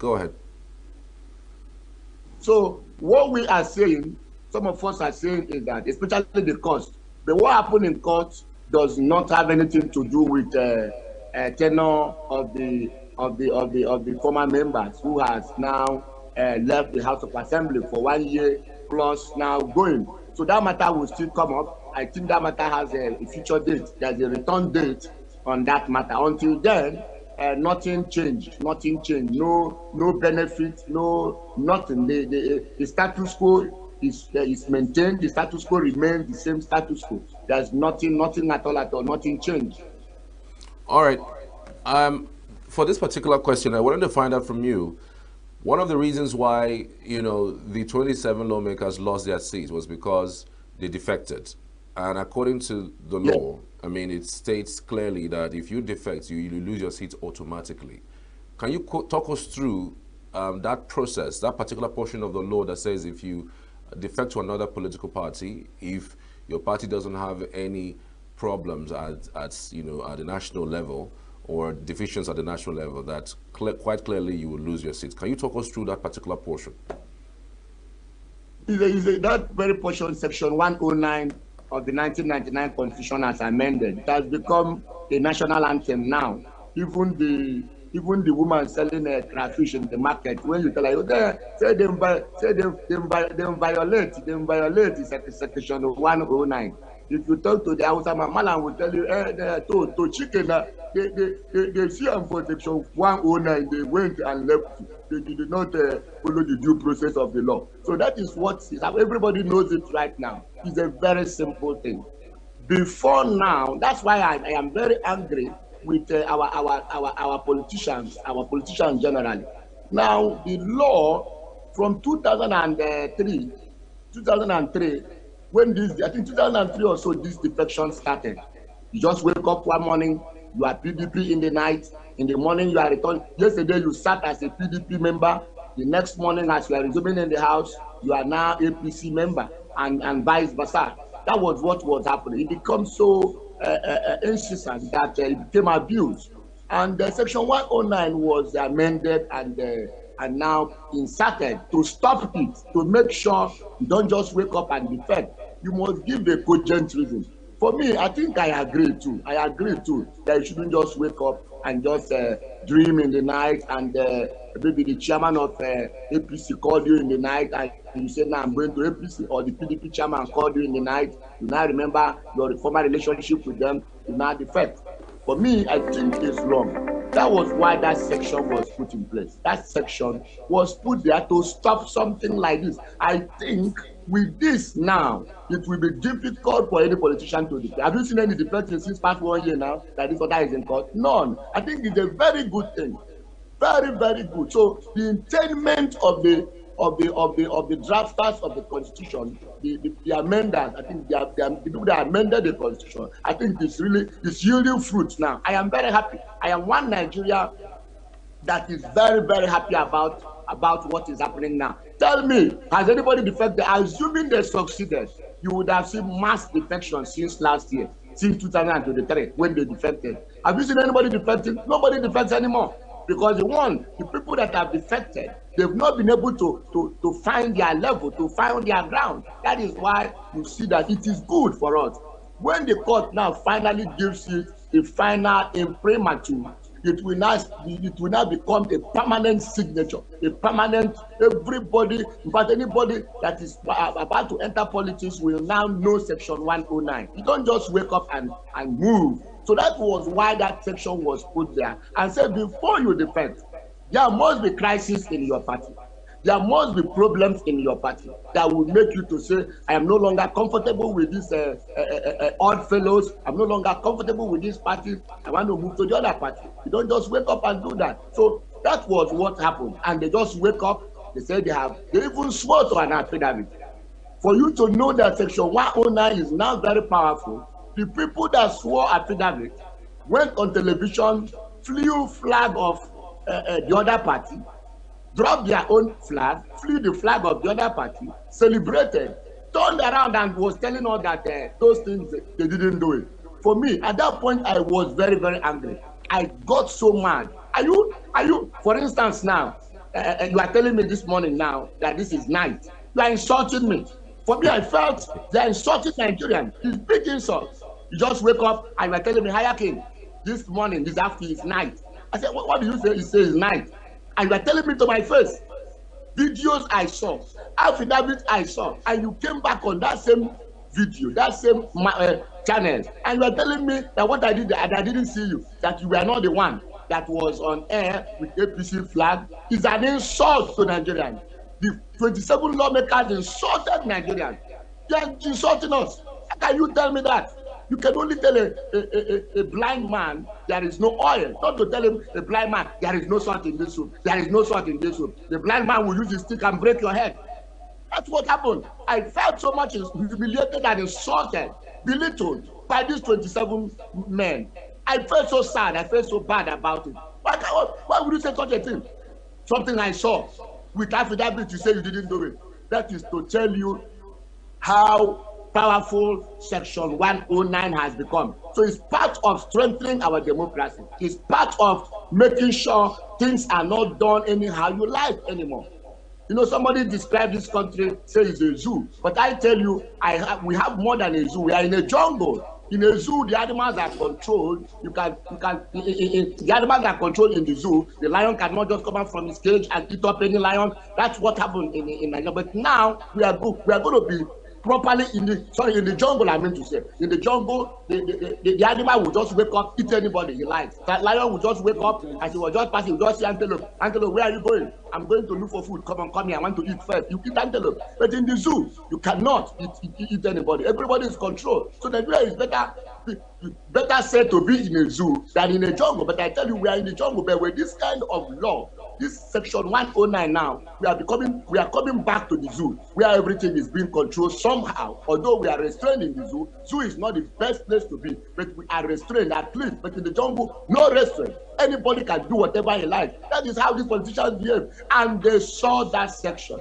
They read that section. They assimilated that section. That section was interpreted to them by their lawyers, and yet they wake up and said, we have defected. So you should, whatever Chinua Achebe said, if you bring home fagot infested firewood, lizard will come visiting. So they inflicted the self-inflicted injury. The injury they are suffering today, they inflicted it on themselves. Today you are defected. Today I say I'm not defecting again. The only aspect I'm angry is the insults they are giving us. As if my eye is blind. I don't have sense anymore. They are talking to a fool. That is what they are taking the whole Nigeria. The other affidavit is there, the other video is there. You come to another video, you say it's not you, it's not you. And so one of them saying it's not me you saw in the video. What kind of insult is that? That is why you see again, the lawyers right now, we are becoming endangered species. The lawyers in Nigeria, if you are not aware, the judges too. Can any judge move on the street? Any judge, can any? Hi, King.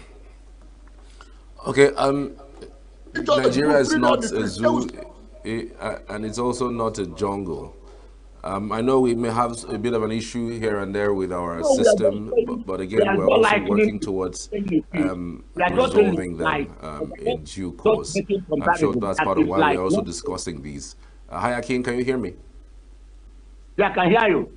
Okay, so going forward with this particular conversation, I'm just wondering, it does look like some of these issues are mostly embedded in politics, much more than just the real substance of the issues. The reason why I say that is because we've recently seen defections, gale of the defections from opposition parties to the party in power, and nothing is said about those who have, defected. For instance, we have the man from Delta State, a senator who defected. We're even seeing another PDP member who also defected to the APC. And so it does look like nothing is happening in that particular regard. I mean, do you think that that particular section of the law, must be tested true and true for those who feel, disenchanted and by the fact that they are losing members to the ruling party? Yeah, that is what I'm trying to say, that Section 109 is coming to become one of the most feared sections as far as politics is concerned in Nigeria. That's what I'm saying. That is why I'm challenging the judges now to do the right thing. If the judges put the final imprimatur, put the final stop to it, by declaring that these people defected and they rightly defected and they are no longer members, it will send a very strong signal. But anything short of that will also use the respect of the judiciary, will deepen, will worse, like I was trying to explain before that interruption. Lawyers are now in danger. I'm telling you, I've gone to somewhere, unlike before, barrister, welcome. I beg, come up for here. People where they spoil Nigeria. I don't know whether you have heard that before. I beg, get away from this place. So I beg, I'm not going away. They put the police try, they turn the police upside down. People where depend on it. I'm telling you, the local people. So as I'm talking to you, I don't even wear my frolate, my top jacket, that one that with the stripe line of the trouser. I don't wear it whenever I come back from court, I remove. So that one identifies you, especially at the not just in suit.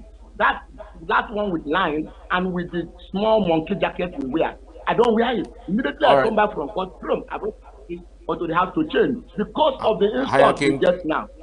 The judges should sit. Hello, Hayakin. We just have to let it lead there because of time. I mean, time is not our friend. We would have continued this conversation, but because of time, we just have to let it go. But many thanks for your insight. We truly appreciate your thoughts on the topic this morning. We're back after the short break. So stay with us.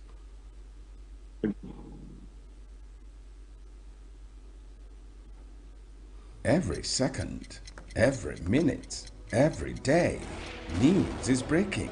Events occur, and there are new developments. At Signature TV, we follow these stories objectively, bringing all sides without bias, explaining the complex issues, breaking down the numbers, and investigating the issues behind the news.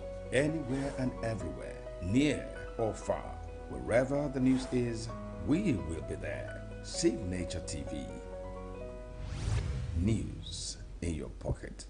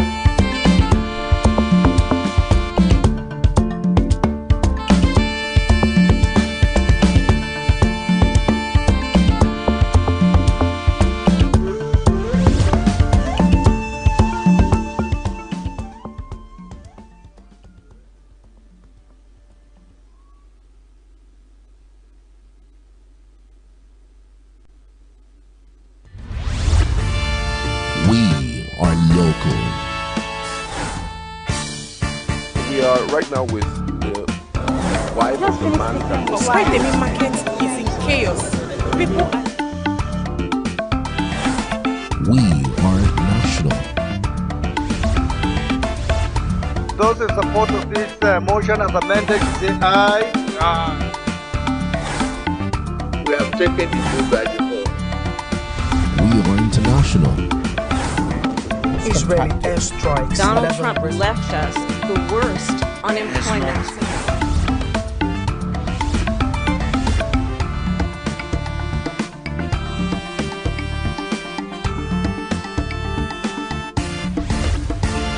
Signet.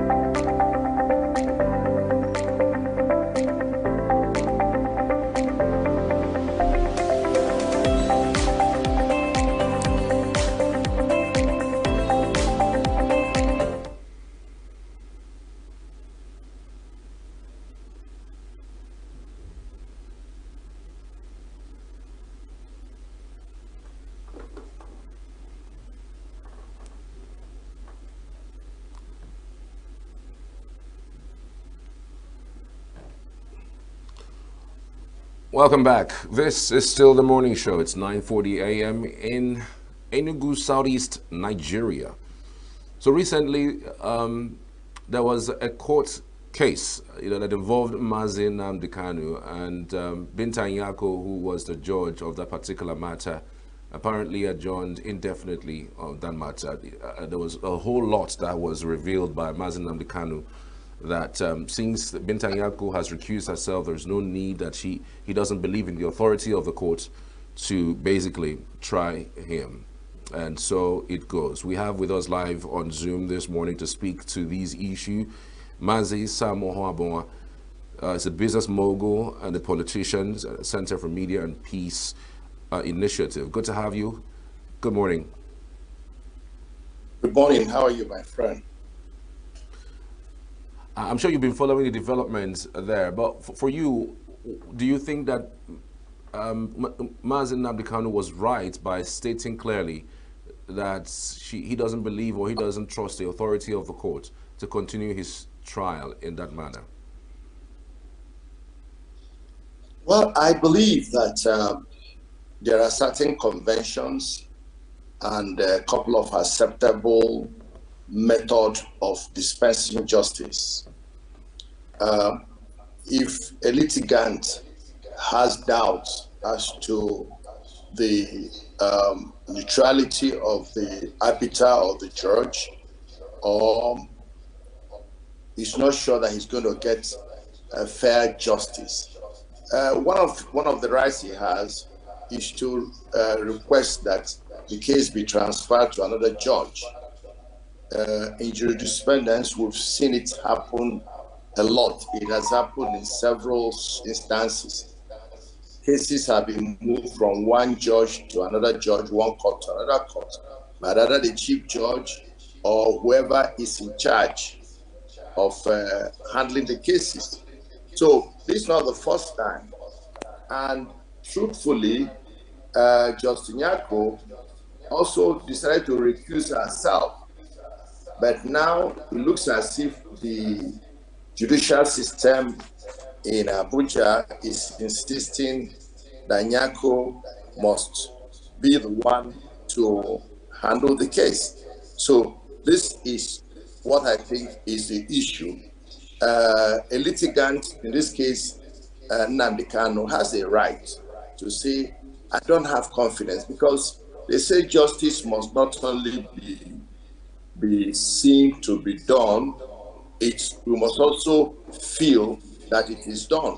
So my thinking is that Justice Nyako, who has recused himself, should insist on that. I don't think the chief judge of the High Court should force it, because people don't go to court and they already know that they've lost the case. Then why go to court? Or why subject yourself to the system you know is skewed against you, or you feel is detrimental to your own well-being? So my thinking is that Justin Nyako was right in recusing herself, and now that she's been forced to handle the case, and then she adjusts the case, Diana die. That for me also complicates the whole matter. All right. Beyond just the recusal that Mazi Nnamdi is claiming, and the fact that, of course, Binta Nyako at some point recused herself, are there any other specific reasons why Mazi doesn't trust Binta Nyako to continue on the matter? Well, Nnamdi Kanu has his reasons. In fact, in the press conference he gave yesterday, he tried to indicate some of these reasons. One is that he thinks that the court or the management of the judiciary is trying to ask her to do a job which may not be right, so that she can then get a benefit. Nnamdi said her husband and her son are already facing corruption charges. The imputation here is that she's being asked to do this job, and if she does it to the satisfaction of those who are asking her to do the job, then she might her own relative who have legal cases may get some reprieve or slap on the cheek or on the wrist. So that is what Nnamdi Kanu is inputting. I do not know the veracity or otherwise, but that's what he has said. There may be other reasons which I do not know, but I believe that it's a fundamental human right to request that your case be moved from one court to another, from one judge to another. It has happened severally, where justice is dispensed without fear or favor, without bias or discrimination. Because that's what they say, the guilty, it's better to set free 100 guilty than to imprison one innocent. That is the way justice system works. It gives benefit of doubt to the accused, and be sure that before he's giving any judgment, the state has proven beyond all reasonable doubt. If there was any doubt at all, the doubt is in the favor of the accused, and he's usually has to go. So the essence of justice in our system, especially criminal justice, is not to destroy, it's not to deform, it is to correct. And Nnamdi Kanu is a citizen of Nigeria, a prominent citizen who has dual citizenship. So I think our country needs to organize its judicial system in a manner that shows that we are a civilized country that will respect the rights of individual citizens. Because if we treat our citizens badly, then what will foreigners do? The other day, Donald Trump was exporting, or how do you say it, discharging people they called illegal immigrants back to their country, deporting them, and they were in chains on their legs and feet, and everybody felt unhappy because they were slaves. You know, I don't know if they're already criminals or some are accused. This is not right. They sent such people to India. India was very angry that this cannot be done to their citizens. The Nigerian Minister of Foreign Affairs also is on record to saying that Nigeria will never allow Nigerian citizens to be so treated. And if that's the way we believe, then why are we not extending the same treatment to a prisoner of conscience, to somebody who is in court, not because he wants something for himself, but he believes he's fighting for a group of people? It is allowed. Self-determination is allowed. You don't force anybody into any relationship that he's not happy and uncomfortable with. If you want to have a relationship with me, we must make it mutually beneficial, mutually satisfactory. That is why I'll be glad to be in that relationship. You can't be treating me like an outsider, discriminate against me. You still force me to be in that relationship. And I can't even shout. I can't even make noise. It's not fair. Let Nigeria bring the best that is in its judicial armamentary and deal with this case and discharge it. It's causing unnecessary diversion, unnecessary heating up of the polity. It is something that can be easily dealt with. The appeal court had discharged this guy. You know, the government of Buhari said it had to be settled legally. He refused political settlement. All the Igbo leadership, governors, Haneze, and everybody had appealed to him. He said it will end in court. Now he went through court to the appeal. Appeal set him free. Then this same government that said they wanted him now went back to court. Does it make sense? Does it show a genuine fair treatment of a citizen? In my opinion, it's not fair. Because what you're doing here is you are radicalizing him and getting more radicalized when they watch this type of fair treatment. I appeal to Nigerian government to please end this matter, and so that we can deal with some other associated issues from this long incarceration. Thank you. All right. Do you see Binta Nyako stepping down from this matter? Because right now it's no longer about the judiciary anymore, or the judicial process, because many people have said it's more of politics, that Tinubu should just go ahead and do the needful, more like pardoning him or setting him free. But to that extent, do you see that happen? Again, the courts had even released him on bail, but the government under Tinubu, under the last administration, Buhari, never released him. I mean, they were able to prove that there was international rendition, and in that process, the court released him, but up until this moment, he hasn't been released. But I'm just wondering whether you feel that the only way to solve this particular matter is by the president himself going straight and saying, look, he's tired of this matter, and most likely, you know, ask that he be released, or maybe pardon him. My friend, I am really surprised. I am nonplussed. I am embarrassed. Our president, the president of Nigeria, Bola Tinubu, is known as a Democrat, is known as a fighter, is known as a freedom fighter. He has a reputation for being one of those who fought the military oppression. So I think he should be sympathetic to freedom fighters. He should have empathy to activists. It is so surprising that people are thinking otherwise. I don't want to think otherwise, because I have known the president for many years, right from when he was governor in Lagos State. I served in his transition council, and I related to him and people in his government. He was an epitome. He was a model of activism, of responsible protest and such things. That's what we knew him for. And the belief was that if he came to power, there's going to be an expansion of the space for freedom of speech and freedom of action.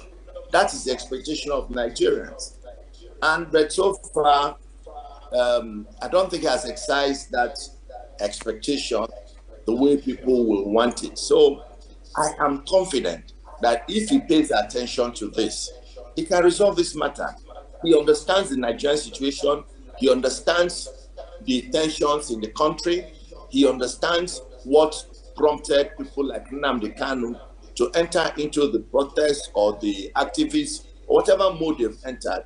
Mr. President understands it.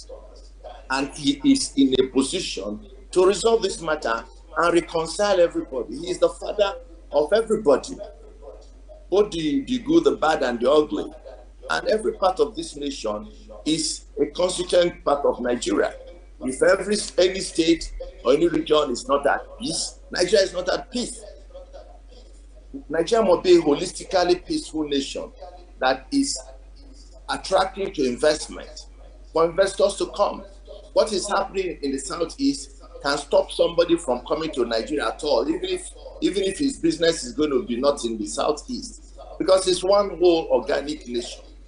People can move from the Southeast to the other end of the country in one day, both by land and air. So I think the advisors of Mr. President, especially political advisors, need to tell him that this is making a move, a mountain out of a mole. This is something that can be extinguished overnight.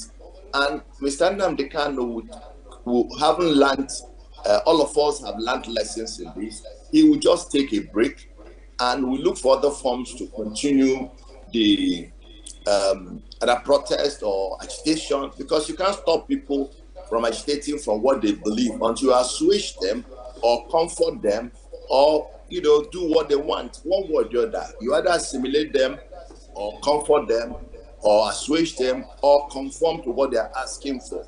But we can be done in a manner that is not leading to bloodletting, it's not leading to a stoppage of commercial activities, it will not lead to Nigerians killing fellow Nigerians and such things. We can manage it in a manner that some process lasts. There are people who have been protesting for centuries in some areas of the world.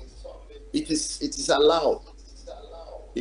What Nigeria needs to do is to convince the likes of Nnamdi Kanu that this is a country that will accommodate everybody, and everybody can be treated fairly and equitably. Everybody can find Nigeria as his own country.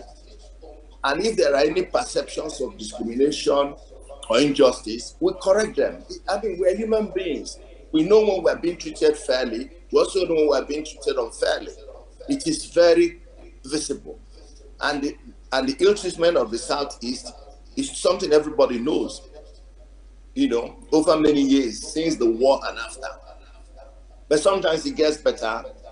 Sometimes it gets worse. Yesterday, we were celebrating the Southeast Development Commission, which we think is a positive thing for ENUGU, the Southeast. It's something we're looking for, a coordinating instrument to focus on the development of the Southeast. Many people from the Southeast were at the event yesterday and they were rejoicing in Abuja. That's part of the reason I'm in Abuja too.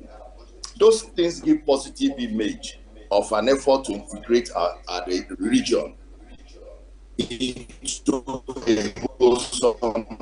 So I plead with the governor, president, to finish the kind of development integration. All right. I mean, so many persons would say that, look, these things can be embedded in politics. In fact, some persons have even predicted that he would most likely be released penultimate 2027. I mean, that's maybe the president trying to play a very good politics, given that Peter Obi is actively, going to participate in the 2027 elections. And based on what has happened, he lost so much ground. I'm talking about the president right now. In the southeast, he had no bearing in terms of votes compared to Peter Obi. So the only way to maybe make an inroad into the southeast is basically releasing him just before the 2027 elections. Do you share that sentiment? Well, not necessarily, because the president won the election without the Southeast votes, or so to say.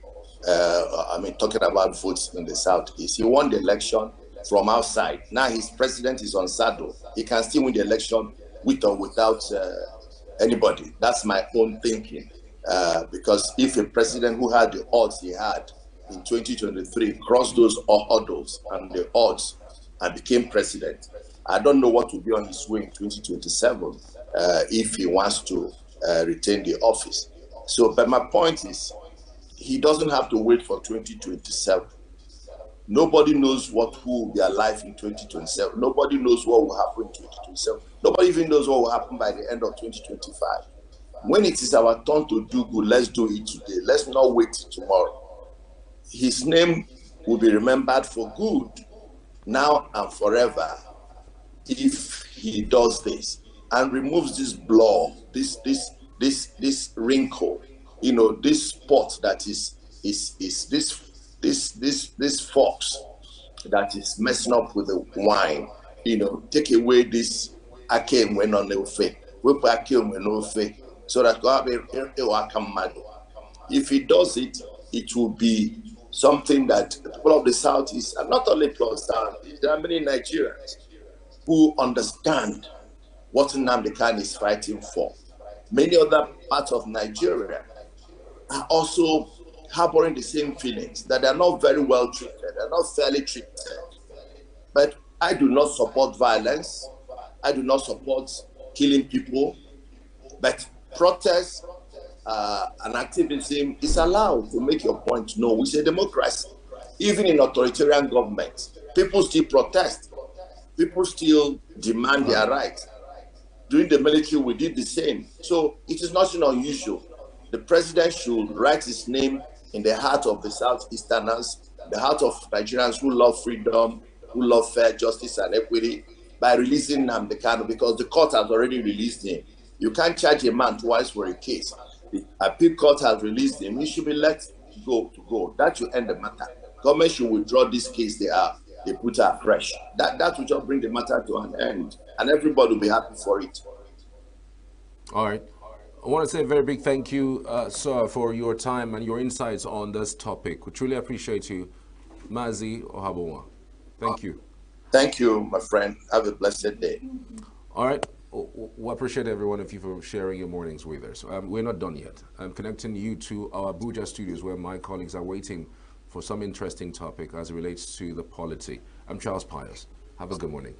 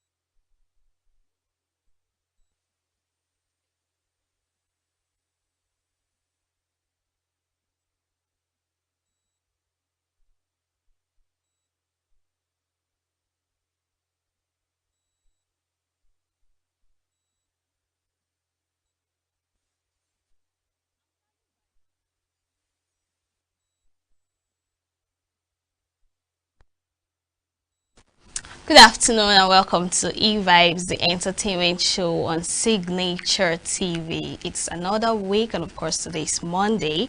I don't know how today is over there for you, but I think the weather is so very hot here in ENUGU. So we have interesting stories, and of course we're going to be reviewing Priscilla Ojo's wedding that happened during the weekend, and I have an interesting guest for you today. So let's delve into the stories of the day. The marriage between popular Nigerian gospel singer Paul Wokocha and his second wife, Mrs. Goodness Wokocha, has reportedly ended. Recall that Wokocha had married Goodness in September 2023. The singer had accused his first wife, Alice Wokocha, of maltreatment, leading to their separation, hence his subsequent second marriage to Goodness, who hails from Mkpa in Bende, local government area of Abia State. A family source told journalist Promise Uzoma Okoro that trouble began in May last year after the new wife was allegedly subjected to ill treatment by the gospel singer. However, reacting to the developments, Paul accused his new wife of sending nude images and videos to other men. He alleged that his wife was taking nude photos and videos and sending them to men. Greetings to you all my friends and well wishers. Thank you so much. My name still remains Paul Wokocha, a minister of the gospel. I have heard so many people talk about my marital problems on social media, and I want to tell you something. If I marry today and I find out that the wife I married is doing abominable things before God and man, I will send you out of my house. Hear me again. If I marry today and I find out that the wife I married is doing abominable things before God and man, I will send you out of my house without any apology. You that is talking and showing pity on her, how will you feel if the woman you call your wife is taking nude photos and videos and sending them to men?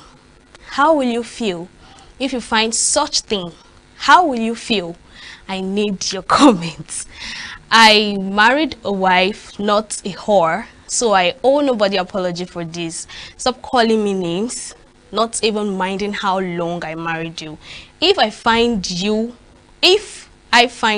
are doing evil before God, you're going out of my house, he said. Okay, this has been trending on social media. This whole thing was said in a video he actually uploaded on YouTube days back, and people have been giving lots of comments. But this whole the whole story came out when his brother came on an interview and had a conversation with a journalist talking about his brother, which is Paul Wokocha's marriage saga and why they are calling it quits for the marriage. Now recall that Paul Wokocha was married before to Alice, and he said she was maltreating him, hence he had to quit the marriage. But now he's accusing his second wife of sending nude pictures and videos to men. Now, according to the brother, he said there was no further investigation. How do they say it in Igbo? Ijwese. He didn't ask questions about her. He met her in Lagos and she had to relocate back to Abia State, and they got married. There was no further investigation on the kind of lady she is and what family she's coming from, backgrounds and all that. So hence, possibly that's the reason why they're here today. But the truth is, we can't conclude, because she hasn't really said the main reason why this whole marriage thing is called quits, because he is the only one that came out. Because why? His friends and family and fans are accusing him for doing the same. But I have a question. Anyways, let me not be judgmental here, because I know you guys are going to say I'm being judgmental. Your first marriage, they maltreated you. Your second marriage, let's call this maltreating you mentally or something. So you're literally not the problem. The women are the problem in your life. No problem, but let's keep our fingers crossed. We'll still get to the bottom of this. Of course, I'm sure she would still come out to give her own statement. Yes, she's come out to cry, lament that they're calling it quits. And you know how emotional women can be. But let's not conclude. I know we, the social media in-laws, we always have something to say. Let's keep our fingers crossed to get to the bottom of this. Up next, a former winner of Nigerian Idol singer Kunle Ogunrobi, popularly known as KPs, has accused the show organizers of not paying prize money. The season 5 winner made the allegation during an interview on the latest episode of the Honest Bunch podcast with Nedu Wazobia. Recall that in 2015, KPs was announced the winner of the Etisalat-sponsored Nigerian Idol season 5. Speaking 10 years after his win, the singer in a trending video on social media stated that the organizers failed to fulfill prizes announced to the public. Expressing his frustration and disappointment, he said, "I came outside of the Nigerian Idol platform with 0 naira in my account." Speaking in Pidgin English, he continued, "As Nigerian Idol winner, I go waka all through Lagos, go for interviews without food for belle, despite winning 7.5 million naira. They announced that I had won 7.5 million naira. When I asked about the prize, they said they are still branding the car. What they announced on national TV to be say I won 7.5 million naira with a brand new car and 1 million naira supposed to have a 2-week trip to Dubai. I go through hell after winning the show." How true is this? Because I think most people tend to voice out certain things like this when they invite them for podcasts. Because it's only in podcasts to hear people saying things like this. How possible is it that you were announced a winner in 2015, that you won 7.5 million naira and you left that place without a penny? How possible is it? Because I know they won't give you 7.5 million naira cash. You would have a car, like you earlier said, a trip to Dubai, and some certain things. I think ambassadorship for a company, maybe Indomie, Milo or something. So how possible is it that you left the Nigerian Idol with no penny? How possible is it? I know he must have had his guard up, because of course before you come out on air to say these things like this, it's possible that it's true, but I find it difficult to resonate. How possible is it? So does it mean that most of the reality TV shows, competitions like this, that we see people work their head up and everything, they put everything they need to put into it to get to that end point where they have to get the grand prize, and you're trying to say that after that they gave you nothing, and you're just coming after 10 years to say something about it?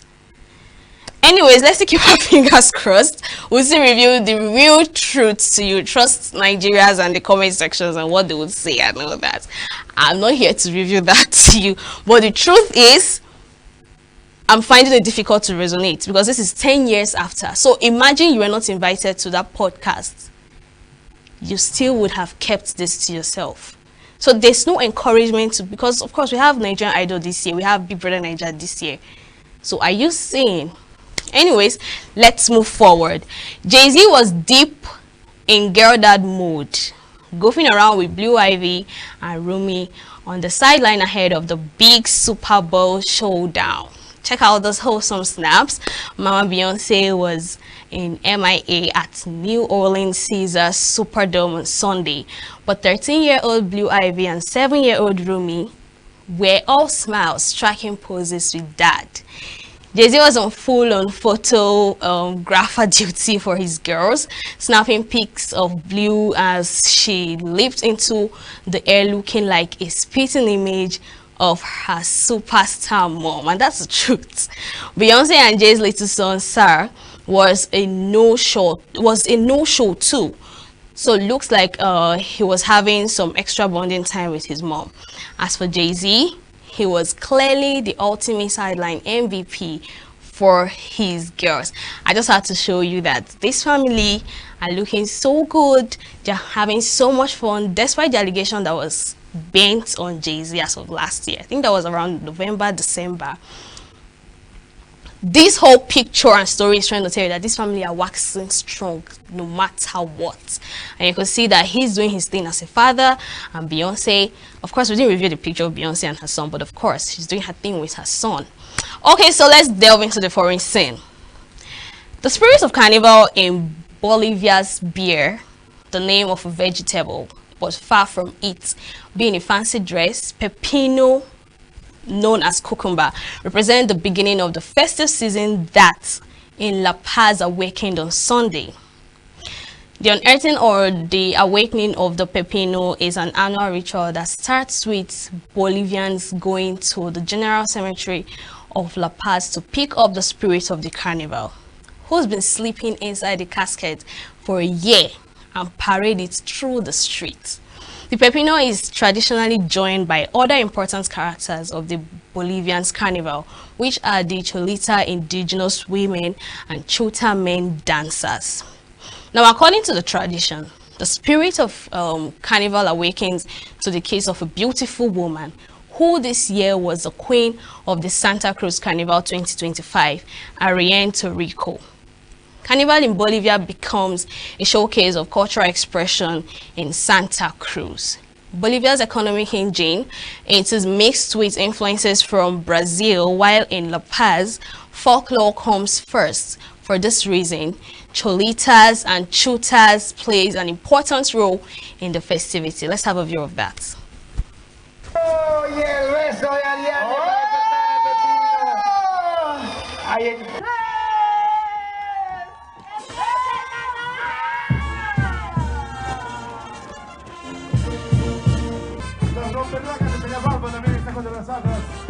La gente de Cachiavini, muñequitas también, gracias. Acompañarnos en ese momento tan importante. Me llaman los pachangueros. Poderoso bloque Eso. Siento a todo. Como dicen, ojo alegre es el pepino. El día de hoy pues recordamos el desentierro pues de mí del pepino. Con ese día ya marcamos el carnaval y que empiece pues la alegría.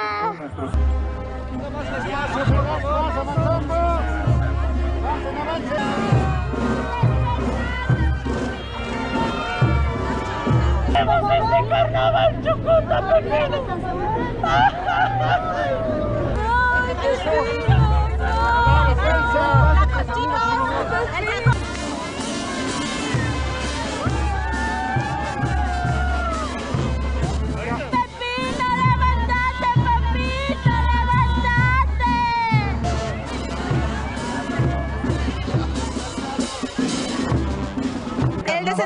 Carnival 2025.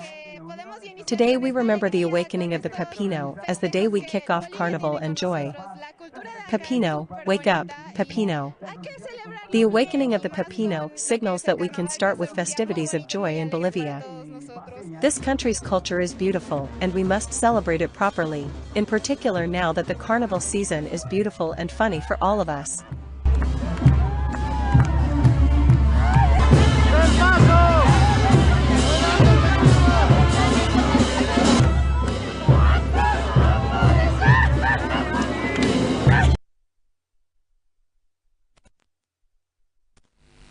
So what does the Cholitos carnival mean? It means, let me explain what Cholito means. So it actually signifies indigenous women from that particular country, which is in Bolivia. So if you're not an indigenous person from that particular country, you cannot participate in carnivals like this, and you would not be given the opportunity to wear that costume and be inside the casket. Like they say, you have to be inside that casket for over a year. How are they able to survive? I know you're asking yourself that question. So, but I know there are certain ways to it, but the truth is, if you're not an indigene of that particular, you cannot participate in such carnival. So don't even mistakenly go to places like that. Okay, let's move into the last story of the day. Adventure Animation, the Wide Robot, scoped the top award at the Annies on Saturday as animators and creatives gathered to honor the industry's best performers. Director Chris Sanders' film, in which a shipwrecked and standard robot was learned to survive in its new wild habitat, bagged the award for Best Feature Film at the ceremony held in Los Angeles. The Wild Robot also picked up 8 other awards across the feature categories, including Best Music, Best Character Design, and Best Voice Acting. Following closely behind the animations film Arcane, who's won 7 awards, including Best Music and Production Design in the Media and TV categories.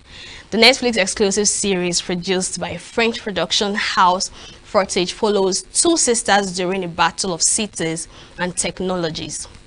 Other winners of the show include Orion and the Dark for Best Writing in Media and TV, as well as winning the prize for Best Special Production. Despite having no dialogue in the film flow, won the award for Best Writing in a Feature, which was met with amusement from the show's writer Mathis Kazaz during his acceptance speech.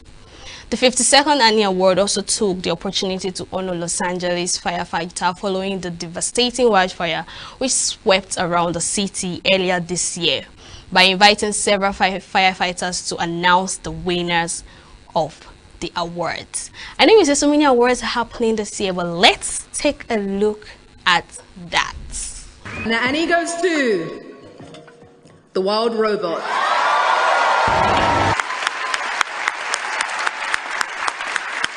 And I'd like all of us here who does this thing that fills our audience's hearts with hope and unlocks joy and helps people find their way, take a moment to applaud the faith and art of all of this.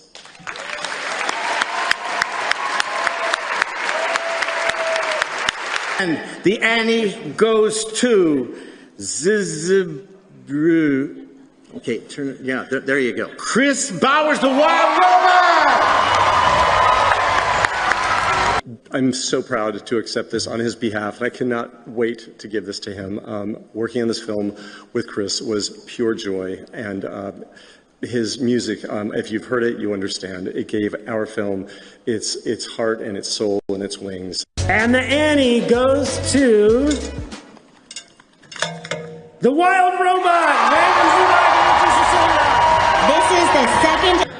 I think together we really came up with something special together, so thank you. And the Annie goes to a crowd pleaser, Genevieve Tsai, the Wild Robot, DreamWorks Studio. Yeah! First, I owe so much to our passionate and amazing director, Chris Sanders, who I'm so lucky to call my friend. Chris, you believed in me even when I didn't believe in myself, and thank you for taking a chance on me. And the Annie goes to Lupita Nyong'o.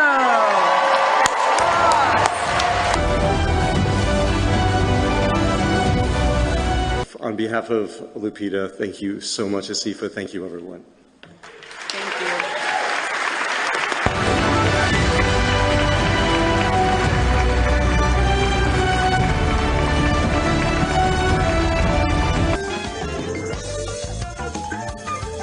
And the Annie goes to Tom Gurley Arcane. Based on the Namco video game franchise. It says Arcane was a long journey. We've lived with all these characters for the last 8 years. We felt all their emotions. We fought with them. We cried with them. We loved with them. And I realized how lucky we were to animate them. So thank you, Riot, for the opportunity to work on such a unique project. Take a tour into Toontown. Please welcome the voice of Roger Rabbit. Arcane! It has been a labor of love that took us 8-9 years, and we can only thank all the artists who collaborated with us. She's nominated for Outstanding Achievement in Voice. And wrong voice. And the Annie goes to. See, they taped this in pretty good. Arcane. Ryan Santiago, Alexander Seaver, Simon Wilson. And the Annie goes to Josephine Mays for Arcane.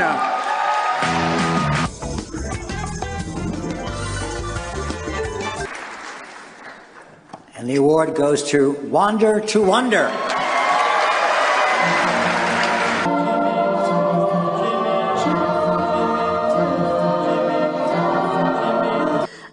A really personal story about loss and how to deal with grief and how everyone deals with grief very differently.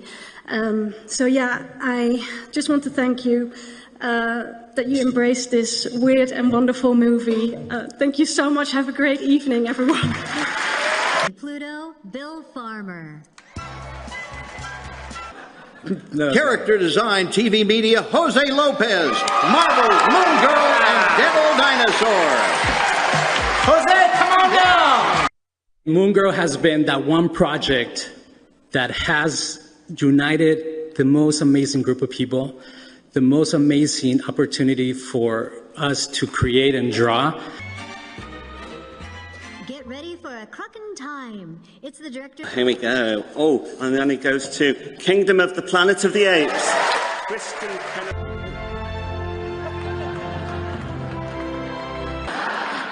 Long way from New Zealand, and I really need to, there's a big bunch of us, a lot of people came from New Zealand for this, and because we were in like, what, 3 or 4 out of the whole bloody category? Whew, honestly, we shouldn't have won. Stacked category. Sue Shakespeare. And the Annie goes to Charlie Kaufman, Orion in the Dark. Yeah, I think this is, for me, the greatest gift I've received so far as an artist in this industry, 20 years, a script from Charlie Kaufman. I got 4 pages in, and I was already messaging Walt Dorn saying, I must direct this. I really want this. Annie goes to Orion and the Dark. This would definitely be on Orion's list of fears, getting up and talking in front of 1,000 people. But Silvada. I'm with you. Are you I'm with with me? you. Silvada Okay. And Matisse Casa. Also to win with a film that has no dialogue for writing.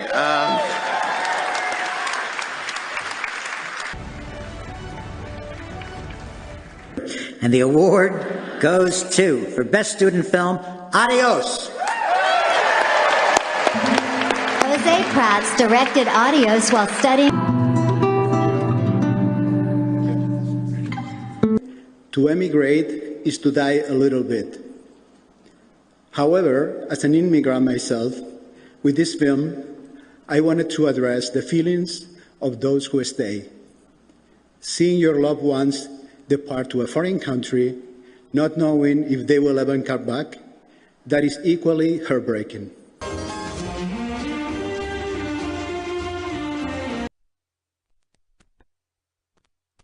So, my bad. I've not seen Wild Robots movie and a kid. But I promise I'm going to see that movie. I'm definitely going to watch that movie. So, I don't know. I think the movie is quite interesting for it to get so many awards in the Annie Awards this year. So, I'm putting it to you, from me to you. Go and watch Wild Robots and Arcane. Put it in the comment section what you think about that movie. Is it worth the awards that is giving it this whole recognition and all that? So we'll go on a short break, and when we come back, I will be reviewing Priscilla Ojo's wedding. So stay with us. Every second, every minute, every day, news is breaking, events occur, and there are new developments. At Signature TV, we follow these stories objectively, bringing all sides without bias, explaining the complex issues, breaking down the numbers, and investigating the issues behind the news. Anywhere and everywhere, near or far, wherever the news is, we will be there. Signature TV. News in your pocket.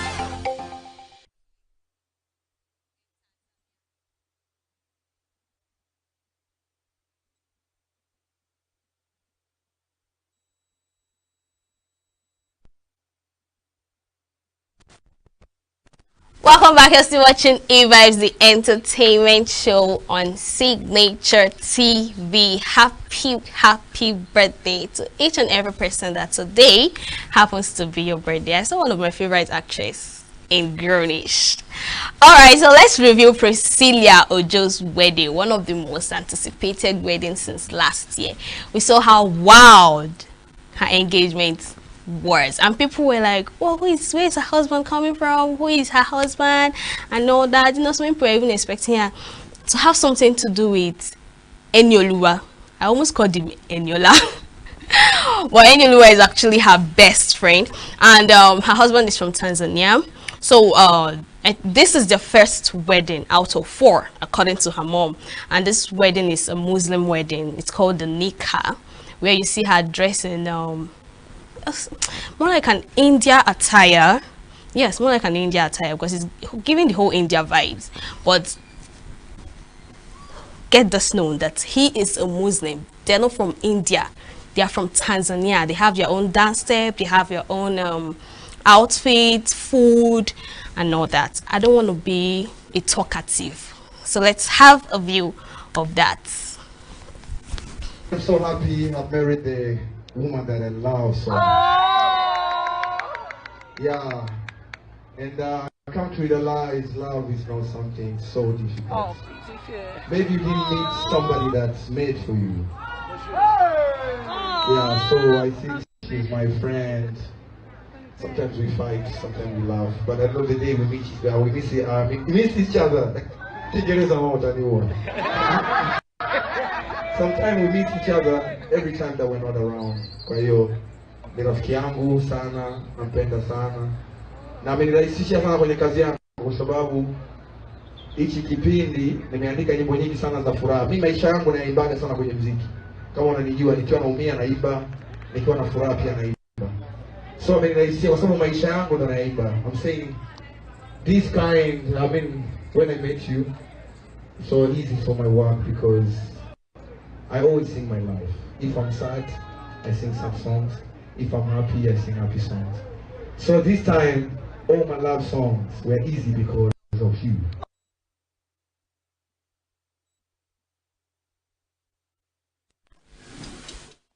What I looked for.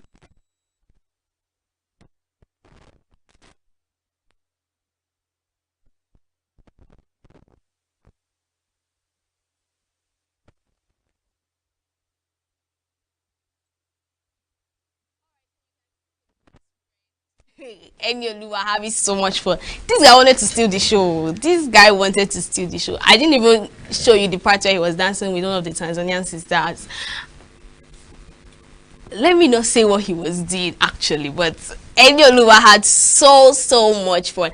There's a comment I actually saw, how you're supposed to be in your best friend's wedding. So this is the part where they have to like unveil her, and the husband would come to see if this is actually his wife or not.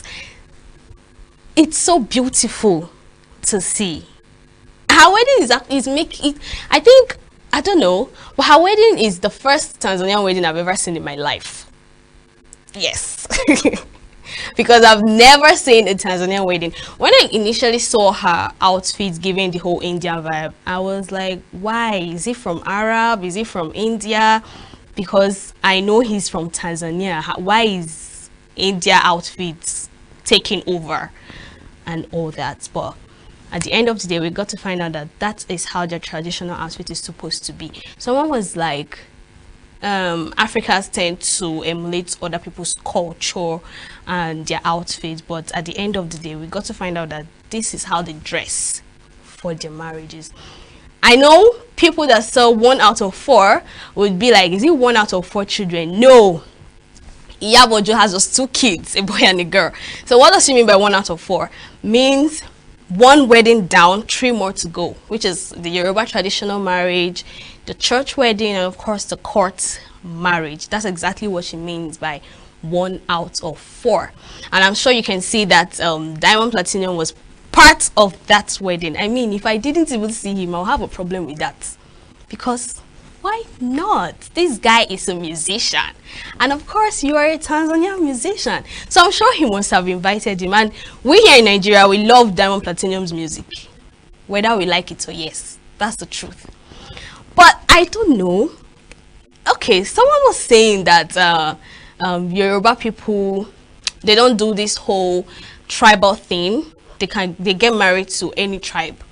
Because I mostly see Yoruba people getting married to Igbo people. But now they tend to get married to Akwa Ibom, Ghana, and now Tanzania. Honestly, this is so beautiful to watch. Very, very beautiful to watch. Her apparel is giving this whole royalty vibe mixed with how do I put it? It's not this, no, her body is not even showing, no cleavage, nothing. The whole everything is giving decency. I don't know, but I think their culture has a whole lot to say, including in the men and the sisters. This particular outfit I saw the sisters wearing. This African, we have it here in Nigeria. We wear it here in Nigeria. This African outfit, it's light, kind of. I would have reviewed it with ENUGU's video where he was praying money for one of the sisters that was, you know, doing a whole lot for him in the wedding. But I couldn't. I actually forgot to do that. Not that I couldn't, I actually forgot to do that. So yeah, so this is where this was after they unveiled her and they had to do the whole marriage blessing thing with money. So this is she vibing to Tanzanian song with one of her sister-in-laws, and that's exactly the material I'm talking about. I just love the whole decency, not doing too much, just there, and allowing the bride to do her thing. You could see, you would notice that she is the bride. Nobody is taking it away from her. You know how Nigerian weddings used to be now, the way we used to, you know, our outfits and all that. But here, you could tell that this is the bride. No one is stealing the show. No one is looking more better than the bride or anything. So this is where her auntie is prepping her for the wedding, and yeah.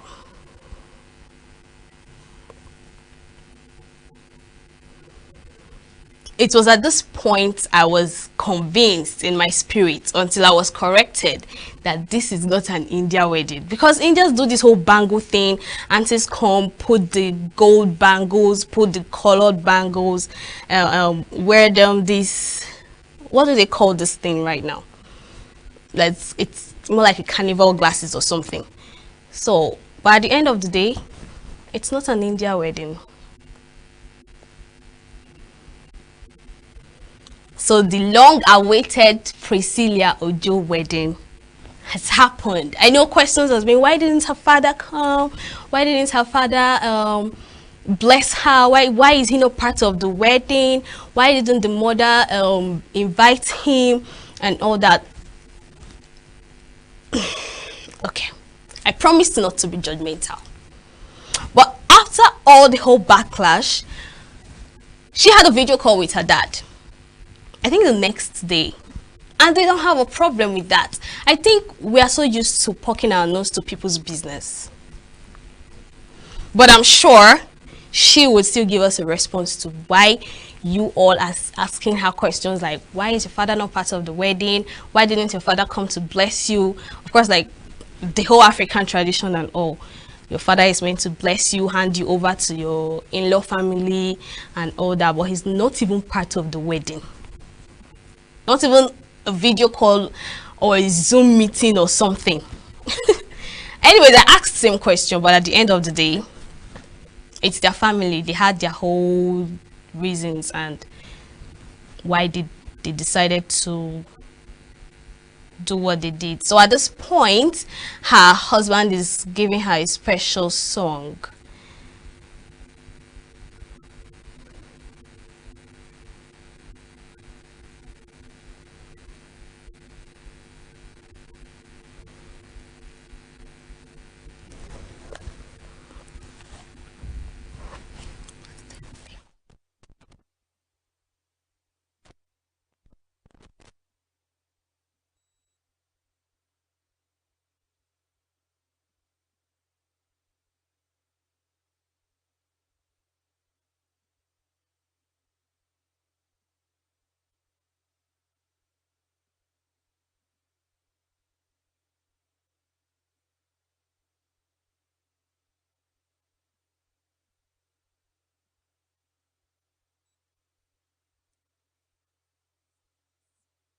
beautiful to see, so very beautiful to watch. I'm feeling so emotional right now.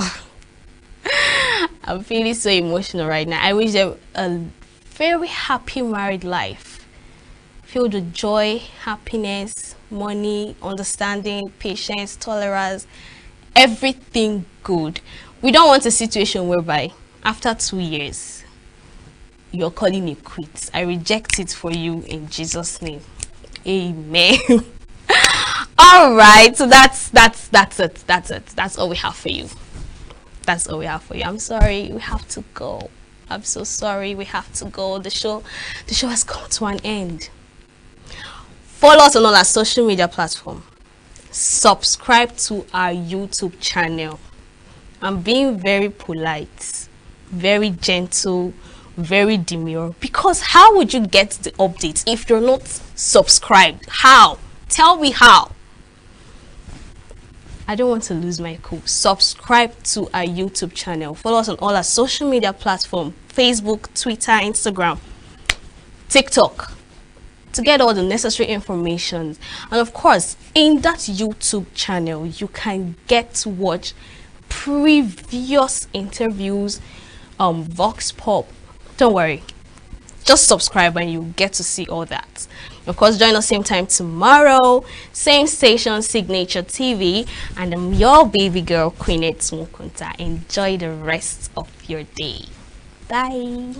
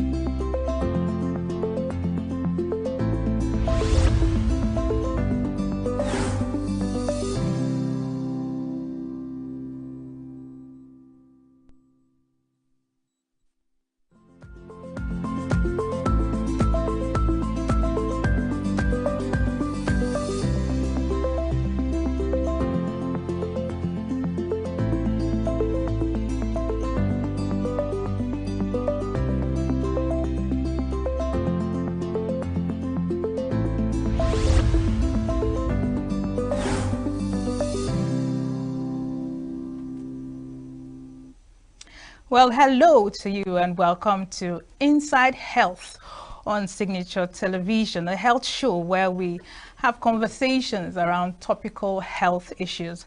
Well, today we're going to be talking about dietary and lifestyle changes for cancer prevention and management. Of course, I'm your host, Chigichi Agoram. Well, we're going to go on a short break, and when we come back, I'm going to introduce my guest on the show today. Do stay with us.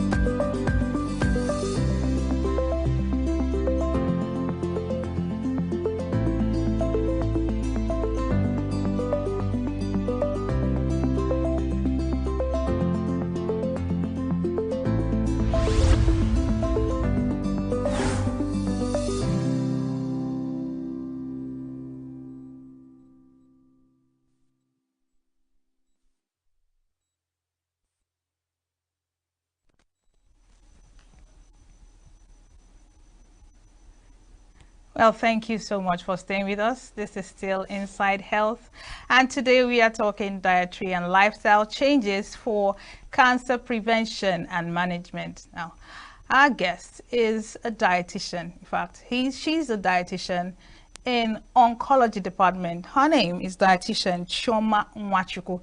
She's an assistant director, nutrition and dietetics, UNTH Itukwuozala, ENUGU. Hello, dietitian Chioma. I got that right. Yeah. Great. You're welcome to the show. Thank you. It's my pleasure. Great. You light up the room. I must give you that compliment. Thank you. All right. So, people are wondering, food, diet, and cancer. Some of us can't actually make the connection. However, it is something that is being done, being practiced. Dietary ways of preventing and managing cancer. Now, as a dietitian, tell me exactly where your work is important in managing a patient who has cancer. Thank you. Before I proceed, first of all, I want to do some clarification. Okay. Food, like we all know, food is something edible. Yes. Yes, food is an edible substance which, when eaten, nourishes the body. The diet is that portion. Is that portion of food, that portion that you take, food or drink that you take on daily basis. It is personalized to you. It could be a restrictive diet. Wherever we try to, remove one or two, ask you not to take one or two different types of nutrients in a particular food just to handle a disease condition. It could be therapeutic in nature.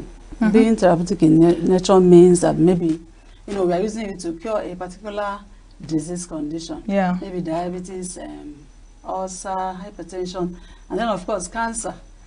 So looking at the relationship between all of them, you find out that since we know that we can't do, food is something we cannot do without. And at the same time, there is no how that we can effectively manage cancer without bringing in diet. Because diet play a very, very crucial role in the management of cancer. Diet.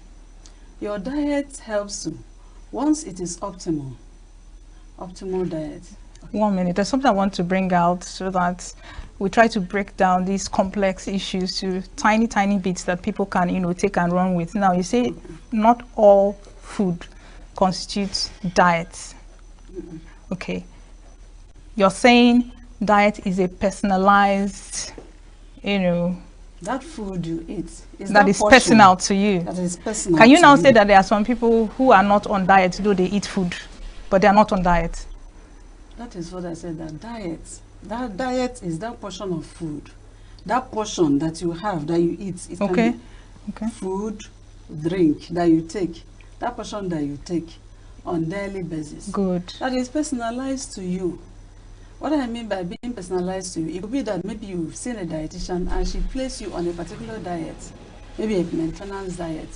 Or it could be that you have one disease condition. There are some of us that have never been on a diet before or never seen a dietitian and before. That food, yes. That was why I said that food you eat, the food or the drink that you take, that makes up your diet. That plate that you are watching is what makes up your diet. It is not left for us to say that it is, after the assessment, looking at what you take, it's not left for us to say whether the food is good or a bad nutrition, whether it's a good nutrition or a bad nutrition that is constituted in that particular plate that you are taking. You understand what I'm trying to say? Absolutely. So if you have a plate of maybe rice now, a dietitian can look at it and tell you that, this is just majorly carbohydrate foods. Yeah. But if you have something like meat there, you can say, okay, that there is protein there, in as much as the rice also has protein, right? Little portion of protein. Then meat is also there, making or bringing the protein aspect of it. Then if you have vegetable by the side, then you find out that the vegetables are there, something that can supply the vitamins and minerals are also there. Depending on how you prepare it again, you understand? You can also say that there is fiber in that plate, because the vegetable has what? It has fiber. In as much as the cereals that you are taking, like rice that you are taking, also has fiber in it. But vegetable give you more of the fiber content of that food. Then you can look at it again and say, it's not just white rice and vegetables, that you have oil there. So the fats are there, right? Fats and oil is also there. So you find out that that aspect of the nutrient is also there. And of course, you prepare the food with water.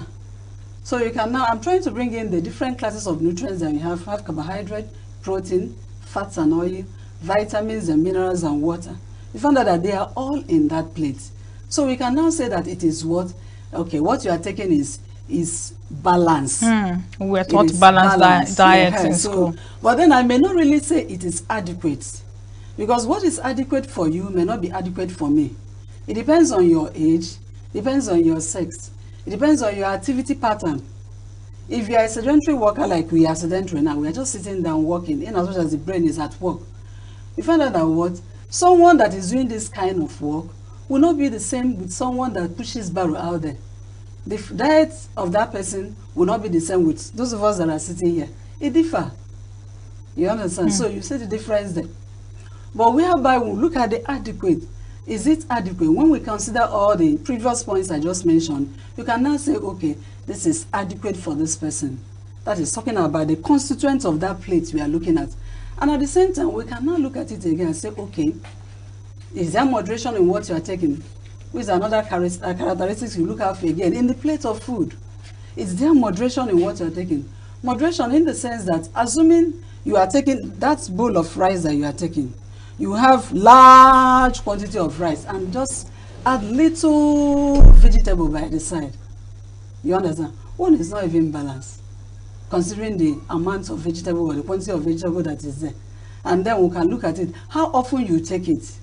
You can now look at it and say, okay, there is moderation there. But whereby you don't try to bring in all these factors into play in what you're eating, you find out that you may be eating more of a particular nutrient while you are deficient, the body is deficient in some other. Now, are they proportions, are they percentages assigned to different, types of food nutrients, for example, starch, and then this proportion to protein, this proportion, before we get into how it, affects oncology, patients? We're talking to mothers, we're talking to women, men who cook, of course. How would you look at a plate and say, okay, maybe 50% to carbohydrate, maybe 20%, I'm just, speaking hypothetically. Is there a way you can mentally, get the right proportion that should, it should be assigned to different nutrients? Yeah, ideally. We have different proportions that we assign to different nutrients. We have for protein, we have for carbohydrate, but it entails calculation, right? So we'll try to do it in a pictorial form that even a lay person, when you look at it, you can understand it. We advocate you take more of vegetables, more of fruits in what you are taking. Take more of vegetables, take more of fruits. Then carbohydrate, take moderate portion of carbohydrate. All right. Take little quantity of fats.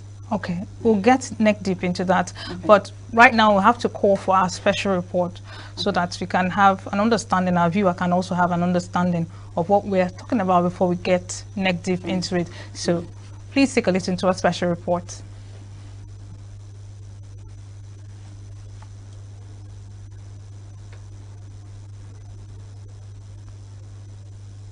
Cancer. It is a word that carries heavy significance, striking fear into the hearts of millions around the world.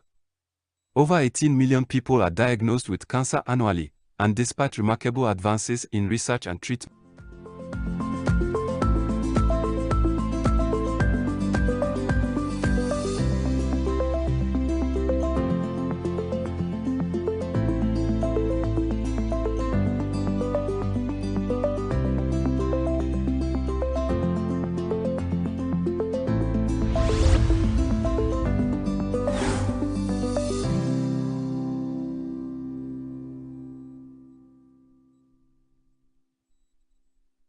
Every second, every minute, every day, news is breaking, events occur, and there are new developments. At Signature TV, we follow these stories objectively, bringing all sides without bias, explaining the complex issues, breaking down the numbers, and investigating the issues behind the news. Anywhere and everywhere, near or far, wherever the news is, we will be there. Signature TV. News in your pocket.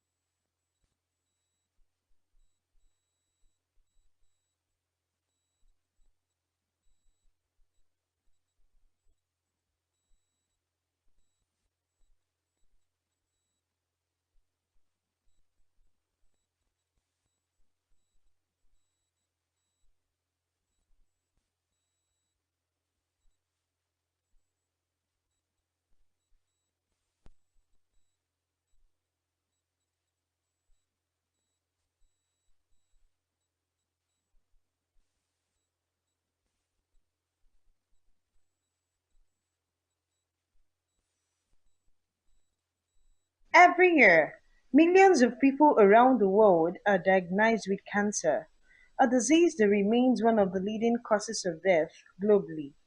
Yet, a growing body of evidence suggests that the power to prevent and manage cancer lies not only in medical treatment, but also in the way we live and the food we eat.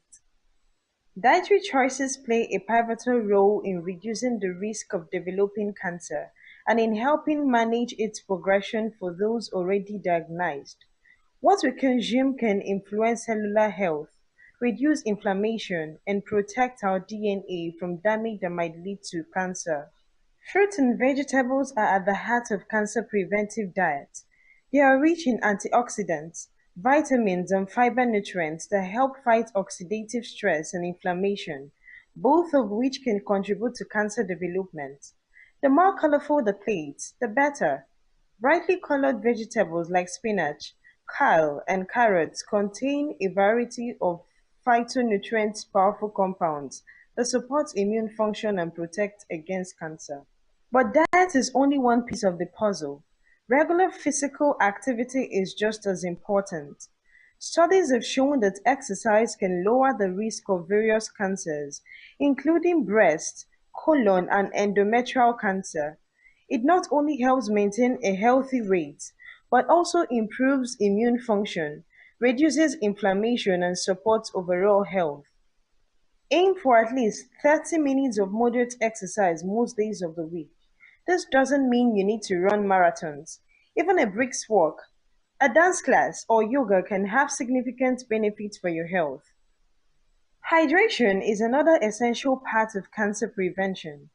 Drinking plenty of water helps flush toxins from the body, aids digestion, and supports the detoxification process.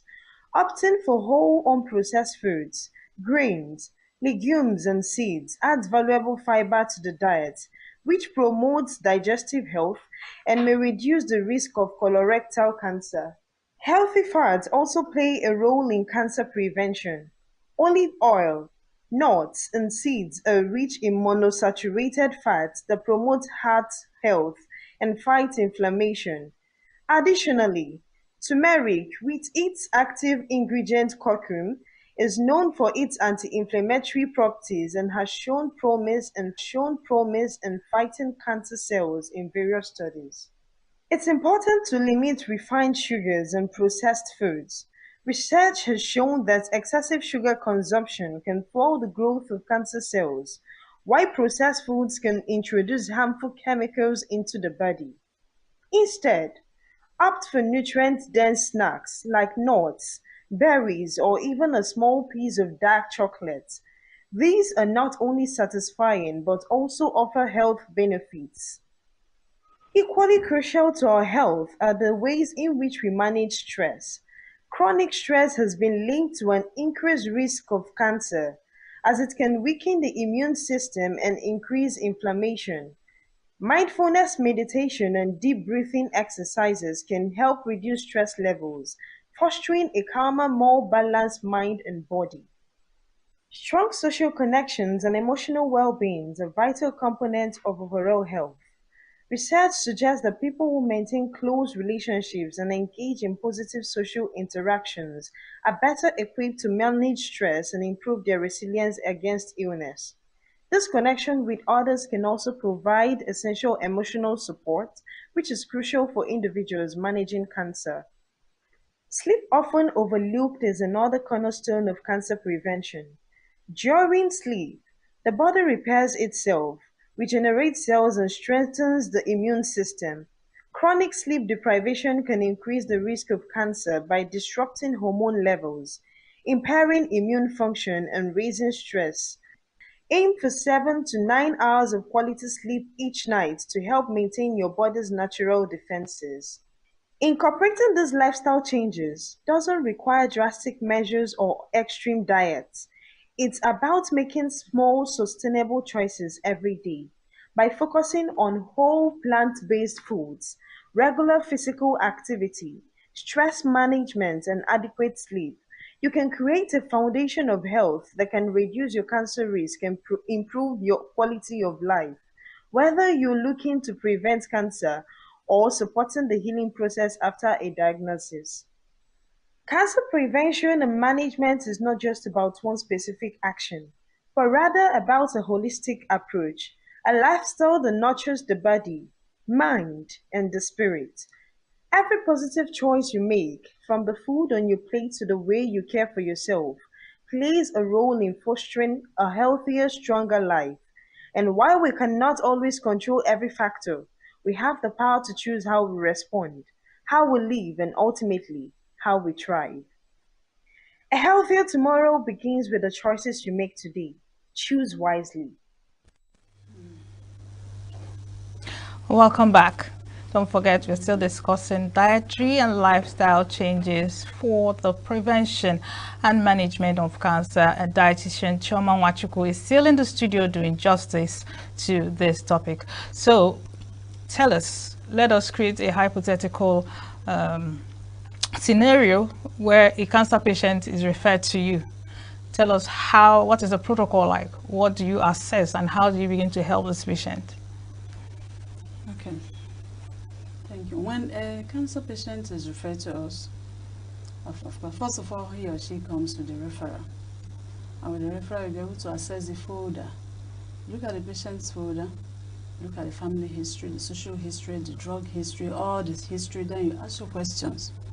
For us dietitians, we also check, we use NCP, Nutrition Care Plan. Nutrition Care Plan. Yeah. So we try to look at, first of all, you get a physical assessment of the patient. You take the anthropometric measurements of the patient, you can take weight and height measurement, get a BMI of the patient. You can take a waist-hip ratio of the patient. Then you can check, the biochemical assessments done so far. You can check the PSA level of the patient. You know, you're speaking medicinese. Oh. So you might have to break it down by chemical analysis. So break it down so that you can understand. Biochemical analysis or assessment of the patient. That's, you look at the lab results. Good. Check the lab results of the patient.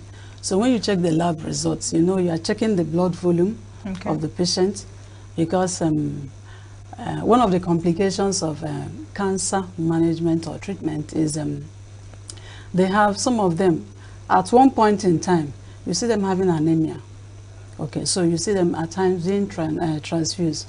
But at the same time, you come in with a diet to assist. Okay, so you check the blood test, let me say in such a way that the blood test of the patient. You also check, you can check the serum electrolyte, urea creatinine level of the patient. You check for tumor markers. You check, after checking all the necessary biochemical assessments so far. Then you engage the patient, you do your dietary assessment. Dietary assessment, you can use 24-hour dietary recall. Ask the person questions. The patient should be able to recall what he or she ate in the past 24 hours. At times you do 48-hour dietary recall. But at times, the patient might not really be able to recall, depending on the treatment. If the patient is having chemo brain, when they have chemo brain, they find it very difficult to, to recall certain things, confusion, they forget, and all that. So, at times you need the caregiver around, more especially the caregiver that is staying with the patient, the one that is taking care of the patient, so that you can also ask him or her questions. When you ask him or her questions, the person will tell you, he or she ate so, this and that, and then you'll be noting down. You note down with the quantities. You know down the quantities, then you calculate at the end of the day. But 24-hour dietary recall might not be enough to give you what you are looking for. It might give you the immediate intake of the patient at that point in time. So what you will do, you also take, you can take the diet history. Now you want to look at the feeding pattern of the patient over a protracted period of time. You also want to look at the dietary habits of the patient. It's when you look at all these things, you find out what... It seems as though there's a long, follow-up. No, even when you are doing the assessment. Okay. So you are asking those questions. You may ask him or her, how often do you take maybe rice or beans or yam? The patient will tell you. I take it maybe once a day or twice a day or 3 times in a week. And as you are doing the assessment, you also ask the beverage intake, alcohol intake of the patient. Ask everything, ask about everything that the patient takes in. So when you take this in, we have a way of calculating them. It's when you calculate, you'll now be able to arrive at a particular kilocalorie. You cannot say that this patient takes maybe 2,000 kilocalorie per day, or 2,005, or 3,000, or 3,500, at times 4,000, or 1,000 kilocalorie, at times 1,005, depending. And based on the assessment, you now have your diagnosis. From your diagnosis, you can now come into, you intervene, you do dietary intervention. You now come in and say, okay, this patient will be on maybe low-fat diet, high-calorie diet, or high-protein diet, depending on the assessment. But you know, in as much as you are paying attention to maybe the low-fat diet, or the high-calorie diet, or high-protein diet that you are placing the patient on, you're also looking at the nitty-gritties. There are some, you know, some foods like, you know, in cancer management, when you are managing the patient, assuming it's a breast cancer, you know that from research, it has been discovered or found out that alcohol is traceable to breast cancer amidst other things, right? Also, dietary intake. You may find out that the person takes foods that contain maybe little dietary fiber or maybe devoid of dietary fiber. You understand? So you can come in and tell the patient why canceling. Now that's a dietary intervention. Why canceling the patient? You can, you know, increase the dietary intake. You also, while taking the history, you also take into cognizance the dietary, the likes and the dislikes of the patient. But while taking the likes and the dislikes of the patient, you also find out the likes of the patient. At times you find that some people just don't like taking a particular food for no reason.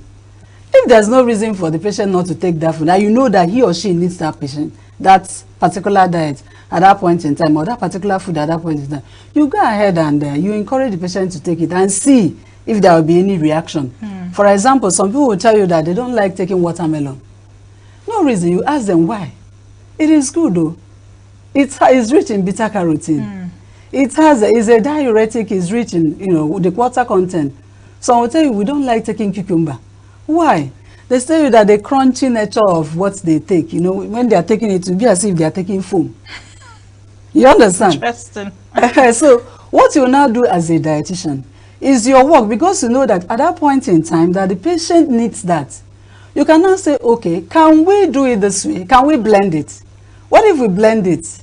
Can you be able to take it? Say, blend it. If you now blend, you can, the caregiver may blend, and then you give the patient. And the patient takes it. It's still the same food that he or she says that he doesn't like taking, right? You know, we're discussing prevention and management, but let's go back to prevention a little bit. Tell us, what are carcinogenic food? Because we hear that all the time. Oh, don't take this, it's carcinogenic. Oh, don't take that. So what exactly are carcinogenic food? And tell us, so that when we go to the market the next time we do, we know what we're buying and what we're leaving. Foods. That's the foods that are the foods that have